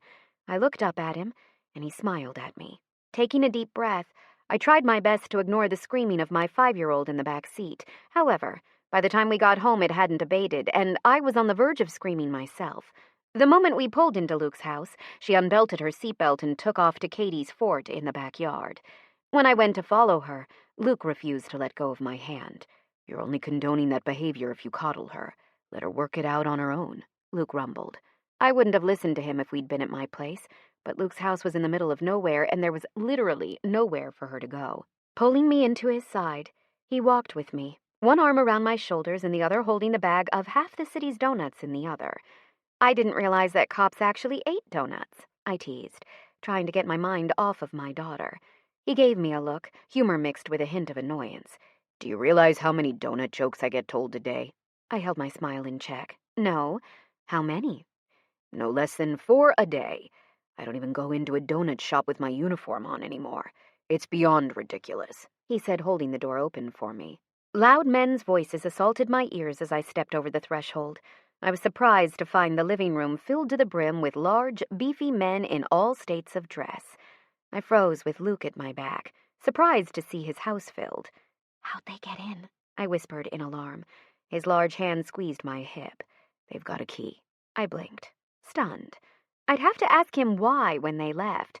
I didn't want them all hearing me question why they were allowed in whenever they wanted. I knew he had a good reason, but my own sister didn't even have a key to my house. Why would they all have a key to his? He must have sensed my hesitancy, because he halted and turned to me, giving his back to the room as he looked at me. What is it? He asked. I just kind of thought they'd at least wait until we got back. I would have cleaned up or something. I think my panties and stuff were on the couch, I whispered. He snorted. Honey, we do this kind of thing at least once a week, and most of the time it's impromptu. You'll just have to make sure you don't leave that stuff on the couch in the future. Why are they here again? I asked one more time. He rolled his eyes. Because we need to talk about what happened yesterday. Figure out a plan of action. Plus, we missed last week's team morale meeting. This breakfast serves a dual purpose. I sagged in exhaustion. Would it have been too hard to give me just one day where I didn't have to worry about anything? Okay, was all I could think to say. After a quick study of my face, he touched my nose with the tip of his finger. Then he grabbed my hand and led me to the only unoccupied chair in the room, which happened to be between Downey and another man with the most beautiful brown hair and blue eyes I'd ever seen. He was just as tall and just as big as the others, yet there was something about him that made me feel comfortable sitting next to him, even though I'd never met him before. He wore a black long-sleeved shirt and a pair of blue jeans. Not an inch of skin showed on his entire body except for his hands and face. Even his buttons on the shirt were done all the way up. I sat slowly, very aware that all eyes in the room were on me. Downey leaned forward and withdrew a kolache from the first bag he opened, shoving half of it into his mouth before his back hit the couch. The rest of the men did the same, and I realized exactly why Luke had bought so much of everything. These men could eat. After Downey's fourth kolache and third donut, I couldn't resist. How are you not fat? I blurted. His eyes twinkled as he licked his fingers clean, slowly. My face flushed, and Luke, who'd taken a seat on the fireplace, growled, Downey. I turned and saw him staring at Downey with an, I'm gonna kick your ass look. AC's really into you, the man on my other side said. I turned to him with a raised eyebrow. Who's AC? He nodded his head in Luke's direction. Assistant Chief's too long. We shortened it to AC. I blinked. Luke was the assistant chief? What? He asked, noting my shock. I shook my head. Nothing. That word's dangerous, the man said. I've learned with my first wife that nothing means something, but you don't have to tell me. This is Michael, or Saint, Downey said from behind me, tilting his head at the man I'd been speaking to. Saint Michael? I asked, confirming I'd heard him right. Michael shook his head in exasperation. The boys like to make me out to be a saint. Let me assure you, I'm not. The sexual connotation in those two words was enough for me to be cleared of any and all credence that he was a saint.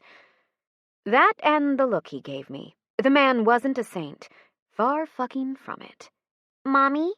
Rowan called from the doorway. My head snapped around and I watched as she walked through the throng of men and crawled into my lap. Yes, baby? I asked. I'm sorry, Mommy, she whispered. I kissed her nose. I know, baby. It's okay. He said as long as I'm with him, nothing will hurt you. Mothers always understood their children. Mothers could understand something that other people would only comprehend as gibberish, and I would have thought that that would have been the case now, too. Her words were garbled and distorted since she was still crying slightly. Yet when those words left her mouth, I felt all the air being sucked out of the room as each and every man surrounding me inhaled deeply, freezing at my daughter's words. What did you say, baby? I asked, wanting to confirm what I'd heard.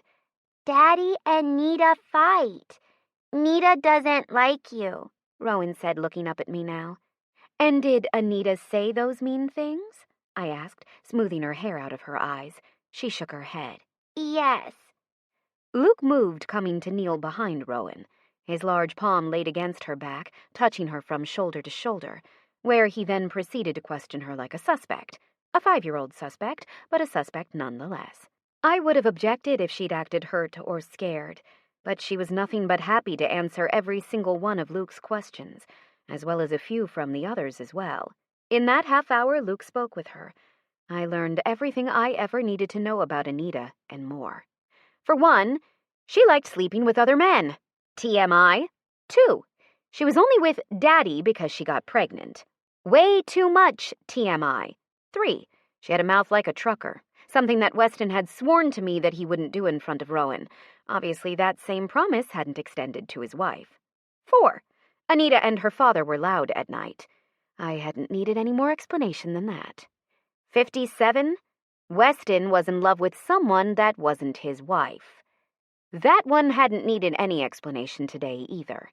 Not when we'd just seen him sealed in a lip lock with Lydia less than an hour before. Sadly, only one thing kept working through my mind. That woman better fucking believe that I'd be talking to her the next time I saw her, and come Monday morning, I'd be filing for custody. Full custody with no visitation. That woman's vileness wasn't touching my baby anymore. Chapter 19. Jingle all the way, 'cause nobody likes a half-assed jingler. Hallmark card. Luke. "Daddy, your light's bothering me," Katie murmured, her small hand covering her eyes as she kept her eyes glued on the TV. I sighed and put the phone down. I didn't want to watch this, not again, although it looked like I had no choice. "My daddy won't watch Princess Anna and Queen Elsa with me," Rowan said as she laid her head down on my chest. I kissed the top of her head. "I'll watch it whenever you want, honey." She patted my chest and rubbed her nose on my t-shirt, much the same as her mother did nearly every time I had her in my arms. I was watching the girls while Reese bought a few last-minute Christmas presents before the holiday. I'd learned over the last couple of weeks that Reese was a major procrastinator, as in she saved all her shopping until today, the day before Christmas Eve. She'd been gone for well over 4 hours now, and the girls had gotten restless, which was why Downey and I were watching Frozen. "I can't believe you have me watching this," Downey muttered darkly. I chuckled.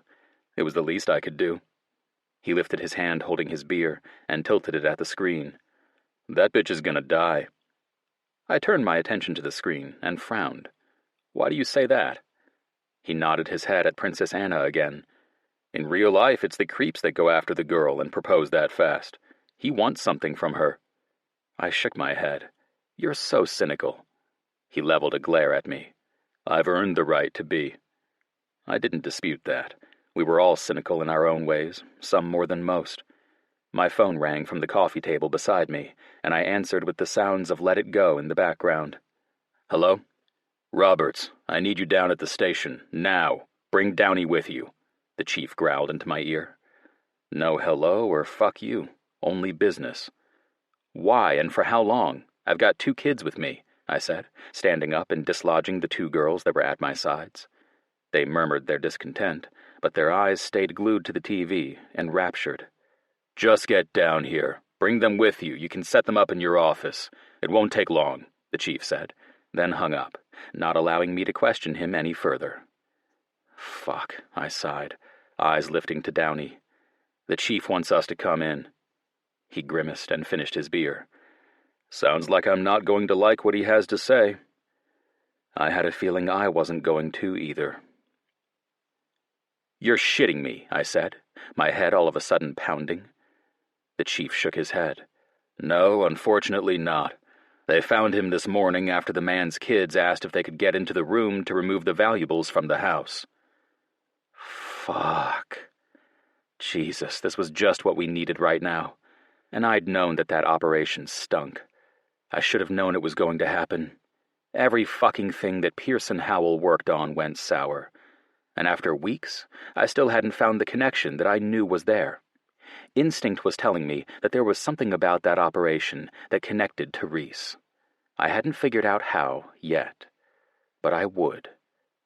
"So how'd he die? Was it in the explosion?" Downey asked from his position across the table from me. "The autopsy hasn't been done yet. We'll know in the next 24 to 48 hours, the chief said, standing. We stood too. We weren't stupid.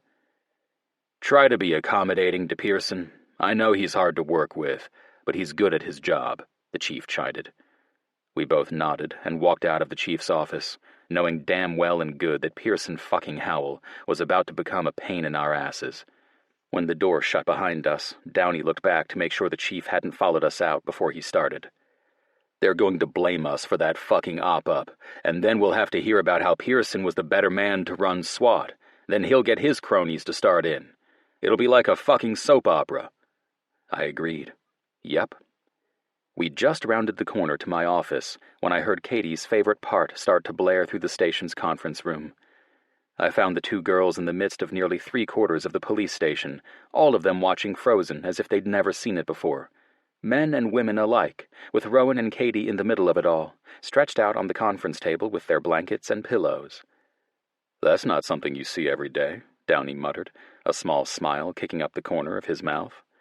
I nodded. No, it's sure not. Rowdy, the KPD's oldest and fattest, sat in the middle of the room, snacking on a donut while he watched Elsa turn the large mound of snow into a massive ice castle. Then there was Nico, the last person I would ever expect to see watching a Disney movie, propped up against the back wall, eyes glued to the TV. Michael was at his side, and Bennett's head poked up over the standing crowd across the room. "You think they'll get pissed when I take the movie with me?" I asked, as I walked into the conference room. Downey shrugged. "Maybe. Just leave it here." I shook my head. I'd rather kill myself than not have it just in case one of the two of them wants to watch it. It sits on repeat in my DVD player. All they have to do is turn the TV on now. Downey smiled and lifted the remote, pointing it at the screen, and pressed stop. Groans and boos filled the air, as every pair of eyes in the room turned to glare at Downey, even my two girls. "It's bedtime," Downey said, gesturing to the two girls, "and they have to have their movie to go to sleep." That seemed to console most of them, but I had to promise to bring it back the day after Christmas so they could finish it, which I would. "All right, ladies, it's time to go home," I said, gathering dolls, blankets, and cups. They came down dutifully, each grabbing onto a hand as we walked out to my truck. They waved goodbye and promised to return, making some of the most hardened cops on the force smile. "You two girls have my men around your fingers, don't y'all?" I teased, as we got into the car. Rowan, the one I was helping in first, smiled. "Mommy says all I have to do is smile and I get what I want." I didn't doubt that one bit. The ride home was quiet as both girls fell asleep as soon as we pulled onto the main road. By the time we pulled into my spot in the garage and shut the engine off, both girls were snoring. Juggling two girls instead of just one was quite difficult, but I managed it as I took each of them to their respective bedrooms, covering them up and closing the door. I found Reese in my bedroom again. I quite liked her making herself at home. This time, she was wrapping presents on the floor, with the phone held in between her ear and her shoulder. "No, he hasn't invited me to Christmas dinner yet," she teased, making a face at me. My mother, again. They'd been quite chummy lately. Yay. Not. I shook my head and started stripping out of my shirt, shoes, socks, pants, and underwear before heading to the shower to wash the day off my skin. She followed me, watching my progress as she continued to speak to my mother, which was incredibly unnerving to think about. "I'm invited, you say? I'll come as long as there's an apple pie," she quipped. "And pumpkin," I yelled, just before turning the shower on. She watched me step in, and I watched her watch me. "All right, well, I'll see you Christmas Day. I know, thanks for calling. Sure. Bye," she said quickly. She placed her cell phone down on the bathroom counter before hopping up. "Where were you?" she asked. There was no worry in her tone, just curiosity. I quickly explained what the chief had told me, and I watched her face take on a hint of sadness. "That's awful," she said, hands worrying the hem of her shirt. I nodded. It was. "But I don't understand why they had to call you in to tell you that. Couldn't they have just said that over the phone?" she asked. I shook my head. The chief wanted to warn us that there was going to be an investigation into the op, and if we could have done anything different. They're waiting on an autopsy report to find cause of death before they do anything drastic, though. Her eyebrows raised, and her eyes tracked my hand as I took the bar of soap and started running it over my body. I started under my arms, and by the time I made it down to my lower stomach, she was squirming on the counter. I liked what I saw, which in turn only made her squirm all the harder as I soaped up my rock-hard erection. The soap made my hands slippery, reducing the friction of my rough palm on my sensitive dick. She licked her lips as she crossed and uncrossed her legs. "You play dirty," she accused. I smiled. "Only way to play, baby." Chapter 20. That's what. She. Luke. My eyes snapped open, revealing the blue screen that signaled the end of the movie. Frozen, for the third time in one day, was not fun. What was also not fun was waking up to a knock on your front door on Christmas Eve at 10 o'clock at night. I eased myself out from under the pile of women and children who'd made my chest their pillow and walked to the front door, picking my Glock up from the hallway's top shelf as I went. Flipping the light on, I glanced out the peephole. For some reason, I wasn't surprised to see Detective Pearson Howell standing on my front stoop when I looked out the peephole. Annoyed, I opened the door quietly, then stepped out on the cold stone steps, closing the door behind me. "Can I help you?" I asked, raising my brow. The frigidness of the stone underneath my feet was extremely cold, seeping into my feet and causing goosebumps to break out over my shirtless body. Pierce stared at me with contempt for a few long seconds before his cop face slid into place. I heard my cell phone ringing from inside, and I cursed. "Hold on." I didn't let him come in, shutting the door before he even realized I was moving. Moving hurriedly to my phone, I answered it as I saw Rowan stir. Her eyes fluttered, but fell still after she repositioned her little body. "Hello," I answered quietly. The chief's voice, just as quietly, said, "He was murdered, and he had a note. It was addressed to your woman."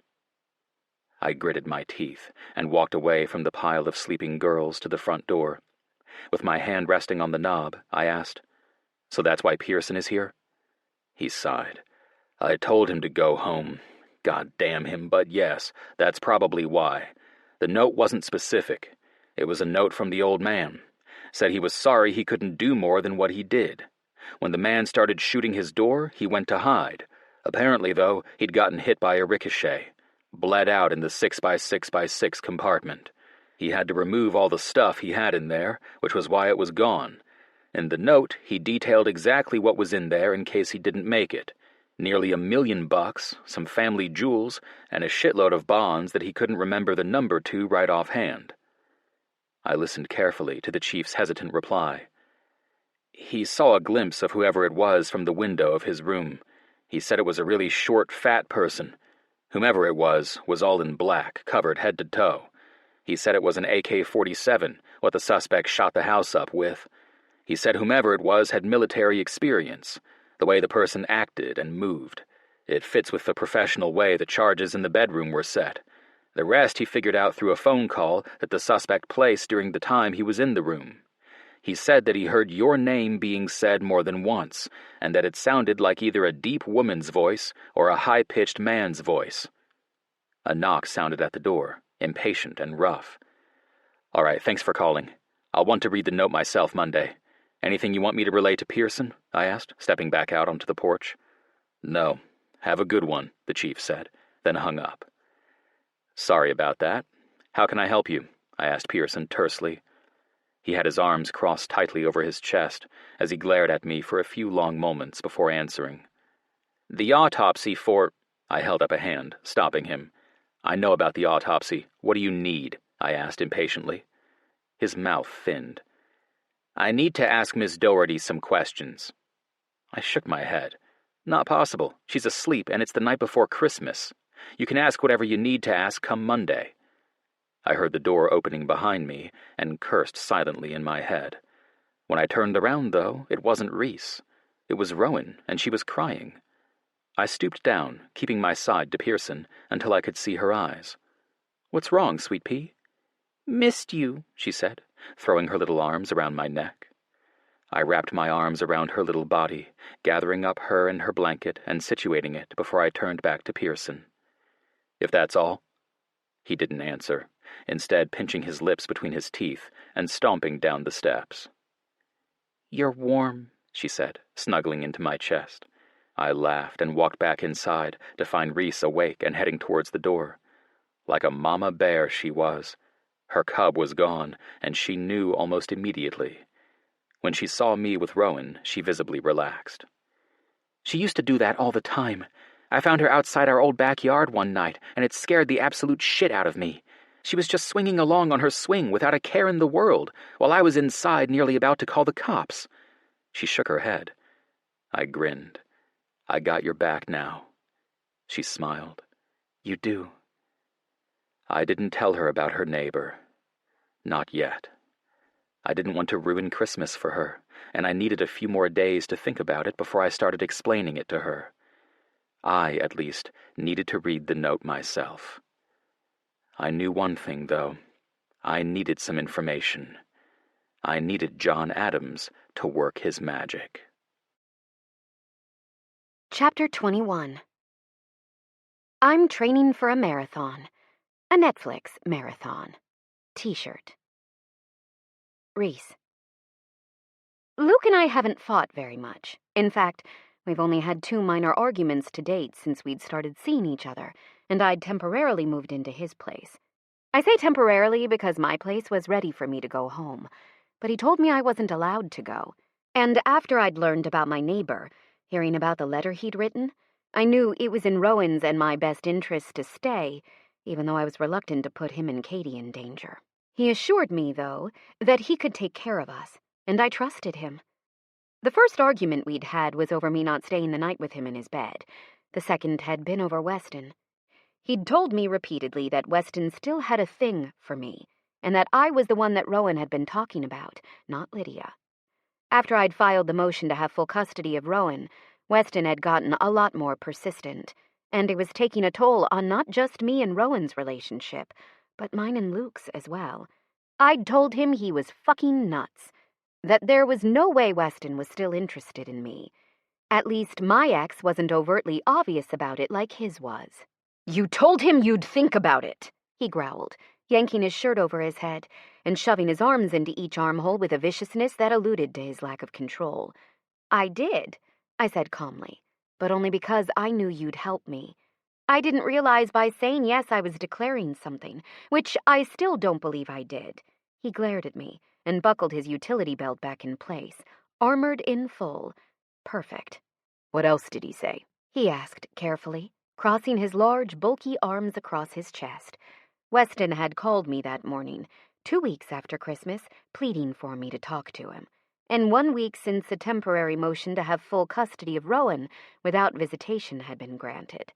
I shook my head. He didn't. Said that he needed help with the wife, and that was it. My thoughts went back to earlier that morning, when Luke had told me he'd seen Weston and Lydia, his ex, hugging outside her store again, and the multiple times we'd seen the 2 of them out to eat in the past month, or at the movies. We saw them together all the time, which in and of itself was odd, especially since Weston wasn't being discreet about it. You know, since he had a psycho Sally for a wife. Then it had been a surprise. More of an, oh wow, that's weird kind of thing. Now, though, it was on the verge of being a, what the fuck is going on kind of thing. You think something more is going on than what they're letting on, don't you? I asked, sure that I was reading him right. He shrugged. It makes sense. When was the last time you saw his wife? I thought about it for a few moments, then shrugged. I hear her all the time on the phone, screeching about this and that. Rowan hasn't mentioned her lately, though. He nodded. I was thinking the same thing. I haven't heard Rowan say one thing about the crazy coon lady, since at least 3 or 4 weeks ago. The crazy coon lady was what Rowan called his wife, mainly because Rowan said that she had dark circles under her eyes all the time and screeched like an owl. What are you thinking? I asked slowly. His eyes lifted to mine. I have no clue. I'll need to think on it for a while. Give it some time. It's really odd. Why did he come back when he did? Luke asked Downey later that night. Downey sat at the kitchen counter where Luke had bar stools lined along the bar top. His big scarred hands were tapping restlessly against the countertop as he listened to Luke talk. They were brainstorming, trying to come up with solutions to a few of their many problems. The conversation had degraded the moment Luke brought up my upcoming meeting with Weston. I sighed in exasperation. I've told you already. It was because of Rowan. He wanted to be closer to her. Downey wisely kept his mouth shut, but he was really enjoying the show. Why would he leave the job he spent years at and move here exactly a month after you did if it wasn't because he wanted you? Then, you were there any time he wanted you to be. He could come see his kid any time he wanted, even if it wasn't all that often. Then he could leave the exact same way, Luke said, gesturing with his hands as he did. Now you move, and suddenly he's all, I'm going to be there for my child now, when before he wanted nothing to do with her. I glared at him, poking my head out of the kitchen to make sure the girls were still watching TV before I turned on him. I don't fucking know, okay? He didn't react to my outburst. If it was really because of the wife that he started to make an effort at bringing Rowan into their lives, then why wouldn't they be happy? Why do I keep seeing Lydia and him together all over town if they're so happy? That was a good fucking question.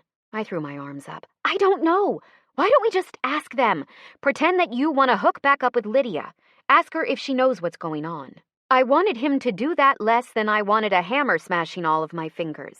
Yet I didn't see any other options, not if he wanted answers. He shook his head. I've already told her more than once that I wasn't interested. In fact, she came by the precinct 2 days ago asking if I had time to talk to her. I told her no. It's going to look suspicious if I all of a sudden strike up an interest in her.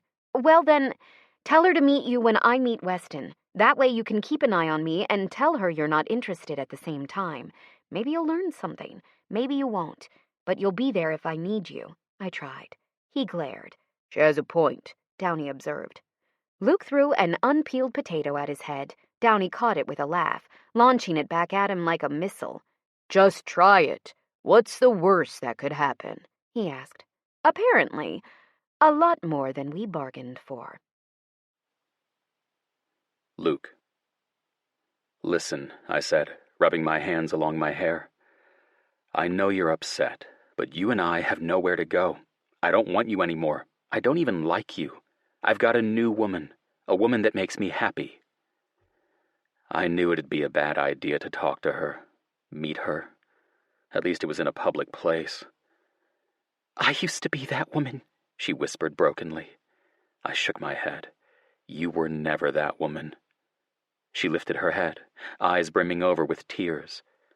They're over there eating dinner together. If she loved you so much, she'd never be doing that in front of you. I turned my head in the direction of Reese and winked at her. She must have not been enjoying her food because the entire plate was still filled to the brim with crawfish. Although I'd asked her before and I knew she didn't like it, which made me wonder why she'd ordered it in the first place. Stop, I ordered her. You've got no fucking clue when it comes to anybody but yourself. Even then, I'm not quite reassured on it.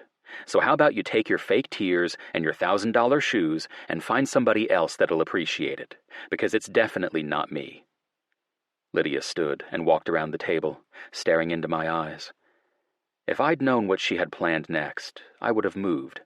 In fact, I thought she was just going to say goodbye. The things I'd said to her hadn't been nice. However, they'd been truthful, and I'd meant every word. "So," she said, leaning on the table, "it doesn't affect you when I do this?" Then she kissed me. It felt wrong, all wrong, and the smell of her made me want to gag. I yanked my head back, but there was literally nowhere to go since we were in a two-person booth, so I had to push her away from me. Gently, of course, because it wouldn't do to be seen assaulting a woman, because I knew Lydia was vindictive like that and would use any advantage she could get. I wiped my lips free of her lipstick and glared at her. "Listen, Lydia, that was your one out. Don't fucking do it again. Obviously, if you don't comply, I'll need to press sexual assault charges on you.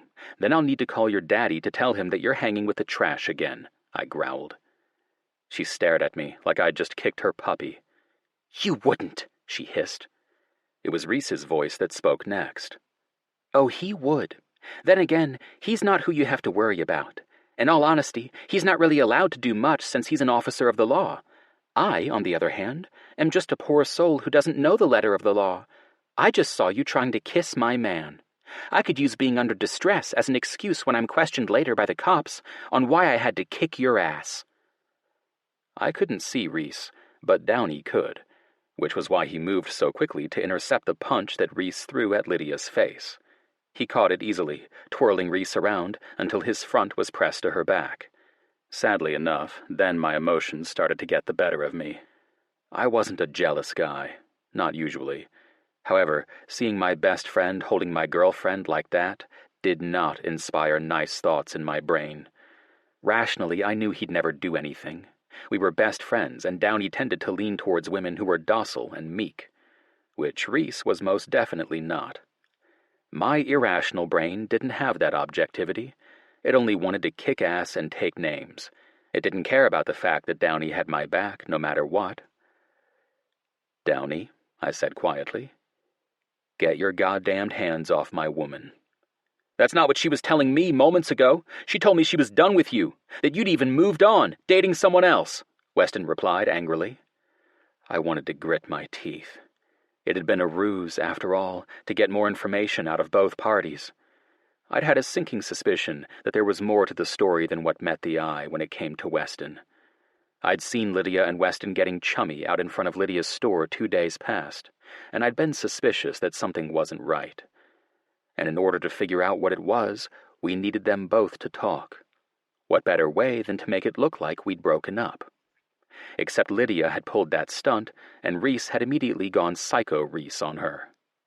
Not that it didn't make me feel all warm inside and all, but now we'd not have the same opportunity that we'd once had.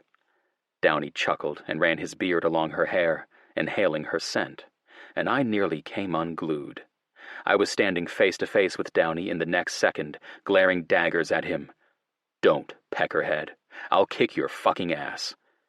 He bellowed in laughter before letting go of his charge and slapping me hard on the back. "Let's go eat, fuckers. I'm hungry." Reese. "I don't like when you're touching strange men," he growled against the inside of my thigh hours later. I was on my hands and knees, ass in the air, as he devoured my pussy from behind. His hot breath against the lips of my sex had me seen double in anticipation. "Please," I urged, pressing back into him. His strong, thick hands traveled up my thighs, fingers on the outside and thumbs on the inside. When he came in contact with the wetness that seeped onto my thigh, he stopped and gathered the wetness on his fingers. Then, without warning, he plunged both thumbs into my sheath. I screamed, pushing back and riding his fingers. His bearded mouth kissed the center of my back as he kissed up my spine. When he reached the back of my neck, I was on the verge of coming. He stopped when he realized that I was on the verge and removed his thumbs. I heard the distinct sound of his mouth as he sucked the juices off his fingers, and I buried my face into the pillow under my face, swaying my body back and forth in anticipation. He didn't disappoint. Short moments later, I felt the large, bulbous head of his cock as he lined it up with my pussy and started sliding it in. It was slow, but no less exciting as he did. He worked himself inside of me slowly, pushing all the way in before he was forced to stop, then retreated again. The pace, although slow, was more than enough to have my orgasm riding the thin line of bursting free. I was so close to the edge. My hand snuck down between my legs as I searched for that extra little push, but he caught first one arm, then the other, pinning them against the small of my back. "Not tonight, you won't," he insisted, as he continued the slow pace. I groaned into my pillow again, core clenching and unclenching on him. Anything to try to get him to go faster, or harder. He had an iron will and impeccable control, though, because he never deviated from his pace. In, out, in, out. Slow and steady won the race, he'd said numerous times before. The head of his cock kissed my entrance when he pulled out, and I got lost for a while as I waited for what he'd do next. "Luke," I groaned, pushing back against him. The head of his cock slipped partially inside, and he groaned. I felt him tense behind me, Dick partially withdrawing before he gave a valiant groan of defeat and started to really fuck me. My hips fell to the bed as he pounded inside of me, arms going up to stop my upward movement. He dropped down until his chest was fully against my back. Air didn't seem so vital at this moment as my orgasm poured through me. My breath left my chest, and I could hear Luke's ragged breathing at my ear as his control, long lost, continued to spiral. "Oh," he growled, "take it all, baby." And I did. Everything he had to give me, and more. Chapter 22. I thought I was a good person until I started hanging out with you bitches. Now I stand corrected. Fact of life. Luke. "Have you been able to find me anything yet?" I asked John as I took a seat beside him. He didn't glance up as he spoke. "Not yet, no. But I've found some leads that I'm following. I'll have more for you once I get through this firewall. It's taking me considerably longer than I thought it would. Whoever did it was good." I sighed and sat back. "That's fine. Let me know when you have something." He gave me an annoyed look. "You said that the last 3 times I told you I didn't have anything." I shrugged. "I know." Bennett sat down hard on the seat next to me with a loud sigh. I gave him a raised brow. "What?" His jaw clenched. "That fucker, Pearson, cornered me in the goddamn bathroom. What exactly did he want me to do? Admit that I killed the old man?" I shook my head. "I've hopefully taken care of it, but in case he doesn't catch the hint, just keep telling him the truth if he asks. Don't let him keep you from your work, though. Let me know if he says anything inappropriate." He nodded. "Got it." Bennett was a big man, nearly 5 inches over 6 foot. 5 years ago, I'd never have thought that he'd be like he was now. I'd have been wrong. He'd put on nearly 40 pounds since he was a teen, and at 25, he could surely pass for a much older man, especially with the huge bushy beard that nearly the whole SWAT team sported.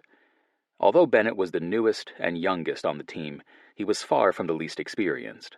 He'd served 5 years in the Navy and 3 as a SEAL before he got out. It had been a tough decision to make, but he'd done it for his daughter, which was what most would do. Hell, 3 of the men on our team right now got out of the military because they had kids waiting for them. James had done it for his daughter, same as I'd done for mine. That was just a sacrifice you made when you became a parent. "What time is the K-9 officer getting here?" Michael asked as he fell down into a seat on the opposite side of Downey. I looked at the watch on my wrist, then at the door. "Right around now." KPD was getting a police dog. I'd done quite a bit of research over the last year when the dog had been approved, and I'd finally gone with a man out of Benton, Louisiana, who was a K-9 officer himself. He was also a member of the Dixie Wardens MC, so I'd seen him a lot since my sister married Sebastian. However, I'd done my research, and I was choosing Officer Killian Trance Spurlock not because of my connection to the man, but because he was the best at what he did. Today, he was just doing some demonstrations to get us familiar with the dog. He'd then choose one of us with the best affinity with the dog. That man would then become her handler. Speaking of the man, Trance walked in with 3 large dogs at his side, all German shepherds. One was pure black, but his mask of white around his face showed his advanced age. The second was the standard color one thought of when they heard German shepherd: tan coloring, black face, large black splotches. The last one, though, was the dog that would be coming to work for us, hopefully very soon. Beautiful, snowy white, the large girl named Mocha took in the room with sharp eyes and a keen interest. I stood, and each dog's eyes latched onto me, taking me in as the primary threat to their master. "Trance," I said, approaching slowly with my hand out. He nodded and took my hand. "Luke, how've you been?" I shrugged. "Same shit, different day." He grinned. "I know that's right." He looked at all the other men, and I introduced them to Trance. "Trance," I said, indicating Downey. "This is Downey. That's Michael, John, Bennett, Nico, and you know James." He nodded at each of them, shaking each of their hands before he looked down at his dogs. "This is Radar," he said, indicating the older dog at his right. "He's retired, but I bring him along so he doesn't feel totally useless at home.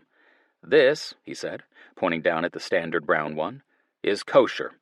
He's currently my canine partner. And this," he said, pointing at the white German Shepherd, "is Mocha. She's going to be the one we fit you guys with. And please, for the love of all that's holy, do not tell my wife that she's so close to home. She's been crying for days since I told her that someone needed Mocha's services." The men all nodded solemnly. We all knew how attached women came to things, and it'd be the same in my own home. "All right," Trance said, rubbing his hands together. "Let's get started." 2 hours later. "I can't believe she chose you when she could have chosen anybody," Michael sneered at Downey. Downey grinned and kept petting the newest member of his family. "Yeah, I'm awesome like that. All right, boys, let's take this back outside. Trance, when do you—" I trailed off as Pearson Howell came out of the back doors with a look on his face that would have flayed the skin on lesser men. My men, though, weren't even affected by his demeanor, which only enraged him all the more. "You goddamn little piece of monkey shit!" he yelled, spit flying from the corners of his mouth. So he got his warning from the chief. Good. "Listen, Howell, take your shit back inside and meet me in my office if you want to discuss it. We're not doing this outside in the middle of the fucking town," I said calmly. He hissed. "Fuck you! You've cost me the biggest goddamn case of my career!" I most assuredly had not. His attitude had. After he'd decided to come over the night before Christmas against the chief's orders, he'd gotten a warning, one I hadn't had any hand in. Then he'd started harassing my team, going by their houses, talking to their wives. When he'd cornered Rowan in my own goddamned yard the day before yesterday, I'd given the chief an ultimatum. Either he took Pearson off the case and put someone on that wouldn't hound his fellow officers, or I was gone. Naturally, he chose me. "Pearson," I said, holding my hand up. He lunged. However, Radar was in front of me before I even realized he'd moved, snapping his teeth at the enraged man. Pearson froze and stared down at Radar before pointing at me over his head. "You're going to regret this. You'll see." With that, he left, and a part of me wanted to make him eat those words, preferably by me shoving my fist into his face. Asshole.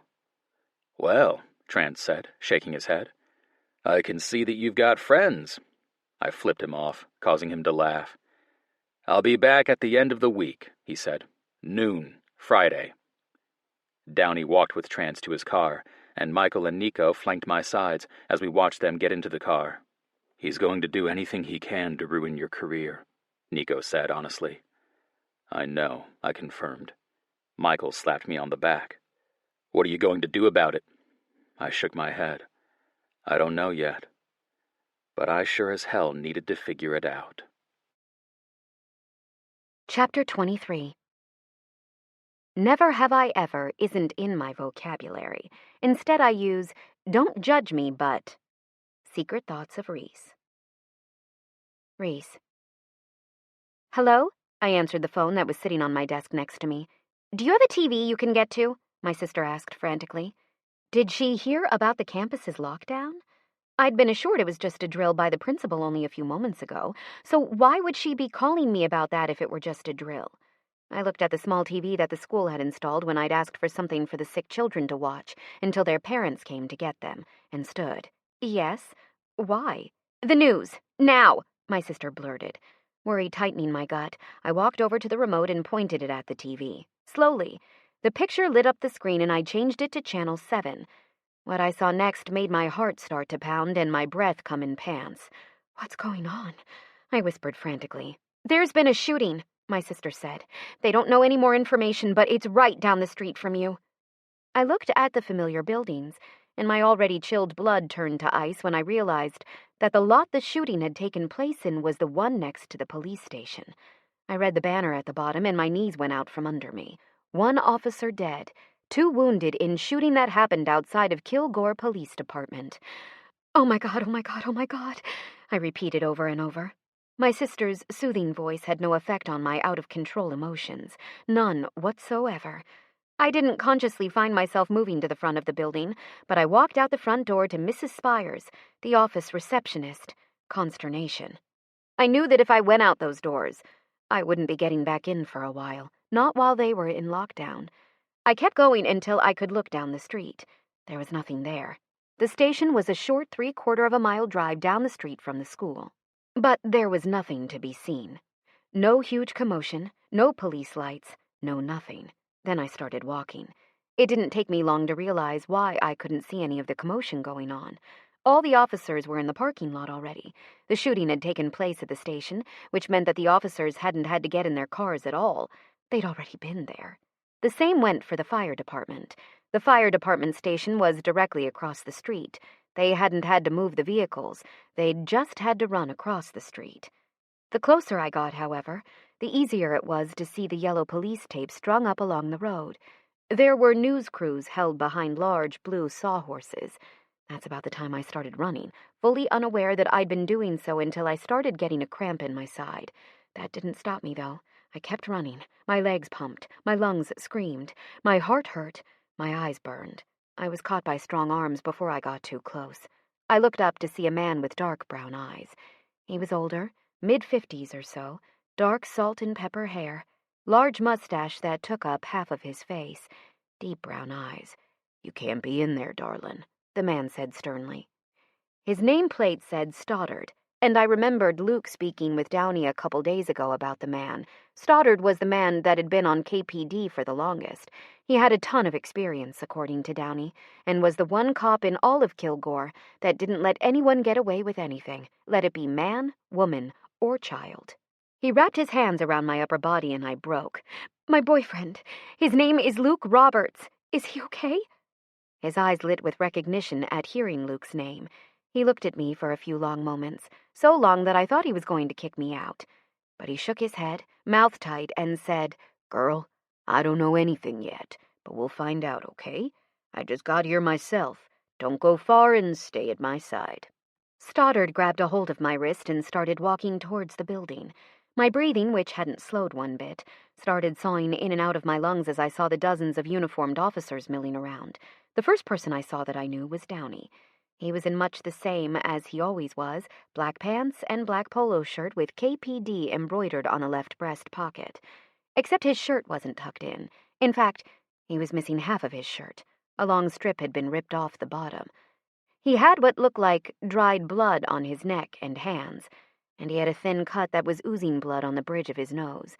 I parted from Stoddard, much to his annoyance, and walked over to Downey. "Do you have a first aid kit?" I asked quickly. If I was distracted, maybe I wouldn't worry so much about Luke and whether he was alive or dead. I knew he was involved, though. There was no way an active shooter was outside the police station, and he didn't respond. He wasn't the type of man to stand back and let things happen. Downey had seen me coming, and he braced himself against the car as I walked up to him. Stoddard growled something about stubborn ladies and "she's yours." Downey and Stoddard had some kind of man communication happen above my head, and Stoddard disappeared into the crowd. Downey looked down at me, eyes blank, and said, "If I put you somewhere, would you stay?" I shook my head, causing him to heave a long, loud sigh. Fuck. When he started to walk away, I grabbed a hold of his hand, clutching it with both of my own, and asked, "Is he okay?" He nodded and pointed. I followed his finger to find Luke leaning over someone on the ground. Luke's hands were planted on his knees, and he was talking very quietly to someone, soothingly. "What the hell is she doing here?" I spat. Lydia was sitting on a rock that was decorative along the police station's yard. Her hands were crossed around her belly, and she was rocking back and forth. "No clue, but the shooting started as soon as she got up to Luke.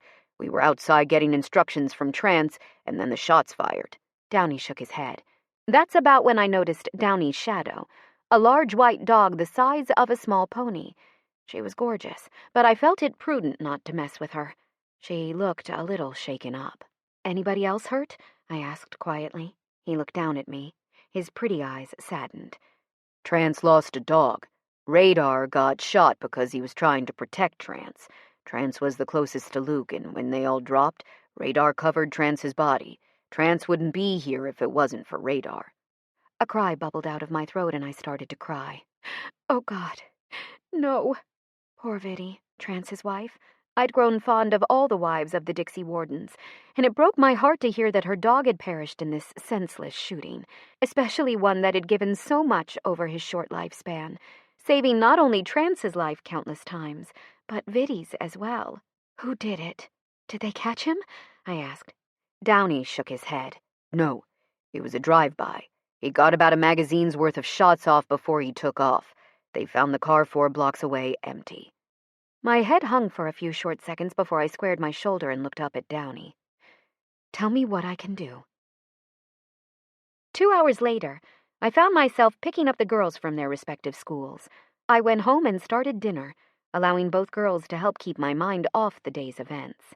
After an easy dinner of spaghetti and meatballs, we read books before I tucked each of them into bed, thankful that I had my life, that they had theirs, that Luke would be coming home to us. Once they were in bed, I found myself glued to the news as they went over what had happened during the shooting. Then they played a segment on the accomplishments of Radar, and I broke down. I cried for the lost life. I cried for the 2 officers that were hurt, although not fatally. I cried for Luke having to experience that. For all the police wives that had to deal with the possibility of losing their loved ones on a daily basis. How was I supposed to deal with that? It wasn't like Luke was just a cop. He was a SWAT officer. He willingly went into dangerous situations like the one today, whenever the need for him and his team arose. Then Lydia's face filled the screen, and she said how thankful she was for the Kilgore Police Department's quick action that saved her life. I just don't know if I'd be alive right now if it wasn't for the quick thinking of the Kilgore Police Department. If they hadn't thought so quickly, I'd very well be in a morgue right now. They're my heroes, Lydia said to the newswoman. My head hung. It was true. If they hadn't have been there, she'd have been dead. If Luke wasn't a cop anymore, who would be there when someone needed help? I needed to stop thinking about myself and think about the bigger picture. Luke was a cop and a hero. I needed to put my big girl panties on and get over it. Luke. "Thanks for the ride," I muttered to Downey as we pulled into my driveway. Downey nodded. "No problem. I'll catch you on Monday. At least I hope, anyway." I knew what he meant. There'd been too much excitement today. I was fucking wiped. I didn't want to hear my pager go off for a very long time. After Downey pulled away, I stood outside for a few minutes and reflected on my day. I'd nearly died today. A K-9 officer had died today. Sure, some would say he was just a dog, but to us, he was one of our own, and we didn't take killing one of us very lightly. I'd also seen 2 of my fellow officers go down. Luckily, they were all okay, but that didn't make it all right. In fact, it was so far beyond all right that I was justifiably homicidal. We had 300 square miles of cops looking for our suspect. God help whomever it was when he's found. They're going to need him and any divine intervention they could get. "Luke?" Reese's sweet, sleepy voice called from the doorway. I hadn't realized that she opened it. I'd been staring right at it, and I hadn't noticed the movement. Shaking my head of the cobwebs, I walked inside and closed the door, locking it, then facing it, trying to gain my composure. If I didn't, I might do or say something I'd regret. "Luke?" Reese called again, placing her hand on my shoulder. I tensed, needing her touch, but knowing if I allowed my body to take hers while I was in this state, it would be far from gentle. In fact, it'd be so far from gentle that she'd probably become scared, and I didn't want her to ever be scared of me. But then she made a mistake. She started stripping me. First my gun, then my belt. the muscles in my belly tensed and my hands fisted where they rested against the door. Control, Roberts. Get some fucking control. Her soft, nimble fingers tugged the shirt from my pants, pulling it up and over my head, leaving it dangling from my hands that were still planted against the front door. She leaned her head against my shoulders, running her nose along the skin of my back, tracing the tribal tattoo as she liked to do. Then her hands slipped down, starting at my collarbone and ending at my hip bones. My stomach, already tense, froze solid. I realized too late that I was hanging on by a thread. When her soft lips ran from shoulder blade to shoulder blade, all propriety flew out the fucking window. Turning with a growl, I lifted her under her arms, forced her up against the wall, and slammed my mouth down onto hers. The kiss was rough, hard, and hot. The force of my kiss felt bruising, but I couldn't let up. I didn't have the willpower. I didn't have the strength to pull back. I wanted her. I needed her. If you don't want this, I managed to pant. You need to go to your room. Leave me now. She circled my hips with her legs, grabbing onto my neck with both hands. Even if I wanted to leave, which I don't, she said, nipping my neck, I couldn't. You're pinning me to the wall. I nipped her bottom lip, then sucked it better. Then, with every ounce of energy I had left, I grabbed her ankles and physically removed them from around my hips. Stepping away from her one painful, debilitating inch at a time, I stopped until our bodies had a good foot between us. My fists were planted above her head, and my head hung. My jaw was clenched, and my chest was heaving. Go, I rasped. She ducked underneath my arms, walking straight out of the room without once looking back. I heaved a sigh and dropped my arms. One hand went to my crotch, and I pressed against my raging erection, squeezing the head of my dick, willing it to go down. It didn't. Not even a little bit. Turning out the last light in the bathroom, I walked to my bedroom. My heavy dick led the way as I walked into my room, foregoing the light. I closed the door, stripping out of what was left of my clothes before walking to the bed. My hand encountered a leg as I started to crawl into bed. It convulsed, and I growled, yanking the leg down until Reese's ass was on the edge. My hands traveled up until they encountered the soft fabric of her panties. Then I hastily ripped them from her body. She squealed in surprise, reflexively trying to close her legs, but I stopped the movement with both hands pressed firmly on her thighs, holding them open wide.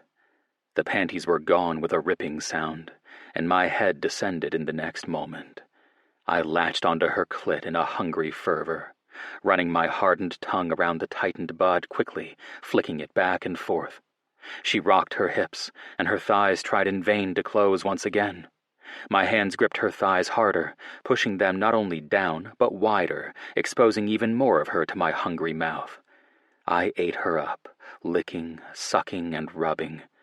"God!" she gasped frantically, her hands latching onto my hair in desperation.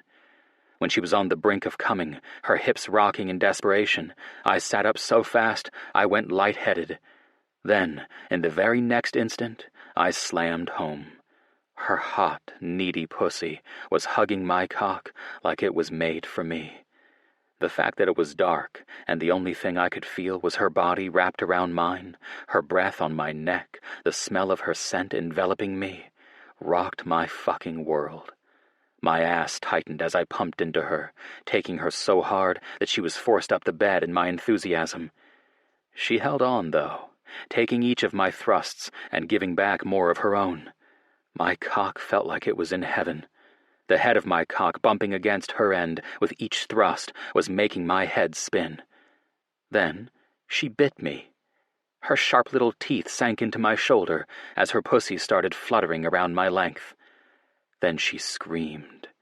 The only thing muffling the abrupt sound was my flesh. I shoved my hands underneath her shoulders, grabbing hold of the top of her shoulders for leverage as I started pounding into her roughly.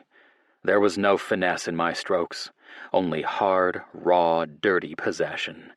She gasped as I twisted my hips, and impossibly she started convulsing around me once again. Her hot little nipples poked me in the chest as she came, and the continued movement of her sensual body against mine finally pushed me over the edge. In 5 jerky strokes, I started coming, pouring myself inside of her. I leaned down, giving her my weight as my orgasm subsided, but I didn't pull out. I was quite content where I was, more than willing to sleep on top of her all night. But her soft laughter, as she explained that she couldn't breathe, had me withdrawing my softening member from her well-used pussy, rolling over until I fell onto my back beside her. "Holy shit," I said breathlessly.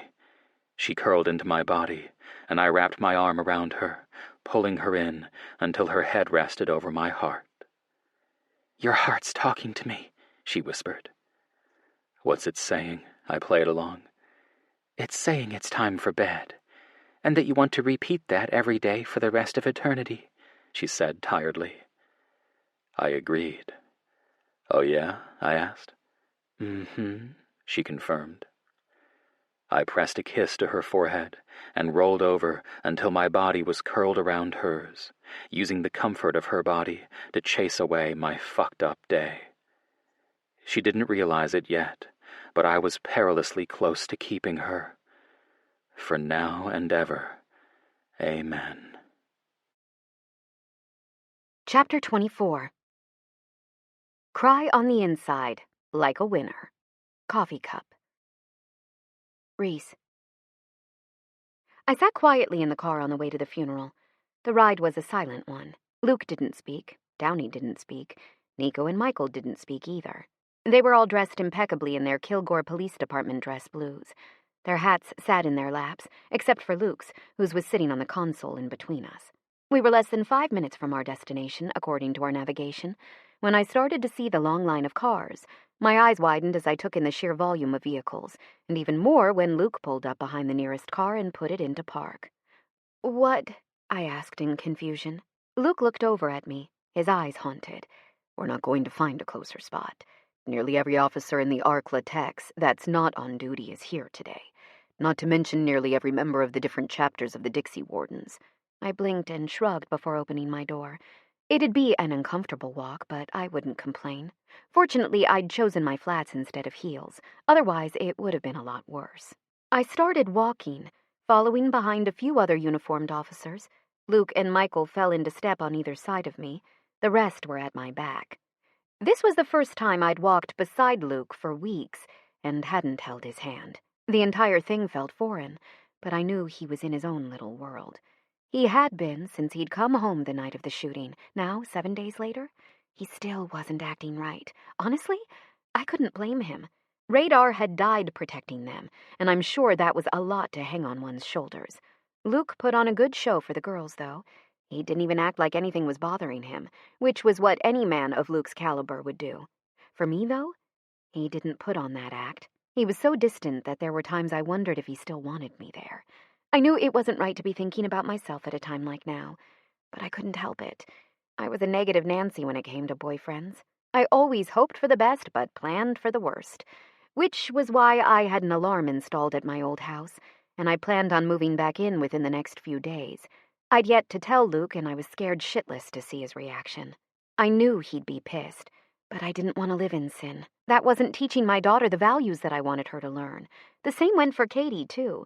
They needed stability in their life, and I didn't want to be that woman, the one who moved in and became a convenience to her man, the one who cooked dinner and washed laundry, the one who picked the kids up and watched them while her man was out doing his job. I'd still willingly watch Katie, but it'd be from my house and not Luke's. I wanted to mean something to Luke. I didn't want to be a convenience. Luke peeled off and walked up to a man that was wearing a Dixie Warden's MC cut, and I looked down, very aware of how he never introduced me to anyone. Every time we met someone Luke knew, he let the other person introduce themselves. It was never the other way around. "Dark thoughts," Nico said. I jumped and looked over at the man that had taken Luke's spot at my side and shrugged. "It's to be expected, isn't it?" He didn't answer, only stared at me. "You tell him you're moving back home yet?" he asked, turning to face the street in front of us. I shivered at the dark, smoky tones of his voice. Nico was beyond delicious. He was tall with dark, glossy brown hair that was tamed by gel that made it stand on ends at the top of his head.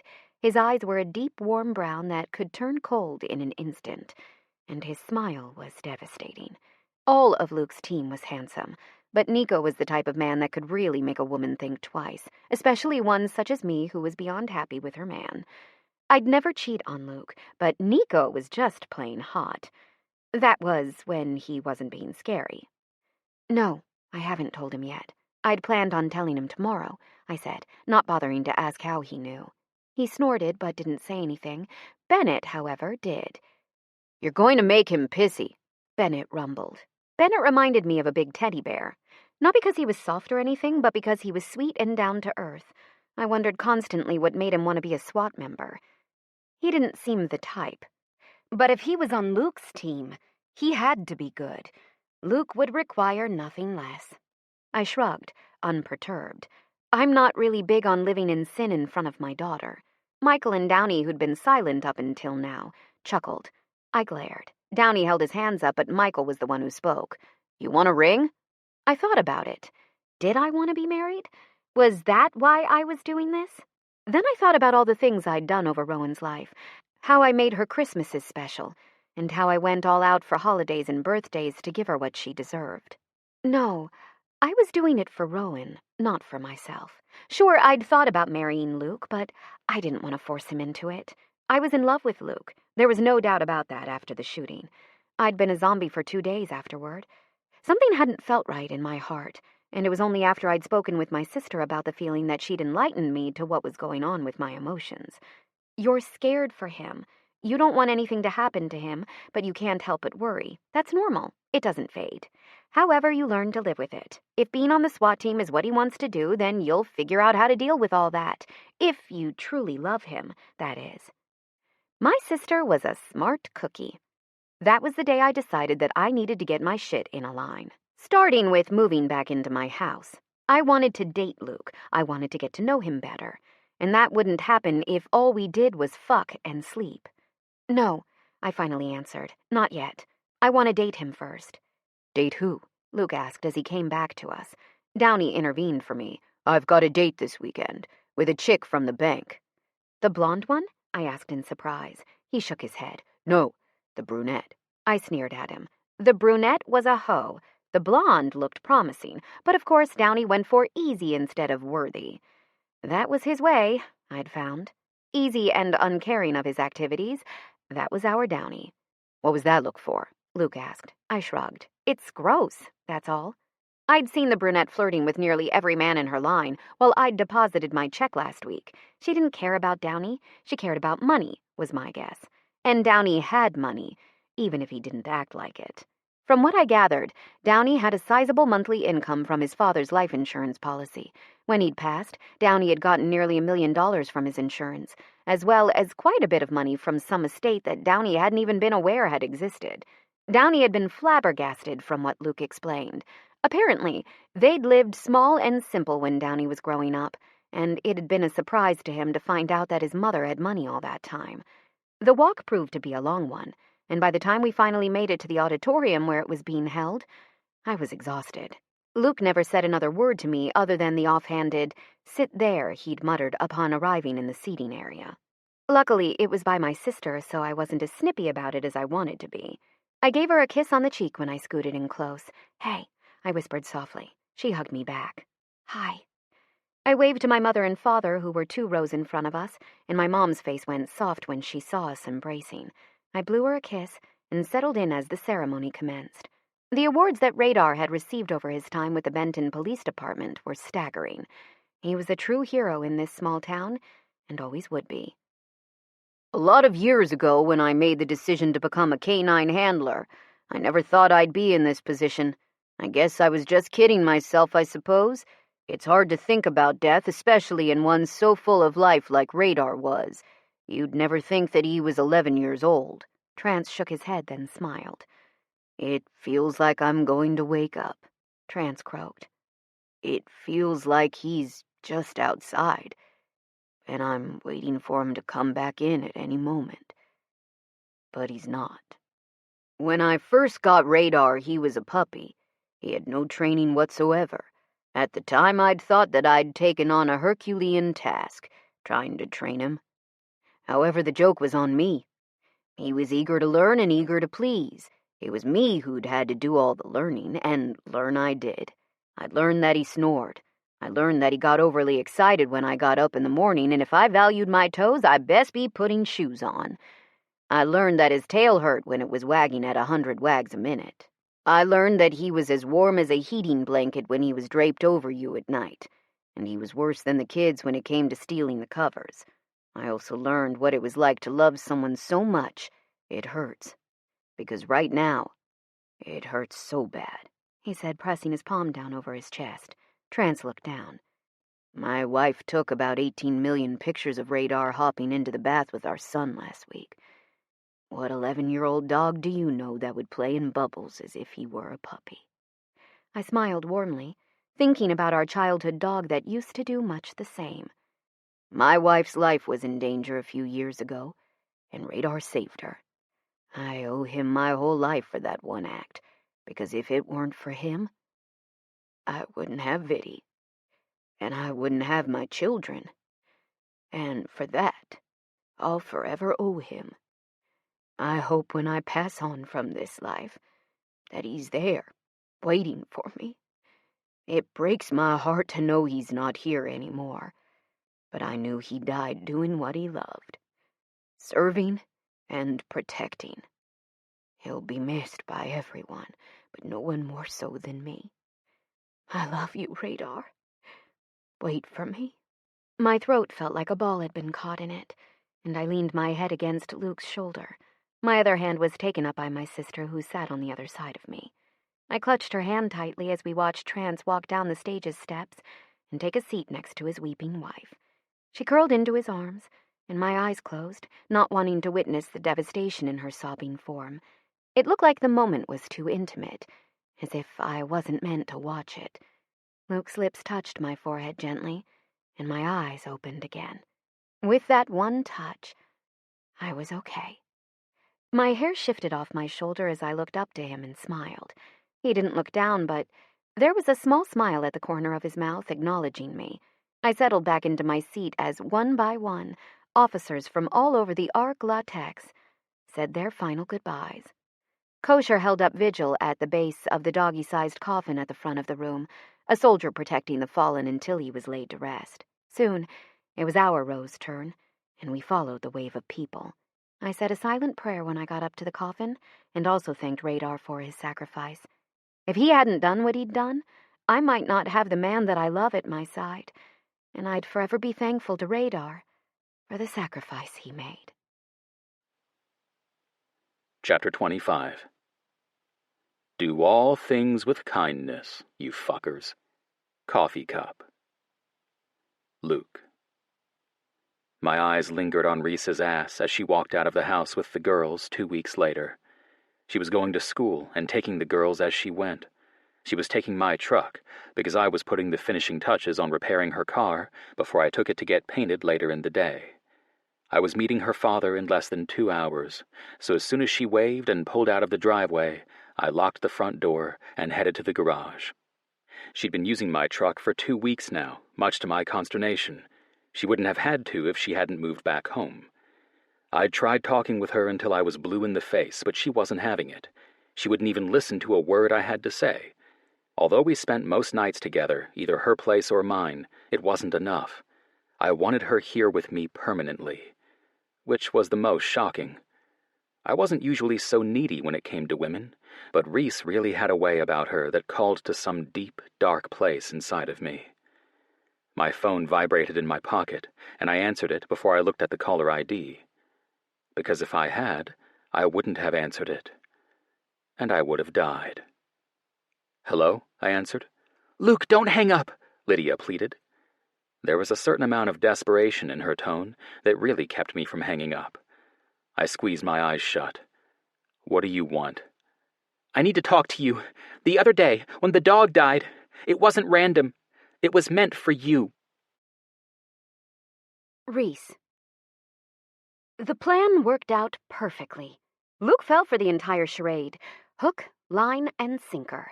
All I had to do now was surprise him. I pulled his truck to the side of the road about a quarter-mile away from his house before I shut it off and got out. I slammed the door shut and started walking quickly to Luke's house. All sorts of scenarios were playing through my head as I rounded the corner of Luke's driveway on how we'd spend our day off.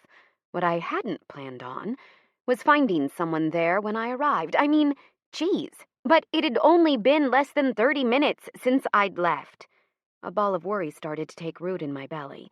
My fears were confirmed as I walked up to the open garage door. I stopped outside the opening, listening. She needs me. You don't. It's nice to have a woman whose father doesn't emasculate me around every corner, Luke said to somebody. That somebody being Lydia. She can't give you what you want. I can. And you know that, Lydia insisted. I heard something shuffle behind me and I turned just as Weston rounded the corner of the garage, his eyes on me. I met him halfway, eyes full of hatred. What are you doing here? I hissed. He grabbed me by the elbow and pulled me until we were back where he'd been standing earlier. There was a window there and you could see Luke and Lydia speaking, as well as where I'd been standing prior. I said, yanking my arm away, what are you doing here? Saving your ass if you'd shut the hell up, Weston snapped, raising his finger to his lips. I snapped my mouth shut and glared at him, raising my eyes for him to get on with it. My wife's a fucking psycho, he said without preamble. I raised my eyebrows at him. Tell me something I don't know. No, he said, shaking his head. I mean, really, she's fucking psycho. I crossed my arms over my chest and started tapping my foot. He sighed. She found out I'd been seeing someone, but she thinks it's you, not Lydia. She's the one who shot at Luke the other day. My mouth dropped open and I started to yell, except I found my mouth covered by Weston's hand. Shh, he hissed. I bit his hand and he yanked it away with a growl. Listen, you stupid little bitch. I'm trying to save your fucking life, I snorted. Then go to the authorities. His fists clenched. I am the authorities, I scoffed. You're full of it. In answer, he pulled something flat out of his pocket. A wallet. He flipped it open and showed me a badge that read ATF on it. I couldn't fucking believe it. You've got to be shitting me. He shook his head. I'm not. I stepped back until my back hit the brick wall. I can't believe this. How long have you been with ATF? He crossed his arms over his chest and shrugged. Since before I met you. I smacked him. Hard. His face turned with the blow, and he turned back to me slowly. That's all you get. I wanted to beat his face in. All this time! I just can't believe it! All this time I thought you were some deadbeat dad and you've been lying to us both, I said, my voice raising an octave. He grimaced. I didn't have much choice. I'd been working undercover when I met you. Nothing was supposed to come of our relationship. I didn't have any control of how everything went down. I let my head fall back against the brick. You're a douche. Why string us along at all? Why not leave and never come back? I opened my eyes to find him clenching and unclenching his jaw. I didn't have a choice, I sneered. You always have a choice. Not this time I didn't. Not if I valued yours or Rowan's life at all, he said cryptically. How about you both tell us what you're talking about? Luke's dry voice said from behind us. I looked over at him, feeling nothing. I was numb. For Rowan's whole life, the man in front of me had been lying about who he was. All this time. Tell us what the fuck is going on and let's do it quick. I'm on a deadline, Luke snapped when Weston continued his silence. They both looked at each other, at a loss for words, apparently. My eyes went down to the ground as I worked my teeth, clenching and unclenching them. My eyes lit on the shovel that was leaned up against the wall of Luke's garage, and I thought, I wonder if I smack them upside the head with that, if they'd suddenly find their tongues. Anita's gone a little cuckoo since she found out that Weston was seeing somebody around town, Lydia blurted, her face going red in agitation. So what are you doing here? Luke asked, pinching the bridge of his nose with his thumb and forefinger. When neither one of them spoke, Luke looked up and pinned his glare on Lydia. Anita thinks that Weston's seen Reese behind her back, Lydia said when Weston continued keeping his mouth shut. Lydia apparently couldn't withstand the glare. I was proud to say that I could. Most of the time. It was intimidating to have the full force of Luke's anger directed at you. He wasn't a small man, and he had a huge personality to fit his body. He had the power to pin anyone with his stare. He'd be a good bouncer. Nobody would try to fuck around with him nearby. In the beginning, it was because my mom spoke of this majestic, small Texas town like it was the best place on earth. She spoke about how life was slower down here, more peaceful, and I needed to get out of there. My father was smothering me, so I moved here. It was never because of you. It was for me, she said softly. And how did you two end up together? Luke wondered. Rowan asked to go to her shop one day. She said they had really good cookies. That's how we met. He pointed at Lydia. That would be my fault. I'd brought Rowan cookies from there on multiple occasions before I realized it was Luke's ex's place. That stopped, at least from my end. Why are we even in this at all? Luke questioned. I had that same exact question. Why? What were we to all this? Then a thought struck me and I got a tad hysterical. So you took our child around a known criminal? I clarified. Weston's head snapped around, looking at me warily. She's not dangerous. Fuck, I'm more responsible than that. She only had a suspected connection with the Mafia. The Mafia? I shrieked. The motherfucking Mafia? Weston winced, rethinking on what he'd said. She was never proven to have a connection. In fact, we were only sitting on her because her father was arrested for money laundering. They could never prove that it was the Mafia's money they were laundering. I've been married to her for a year now and haven't found a thing on her. I launched myself at him, my hands going forward to claw out his eyes. Luke caught me just as my hands were inches away from the stupid man's face. Shh, Luke soothed. That won't help right now. Maybe not, I said, kicking out with my foot, but it'd make me feel a fuck of a lot better. I connected with Weston's hip and he glared at me. Crazy bitch. I'll show you fucking crazy, you goddamned piece of shit. I cannot fucking believe you'd put our baby in harm's way, I snarled, curling up on Luke's forearm to kick at Weston again. Weston, however, did the only smart thing he'd done all day, and that was to step back. She's never even said a mean word to me until she found out about the affair. Don't you think I'd know better than to put our daughter into that kind of situation? He fumed. I narrowed my eyes at him. You're stupid. If you think Anita wasn't a threat to Rowan, you're wrong. Rowan told me she said your wife was threatening me. Why would she do that if she wasn't a threat? I asked testily. And you just fucking said she was the one who shot Radar, he sighed. The whole thing got to be a mess. We have what you would call an open relationship. She did her own thing and I did mine. We stayed together because of the kid, though. The operation was shelved 6 months ago. But then I found out she was pregnant, so I stayed with her. His look at me told me somehow it was my fault that he'd decided to stay, but I couldn't figure out why. I used to see you and Rowan as an excuse to leave and do other operations during that time. It was only about 2 weeks before you moved here that she got suspicious. I would have left her then, but we started to get more chatter through a couple of sources, saying that the accountant was still on the job and using a go-between to do it. The only person I ever saw was my daughter, so there was no option of leaving her at that point. We moved here and I kept doing what I had been doing. I wanted to pull my hair out. That stupid, stupid man! I don't see how we are any part of that situation. Why did you pursue a relationship with your child if you didn't have to? Luke rumbled. I nodded, wanting to know the answer to that one, too. She thought I had a really good relationship with Rowan. I had to keep up the act, he explained. Why the whole filing for custody hoopla, then? Luke asked. Same. She wanted me to, and I was being accommodating because my bosses felt there was a need to, he answered. My hands clenched on Luke's muscular forearm, and Luke stepped back, knowing that my control was slipping again. I wanted to kill him. So, let me get this straight. You getting the goods on the Mafia people you speak of is more important than our child's safety? I clarified. He shook his head. She was never in danger. That's not good enough. I want you to get her out of this. Now, leave and don't come back. It's not that simple.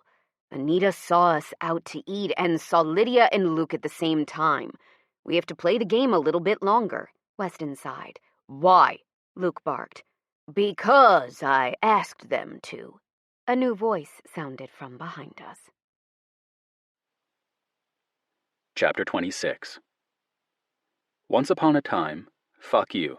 The end. T-shirt. Luke. My gun was aimed at the newest arrival's head. The man was old, like 80s old, tall and lanky, barely filling out the suit that hung off the old man's bones. His eyes, though, were sharp. They took it all in one glance, settling on me as the biggest threat. What the fuck was he doing on my property? "Who are you?" I snapped, my aim sighting in on his heart. Perfect kill shot. "Special Agent Nathan Lawrence," he told me, never taking his eyes away from me and my gun. "Why can't any of you handle this like professionals? Why all the secrecy and lies? Somebody better start talking," I growled. The threat was there, and Special Agent Nathan Lawrence knew it. He nodded, acknowledging it. Weston started to move from the corner of my vision, but before I could move, Reese pulled up her purse and aimed it in Weston's direction. I'd felt her move her hand to her purse the moment I raised my gun. I hadn't told her not to, either. I'd learned that Reese was full of surprises, one of those being the time I went looking in her purse for her keys and found a gun concealed in it.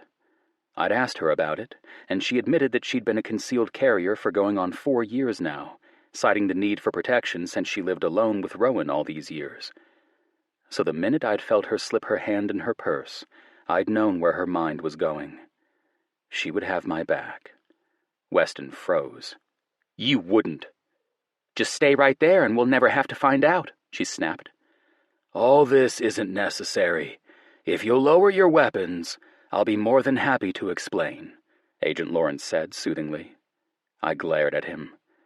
"How about you call someone to verify your identity and we'll go from there." 3 hours later found us all down at the station with my team surrounding us.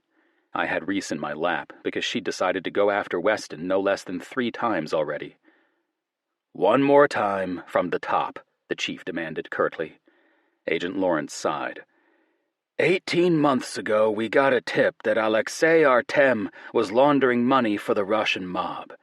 We hoped that when we pinned him down for some racketeering charges, that he'd turn in exchange for a lighter sentence. But the man hasn't said a word his entire time inside. In fact, he's been the model prisoner. The only one that went to visit him was the daughter. And up until about 3 months ago, we never had cause to suspect the daughter as a mediator between the two factions." The chief nodded and rolled his hand for Agent Lawrence to continue. "Weston was never supposed to be on the job that long, but it served our purposes to continue the lie, so we did. Lucky for us, he stayed in place.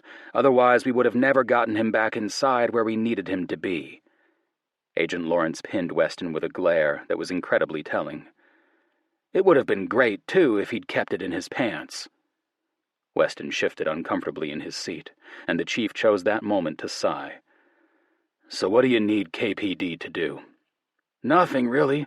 Just be aware that we're in the process of getting enough evidence on Anita to bring her in," Lawrence hedged. "And us. What do you want with us?" I asked, knowing he had something in mind. "Nothing. Just stay away from each other. Now that you know the story, we just need to keep the lie. Mostly, Weston just needs to keep his head in the game and not Ms. Murphy's pants," Lawrence said. Weston's head dropped. "No," I said instantly. Everyone's eyes went to mine, but I wasn't giving in to this. "Someone's going to have to watch over Reese and Rowan. I'm not leaving them alone and defenseless," I said fiercely. Reese's hand came up to rest on my cheek, patting it soothingly. "It's okay, honey." I shook my head. "No, it's not. Not even a little bit." She leaned her head against the side of my neck, and I moved my glare to Lawrence, whom I could tell was bursting with the desire to hurl out orders, which he did moments later. "If you don't do it, I can't promise you anything. In fact, the entire debacle works out in our favor. Anita's upset, rightfully so, that Weston's been with his ex all this time. She's mad enough, in fact, to make stupid decisions. Kind of like the shooting that took the life of that K-9 officer," Agent Lawrence said, knowing it'd elicit a reaction out of us all. It did, spectacularly. The room exploded with angry indignation. It took long moments to get the room under control again before the chief's question was heard. "Why isn't she here right now, then? Nearly 12 of my officers could have died, 2 of which are still in the hospital for gunshot wounds. Why is this woman not here?" The answer, though, was what chilled my blood. "She's missing. She has been since the night she killed Reese's neighbor." It broke my heart to see Reese crying. I pulled her into my arms later that night, as she and I were saying goodbye. Her sister still had our kids, and I was grateful for that. There was no better place for them, especially surrounded by a bunch of protective bikers. Protective, pissed-off bikers. Rightfully so, too. I'd told Torin and my brother-in-law about what had happened, then personally called Trance to let him know about the latest events. All of them had been extremely upset. Then there was Reese's father. Let's just say that talk had been fun. Not. Out of all the men I'd spoken with today, he'd been the most upset. In fact, they were on the verge of something that I was very close to myself. Rage. "Don't cry, Reese. We'll figure it out," I said softly, pressing my lips against her forehead. She nodded, looking up at me before she leaned in and kissed me softly on the mouth. "I had plans for you today. I'm just upset that we couldn't do any of them," she whispered softly. I moved to pin her against the wall of my garage with my body, staring deep into her eyes. "What kind of plans?" I asked, curling the hair around her ears so I could see her face. "It was kind of stupid," she said softly. "But I wanted to take you to my favorite place in the world." I looked into her eyes, knowing that this place meant a lot to her, and said, "So take me." She looked hopeful, so very hopeful. "You don't think that we'll be seen?" she asked hopefully. I shrugged. "I have a car that's not quite done. Nobody will recognize it. We can take it as long as you're all right with a rough ride." She beamed at me. "Aces." I shook my head and stepped back, grabbing her hand and leading her to the back of my garage, uncovering the next side project I planned to work on. It was old and rusted, but the motor was a piece of artwork. It ran like a top, which was the first thing I'd fixed in it 2 years ago when I'd bought it. The rest, though, left much to be desired. "Wow," she breathed. "Is this what I think it is?" I grinned. "Yes. It's a 1967 GTO. The man I bought it from kept it in good condition. One owner. He gave it to me for a song after I asked about it during a traffic stop. Pulled him over because he didn't have a license plate." She ran her hand over the rusted brown paint, as if she could envision it in its prime, overlooking the large splotches of paintless body and the worn-out interior. That wasn't what made this car what it was, though. Its soul lied in its motor. The pure, raw potential of this car was staggering, and my girl could tell. "Want to go for a ride?" I asked, raising my eyebrows. She nodded, yanked the door open after a couple of sharp, jerky pulls, and slid across the seat. When she had herself buckled in, I opened the third-most bay door. "You're going to want to lay down, at least until we make it to the highway," I said, as the door started to roll up. She grinned and stretched out across the seat, her head laying on my lap. With shaking hands, I started the GTO up. I could feel the moan Reese let out when the sound of the 400-cubic-foot engine filled the airwaves around us. I revved it, making the car rock, and she laughed, looking up at me with such joy that I couldn't help but do it again. Pressing the clutch in, I let it creep forward until we were out of the garage. The garage door closed, and I crept slowly down the driveway until we were on the dirt road that led to the highway. "So," I said, "you want to see what it can do?" She grinned. "Please, God, yes!" I waited until we were on the highway before I let her loose. I shifted from first to second to third rapidly. It threw us back into the seat, but my hands worked just fine as I finally got up to speed, settling right at 65 miles an hour. I'd always wanted to take this beast to the tracks. "What do you think?" I yelled, watching the road. Her hand lifted until it rested on the top of my hardening cock. "I think you need to get me to our destination fast. Otherwise, we'll be breaking in this hood, too." 45 minutes later had me pulling up into a long driveway that led to a lake. "Where are we?" She smiled and pointed to a carport. "This is my parents' lake house." I nodded, remembering Reese mentioning the place to me quite a few times before. "It's nice," I said, as we pulled underneath the carport. When I shut the engine off and unbuckled my seatbelt, I suddenly found myself with a lap full of hot, horny woman. She slammed her mouth down on mine, wrapping her arms around my head. "Do you have any idea," she gasped against my lips, "how hot it is to see you driving this car? Your muscles move in sync with each shift of the motor, and the way you're so passionate about it turns me on beyond belief." My hands moved, one going down the gap between Reese's flesh and her jeans, while the other curled into her hair. The one in her pants traveled down the crack of her ass and buried straight into her sopping wet channel, effectively making my dick harder than it had ever been before. "So you're telling me muscle cars turn you on?" I clarified, lips hovering over hers. She nodded, eyes expressing everything she felt with that one look. I grinned and shifted until I was laying on my back with her on top of me. "Take your pants off," I demanded. She scrambled to do my bidding, doing her best in the small space provided. She succeeded, though, and it wasn't long before she was straddling me again. I had taken the time to work my cock out of my pants, holding it at the base. She lined up the entrance of her pussy with the fat head of my cock and slowly sank down, engulfing me in white-hot fire. "Fuck," I groaned. She grinned and lifted up until just the tip was inside, before she sank back down. My hands squeezed her hips, trying my hardest not to take control like I was known to do. I knew she liked being on top, but my control was always shot when it came to her, which was why she never stayed in charge for long. "You fill me up like a dream," she gasped, looking down at where my flesh filled hers. I bit my lip, lifting her ass, allowing myself to watch as my dick withdrew from her flesh, gleaming with her wetness. I thrust upwards slowly, pulling her down onto me, taking over. She grinned, throwing her head back as she let me move her how I wanted her. It wasn't fast. It was slow. I was making love to her, showing her how we could be, how we were. "You're so beautiful," I said, stopping fully embedded inside of her.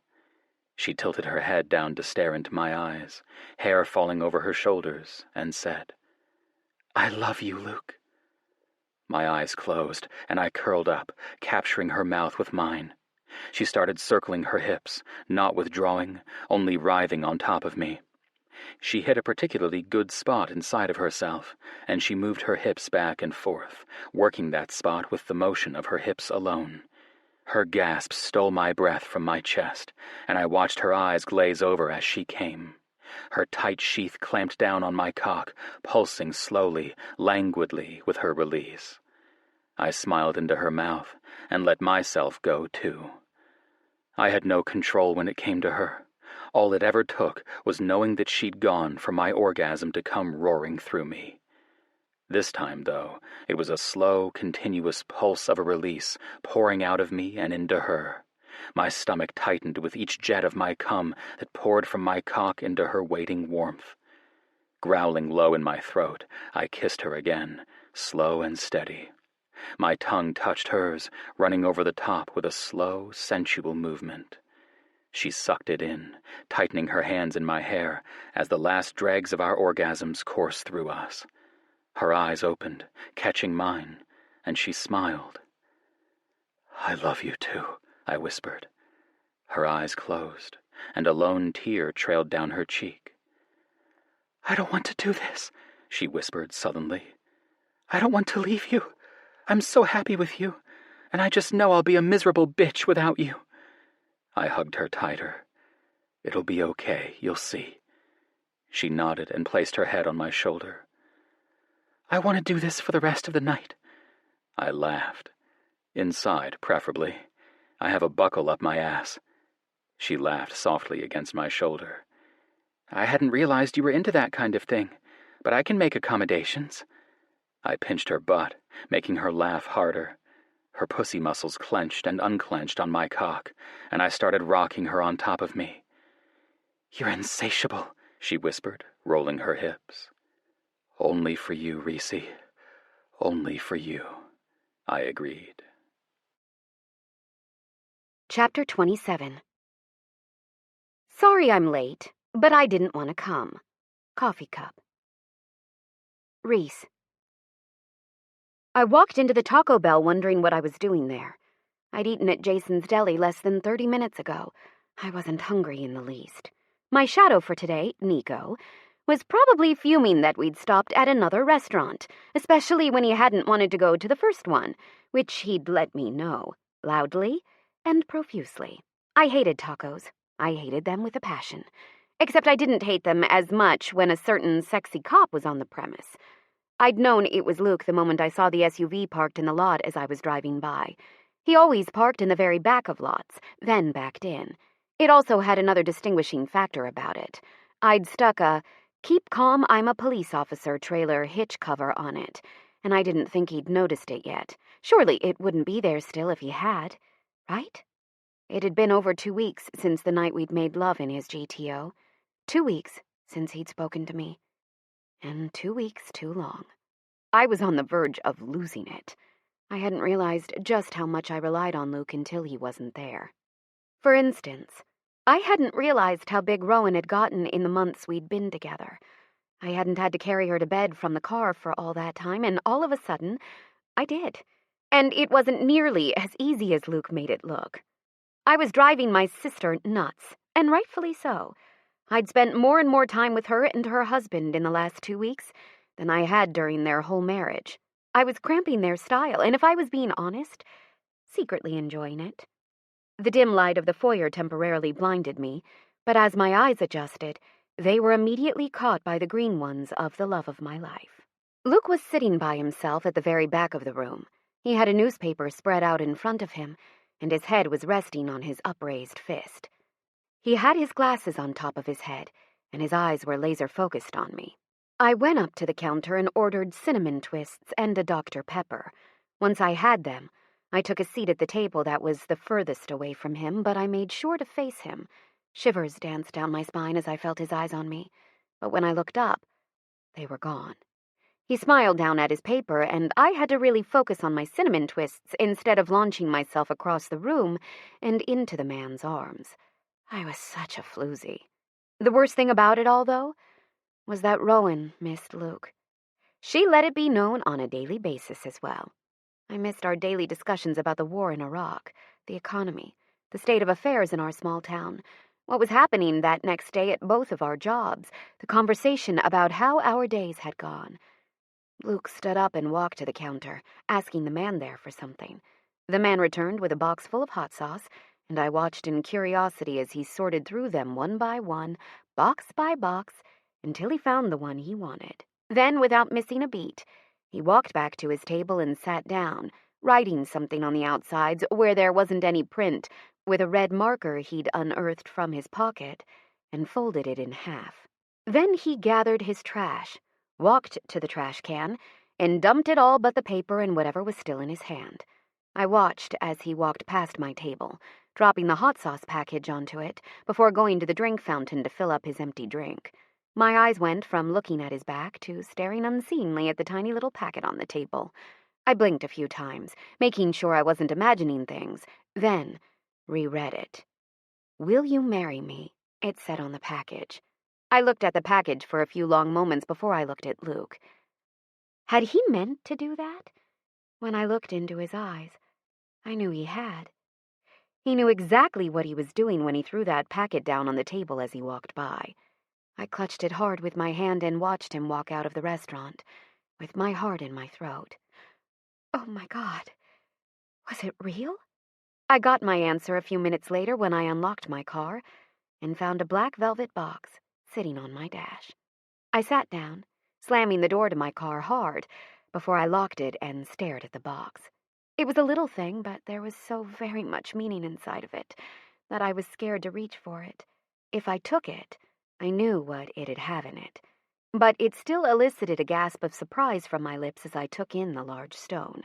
I put the ring on my finger, admiring how well it fit. Perfectly, of course. I'd expect nothing less from Luke. He was a god and all that shit. A god in the bedroom, mostly, but still. I started celebrating in my seat, squealing and jumping around with a huge smile on my face.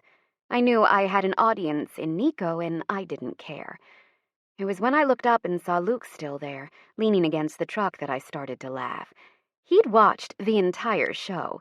I stared at him and could do nothing but laugh. He was smiling, too. Then his face suddenly changed, going from smiling and happy to shocked. Then I watched in slow motion as he dropped slowly to his knees. His hands went to the ground, but they refused to support him, and he fell onto his face. His head bounced off the concrete and laid still on the yellow line that marked the next parking spot over from his cruiser. I screamed, fear climbing up my throat. I clawed at the door handle desperately. However, before I could get out of my car, Nico was there, shoving me back inside and over until he rested in the spot where I'd previously been occupying. When I went for the other side, he grabbed a hold of my hair, holding on tight. "Listen to me," he hissed, something in his tone. Something made me stop and listen to him. I stared desperately into his eyes, my heart pounding a mile a minute. "You go. Drive directly to the police station. Do not, and I repeat, do not stop. When you get there, go to Luke's office and wait for me or one of the team to come get you. Michael has your girls. Don't fuck around. I won't help him if I know you won't follow my orders," Nico said insistently. Somehow, I knew he wouldn't either. He'd made a promise to Luke to keep me safe, a promise I knew he wouldn't break. I nodded, tears rolling down my cheeks, and he was gone. Scooting over, I started my baby up, and I drove hard. I didn't look back. I knew if I did, I'd turn around, and this was the only way to save Luke's life. I picked up a tail halfway there, a police car, but he wasn't actively trying to pull me over, especially when he started weaving ahead of me, moving traffic out of the way for me, most likely because I most certainly wasn't slowing down. By the time I pulled into Luke's spot at the back of the station and fell out of the car, my tail was there. Pearson. I hadn't realized it was him. My surprise must have shown on my face because he sneered. "I may not like Luke, but he's one of our own," he snapped. "Now, get inside before all of that work means nothing. I'm sure your brain would look good on the concrete just like Roberts's." I scrambled up off my knees where I'd fallen and ran with him to the back door. Was he shot in the head? Had that been what happened? I could tell I must look a fright, especially when nearly every man and woman in the bullpen looked at me. Although not many, the ones that were there had some sort of a command post set up. They'd previously been bustling about, yelling across the room. Men and women spoke furiously, and the chief was in the middle of it all, issuing orders here and there. When I entered, though, they all just stopped. Pity was etched onto all their faces. They knew. Was he dead? "Please," I whispered brokenly. "Tell me." The chief shook his head. "We don't know, honey. We don't know." Luke. Oh my God, my head hurt. It was pounding hard. So hard that when I opened my eyes, I immediately closed them. The light had seared through my retinas, making it even harder to breathe. Scuffling sounded beside me, and I opened my eyes again, this time with a little more success. I was laying on the ground. Blood pooled around me, but I could still make out what looked to be a yellow line. I was in a parking lot. Was the blood mine? It would certainly explain the reason my head was pounding. Why was I in a parking lot? Then a pair of dainty black slippers, the type you saw in a ballerina, walked into my field of vision. Groaning, I started to push myself up, but the dainty slippers stopped at my shoulder that I'd managed to raise about a foot off the ground and kicked me. I rolled with the momentum of the forceful movement. My head swam with the swiftness of the movement. One moment I was thinking I had the nausea under control, and the next I was puking. Luckily, I managed to get it all onto the pavement beside me and not aspirate it into my lungs. It wasn't like I needed another way to kill myself. I had enough right now in spades. It was the voice that I recognized first. She had a slight Russian lisp, twanging the end of her words. Anita Bryant. By sheer force of will, I managed to suppress the third attempt of my stomach trying to empty. but only because Anita was pointing the sights of her hand cannon, a .454 revolver that was bigger than she was, at my face. A man had to have his priorities, after all. I swallowed, licking my chapped lips. Why? I don't like being made out to be a fool. I already took care of the other two. You're almost done, and then I'll handle my husband's ex-slut. Then they'll never find me again, Anita hissed.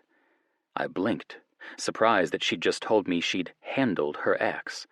The only thing I came up with when she said handling was that she'd killed him, deducting them from her existence. Did she realize who I was? Obviously she had to. I mean, I was in my KPD SWAT shirt. I was next to my police cruiser. And the blood that I could still feel leaking out of what had to be a hole in the back of my head meant that I had to have been shot, which would have drawn attention from the restaurant I'd previously been in. Then I remembered that Reese had been in the parking lot with me before I'd passed out, and my heart started to hammer. "We didn't do anything," I rasped, trying to stall. Reese, I knew, wasn't in the parking lot anymore. Otherwise, she wouldn't have said then when she was referring to taking care of her ex's slut. Nico, on the other hand, very well might be. And the more I thought about it, the more I became sure that he was there. When I told Nico what to do if a situation such as this were to arise, he was to send Reese to the station, call the team, protect our children, and then help if he felt it was safe. In fact, every member of the team had the same directions, and it wouldn't have mattered who was here. It'd be done to the letter. When Special Agent Lawrence had offered his assistance, I'd taken him up on it, but I didn't rely on it. I didn't know his team, and his team didn't know me. I knew that my team would do everything in their power to help. The same couldn't be said for Lawrence's. "You did. I'm not stupid, and I don't know why Weston thought I was so stupid. I was in the fucking army. I was raised in the mafia. I know more than most people only read of. What did he think? I was stupid? Well," she laughed humorlessly, "he's not thinking much of anything anymore. Him and the girl he tried to pass off as not his girlfriend are feeding the fish in the Sabine River." I couldn't believe that she was saying all of this in the parking lot. I may be towards the back of the lot and hidden mostly by the building, but this wasn't private by any means. I looked at her, trying to blank my face to mask my "you're crazy, bitch" face, and said, "Reese and I didn't do anything. The only part we played in it all was staying away from each other. We didn't help Weston do anything." Movement from the corner of the building caught my eye, but I didn't dare look. The woman was smart, I'd give her that, but she was also unpredictable. There was no telling what she'd do if she found someone at her back. The crazy bitch leaned down, her hugely pregnant belly sticking out in front of her as she came down to one knee. "You want to know the funny thing?" she asked. "I didn't even love him. I only stayed with him because he was stable, and he didn't have any connection to the mafia. I had some stupid idea of fixing things, getting out before I lost my life by doing something stupid for my father, doing something for this kid. I was always so tired of being Daddy's gopher. Then he tried to set me up with some fucking kiss-ass who wanted an in back with his family. And stupid fucking me, I thought I'd at least give it a try, but Daddy doesn't know when to quit." My hand itched to go for my gun, but I knew I wouldn't get it out in time if I tried. So I stayed still, going against every ingrained sense in my body that told me to move. "You know, you can tell your friend over there, when you see him in hell, that you're sorry for ending his life," she smiled, pressing the barrel of the gun at my temple. My heart started racing, and with that, the pulse of my headache ramped up, throbbing in tune to the beat of my heart. I smiled. "No, I won't be telling him anything, honey. You'll be going there alone." With that, I lifted my leg and planted it on the ground and rolled away from the mad woman. 2 gunshots sounded, and a searing pain along my brow had me gritting my teeth. I was still alive to feel pain, though. Bonus. Rolling over to my hands and knees, I looked up and took in the area. Only one of my eyes seemed to be working, but I didn't let that bother me. I stood quickly, looking from the woman to the ground to Nico, who was standing over the woman, his gun still aimed at her. Nico had shot her in the chest, on the right side, missing her heart, but still incapacitating her. She was writhing on the ground in pain, and blood was steadily filling out around her, spreading in an ever-widening pool. My eyes were fascinated as it started to run down the slope of the driveway, intermingling with the water from the sprinklers that were currently running. Nico dropped down to his knees beside the woman, using what looked to be his shirt to staunch the flow of blood. I could have told him that would be useless, that it was probably the exit hole at her back that was doing the most bleeding, but Nico looked like he needed that false sense of accomplishment. He looked ragged, torn apart by doing what he'd done. I snapped out of it, using the mic clipped to my belt to call in a medic. It proved uncalled for, though, since the next moment we had nearly the entire force of police cars rolling up to us. Full lights and sirens. The ambulance would come once the scene was declared safe, which proved to be not fast enough because the woman on the ground shuddered, and her body went lifeless. "Ambulance, now!" I bellowed. The cops that were taking in the scene were looking at me in horror, but my voice jolted them out of it long enough for them to relay the message of needing an ambulance. My head started to go lightheaded again, so I sat down on the curb and tried my hardest not to pass out. My head fell in my hands, elbows resting on my knees, taking a small rest. I blinked and lifted my head when I realized that there was someone in front of me talking to me. Realizing that it was Ty, a medic for Kilgore Fire Department, I blinked and tried to come back online. I nodded when he asked if I could stand, and walked with my own power to the ambulance. That was about all I had the ability to do, walking to the medic and collapsing on the cot with the white sheet. The last thing I remembered was thinking, that blood's never going to come out. Chapter 28. Don't half-ass anything. Whatever you do, use your full ass. Coffee cup. Reese. He was shot twice. In the head, I stated, clarifying what I'd just heard from Nico. He nodded his head. Yeah, one's from the back of the head. The other grazed his brow. Both are superficial, though, although he bled like a stuck pig. My mouth opened and closed, eyes wide. I didn't know what to say. He's getting sewn up right now by a doctor, and they're giving him a transfusion of blood since he lost so much. I just wanted to warn you that he looks pretty gruesome, and not to freak out when you see him, Nico said woodenly. My brows knit together and I took a longer look at Nico. He was wearing quite a bit of blood himself. Was that all from Luke? Nico, are you okay? I asked. He looked at me for a few short moments, emotions pouring through his eyes before he replaced his blank mask. Fine. Why?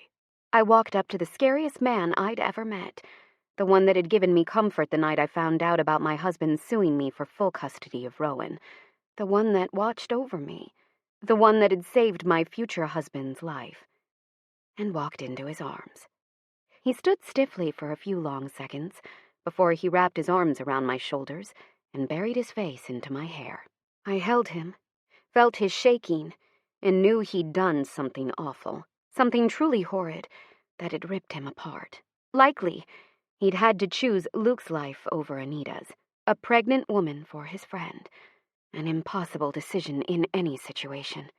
His arms felt like bands of steel around me, and I sniffled loudly into his ear, so thankful he'd made that decision. I could barely contain my joy. Let's go see Luke, Nico. I don't think I can do it alone, I whispered. That was true, too. I was scared shitless of what I'd find. As a nurse, I knew all the gruesome things that went on, having witnessed them myself multiple times. I knew how much a head wound bled, and I was scared it was worse than he said it was. That seemed to focus him, giving him something to do. He let go of me, wrapping his hand around mine, and walked with me down the hall and around the corner to the ER's rooms. He was in the last one. I knew that because the entire ER was full to bursting with cops and firemen. They were everywhere. There was no telling how many were in the actual room with him. All eyes turned to us when we rounded the corner. Eyes that I knew. Eyes that I didn't know. All curious. Nico pulled me forward when I would have stopped, and I went, mostly because he hadn't given me a choice. We walked through the crowd, the policemen backing up enough for us to get through. Nico got slugs on the back as he went, and I got comforting hands. By the time I was at Luke's room, I was near tears from the support. I wasn't able to see Luke at first, the large bodies of Downey, Bennett, Michael, and John blocking him from my sight. But Nico's deep move drew them apart, and I finally saw Luke laying on the bed with his eyes closed, a young doctor leaning over his left side, stitching up his brow. Half of Luke's hair was gone, shaved down to little more than stubble on the right side of his head.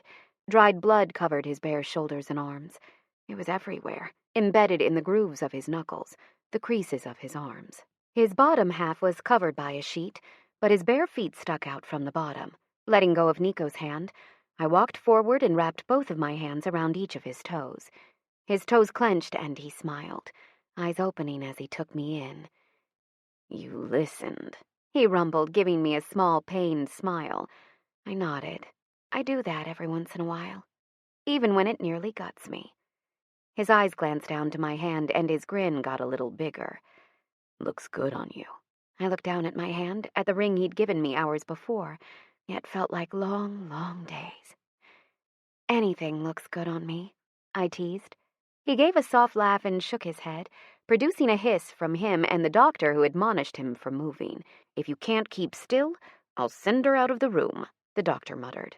Luke's eyes hardened. "You could always try to take her away from me, Doc. But then you'd be missing a few limbs and she'd still be here." The doctor snorted. "You cops. All the same, jealous alpha males who don't know what's for their own good. I'm almost done here if you'll hold still for another 10 minutes. I'll get the rest of these in and you can do whatever you want." The silence hung heavy as everyone thought about the whatever you want he'd been referring to. Every man in the room was thinking the same thing, too. "No," I said, squeezing Luke's toes. He chuckled softly and closed his eyes again. "Okay, we'll wait until we're back at home." "Not to interrupt, AC, but your daughter wants to know when she can go home," James drawled from the doorway. I turned and found him smiling with a phone to his ear. "She and Rowan are getting antsy, and something about you promising them frozen and ice cream was mentioned as well." The tension in the room broke. "Call Bailey and tell her what's going on. Ask her to come get them, and I'll pick the girls up tomorrow with Reese. We've got a lot of paperwork and questions that need to be answered once I'm done here." Luke sighed. I shook my head. The man had lost a lot of blood, dodged death twice with 2 shots to the head, and he wanted answers. Men. God, I said sadly, thinking about how Rowan lost her father. Gruesome wasn't even good enough to describe what I'd just heard. What was her reasoning? I don't understand why she would have done all that. I shivered. Would Rowan even understand? Agent Lawrence looked over at me and then swung his eyes back up to Luke. "Should she even be here?" I wanted to kick him, which I probably would have done, but Luke rolled away from the man when he felt my leg tense. "Assault of an officer, regardless of the reasoning, is enough to get you jail time, honey," Luke whispered into my ear. I sighed and relaxed. He was right. That wasn't what we needed right now, but I couldn't help the way I felt. Weston, although not the best one in the world, was still Rowan's father, a man who'd never be able to walk his daughter down the aisle. "She stays," Luke insisted, keeping his arm around my belly. I leaned into him, pressing my nose against his neck. "What kind of retaliation are we looking at here?" Luke asked when no one continued. The chief, Luke, Nico, and Agent Lawrence had started this meeting a little over an hour before, and it had been the most intense, gruesome hour of my life. I'd listened to how Weston and Lydia had been tortured, supposedly by Russian mafia standards, for nearly a day before Anita had finally killed them. Then I'd listened to Luke as he recounted what had happened, then again from Nico's point of view. I'd been sick to my stomach before the meeting, but now I was positively green. I felt god-awful. In fact, I wanted nothing more than to go crawl in bed with Rowan and Katie and have Luke's arms wrapped around us, protecting us from this harsh world. Only time will tell, unfortunately. The kid lived, mostly due to the part Nico played in keeping Anita alive long enough for the medics to get there. Anita's death is bound to have some backlash, but as of right now, I won't know what kind until we look into it more. Agent Lawrence shook his head. My eyes squeezed shut at the thought of any retaliation at all. I was, however, deluding myself. I lived in a world that was harsh and cruel. We would definitely need to be vigilant, and I knew Luke would be there for us. Always. Later that night. I love you, Luke, I sighed, resting my head on his chest. He kissed my forehead and dragged the covers up over our naked bodies. He'd just let me, for the first time ever, make sweet, slow love to him. I was totally in control, and he took it like the man he was, only taking over at the end when my orgasm had leached all cognitive movements from my body. I was still on top of him, and he was still inside of me. His cock had gone down, but not completely, as we caught our breath.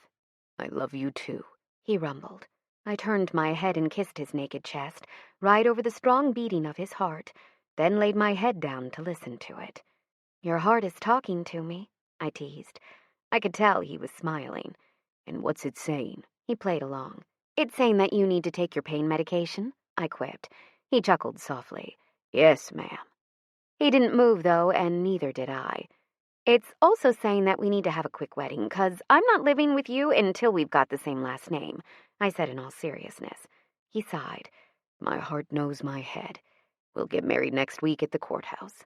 I laughed, running my nose along the ridge of his pectoral muscles. Nice try, big boy, but I want it all, the huge poofy dress and the large flowers surrounding us. He grumbled. Somehow I knew you'd want that. You're not easy, that's for sure. I bit him softly on the nipple and felt his cock jump inside of me. Nothing worth fighting for is ever easy. No, I can't say that it is, he said, as he started to move slowly inside of me again. Epilogue. Love, because chocolate isn't always enough. Valentine's card. A decade of notes. I sat on the edge of the bed, lifting the large book that Luke had given me only moments before. Luke sat on the bed beside me, smiling, as I opened the first page. My eyes started to water instantly. He'd saved them, each and every one of them. My hands shook as I scanned page after page. My soon-to-be husband. I can't believe I'm marrying you in less than an hour. It seems like just yesterday when I met you at Katie's school. I knew you were hot, but as I looked at you through the window while you were playing with Rowan and Katie a few minutes ago, I find you beautiful. I've never felt like this. Never even thought it'd be possible. I just want you to know how happy you make me, and I'll try with all my heart to get over how you never pick up your socks from wherever you happen to be when you take them off. Reese, your soon-to-be wife. My soon-to-be wife. Your ass looked good in your scrubs. I liked how Captain America's shield cupped your shapely behind. If anything, you should be thanking the maker of those scrubs, otherwise I would have never taken a second look at you. Just kidding. Your daughter's your mini-me. How could I not love her, since I love her mother with all my heart? Thank you for putting together my socks. Just for that, I'll put up with she who shall not be named, Reese on her period, every month without complaint. To your face, anyway. I love you. Now come walk down the aisle to me. I'm ready to put a ring on it. Lucas, your soon-to-be husband, if you'll pull the lead out.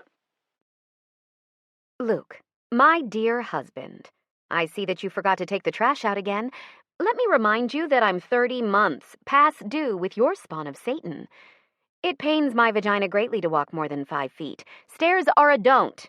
When you are the one carrying the spawn, I'll take the trash out for you. Marriage is give and take. Your lovely, beautiful, pregnant wife, Reese. Reese, Satan's carrier. I'm sorry I forgot to take the trash out. I got a page that took priority over the trash. Please forgive me. I'll take it out now. There. Done. Now what else do you have to bitch nitpick about? I gave you my dick last night. What more can one want? Not to mention I brought home some pickles. I'm the best husband ever. Your devoted and ever so helpful husband, Luke. Lucas Roberts, asshole. I've spent the last 17.5 hours trying to push out your baby, and I'd like you to know that my vagina will never resemble the perfection it was before. You shall forever be sliding your dick into the endless black hole that will be my new vagina. I hope you know what kind of sacrifice I made when I chose to have our baby vaginally. Reese Roberts, the asshole's wife. Demon Spawn's soon-to-be mother. I love you and your loose vagina. Roberts. Demon Spawn's mother's lover. Ungrateful bastard.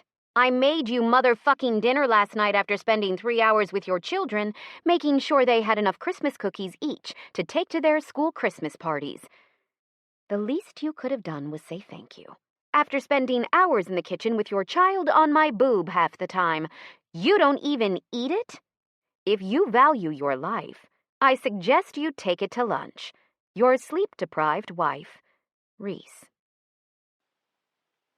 My perfect wife. I'm sorry I didn't eat your shitty dinner last night. Sandwiches didn't sound good, and for some reason I don't think this took you very long to make. However, I have them in my hand, as I write this, to take with me to work. Please forgive my children for making you work so hard. Maybe next time you should go to the store and buy the cookies instead of baking them. They're kind of ugly, and they're a little burnt on the bottom. I love you. I'll meet you at Mario's for the police banquet tonight. Don't forget to pick up my suit. Love, your husband, who will be eating his sandwich even though the bread is soggy. Husband. The man who went to sleep instead of having sex with me last night. I'm sorry I snapped at you this morning. I'm pretty sure you broke my heart when you came in and didn't even give me a hug when you flopped into bed. I know you don't realize it, but you don't have to use my boobs as a pillow. They're a part of me, and there are times that I like to sleep on my stomach. Please try your hardest to use your own pillow from now on, okay? Your sleepy wife, the one you didn't have sex with last night. I laughed a watery laugh and laid my head on Luke's shoulder. You kept them, I sniffled. He wrapped his arm around my shoulders and pulled me into his chest. I wiped my hand over the laminated pages as if they were spun glass, as if the tiniest of touches would break them to pieces. Those notes, the ones that were written from the heart, meant the world to me, and it meant even more to know that he'd saved them all. It took some doing. I had to find the right person that I trusted with our lovely notes before I could hand them over. They're precious to me, Luke rumbled. My eyes closed and I breathed in Luke's scent. He'd been mowing the yard, as he did every Sunday if he had the day off, for the last 10 years we'd been together. Mom! Dad! Katie yelled from behind our closed door. Yeah? Luke called, getting up to open the door. Katie barreled in, her eyes filled with tears. Katie had grown into a very beautiful woman over the last 10 years.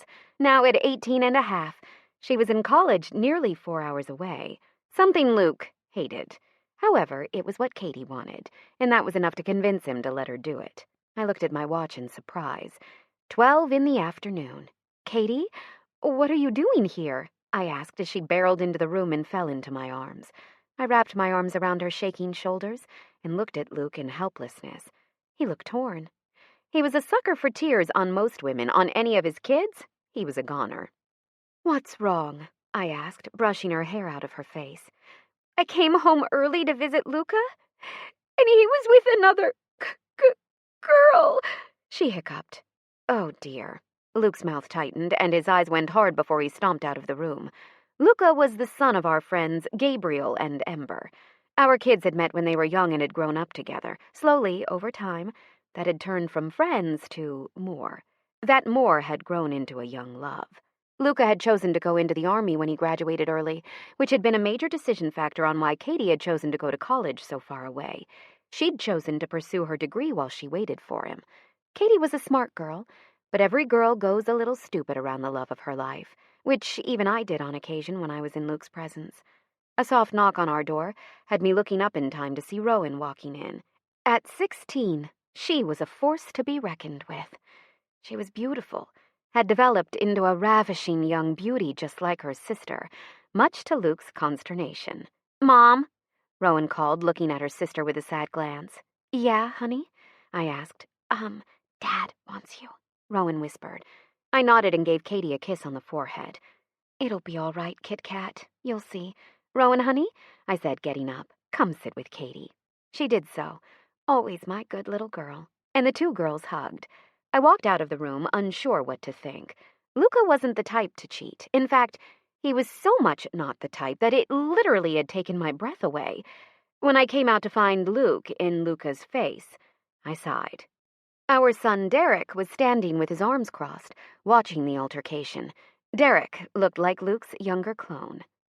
They had the same mannerisms, the same looks, the same hair color and eyes. At times I felt that he was produced by Luke's DNA alone, although I knew it was impossible. It was crazy to me how much he acted like his father. Like now, for instance. Derek's muscles were filled with tension, and he was looking at Luca like he was ready to take his head off.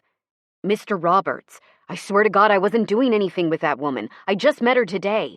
I was coming home and she was walking down the road. I only gave her a ride because she looked like she was about to pass out," Luca explained. Luca rode a motorcycle like his father, and that meant that Luca had to have that girl plastered up against him to give her a ride, which I'm sure was when Katie had seen him. "Luke," I sighed. "It's time to let Katie fight her own battles.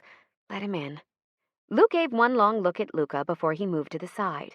Not enough for Luca to get in without brushing shoulders with Luke, though.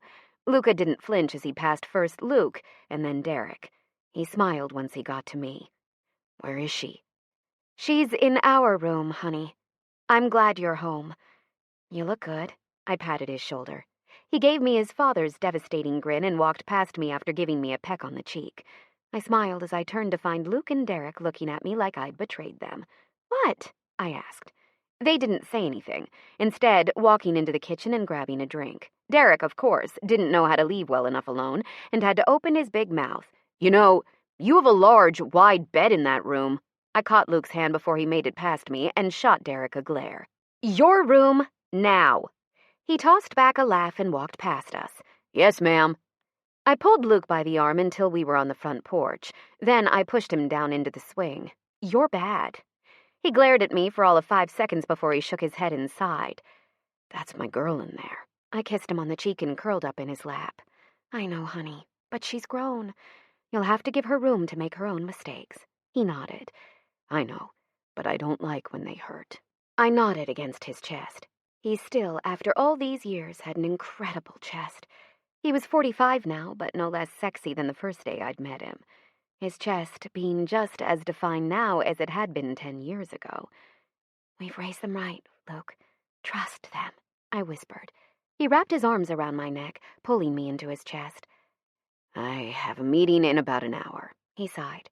Luke had become the chief of police 2 years ago when the old chief had retired. He was loved by everyone, police and community alike. He did have a lot of work to do, though, and I rarely saw him. "So, an hour?" I asked with a raised brow, standing up and walking to the garage. I walked quickly into the garage and started stripping my shirt as I went. I could hear Luke's quick footsteps as they finally became unstuck from behind me. I giggled and started loosening the buttons on my pants.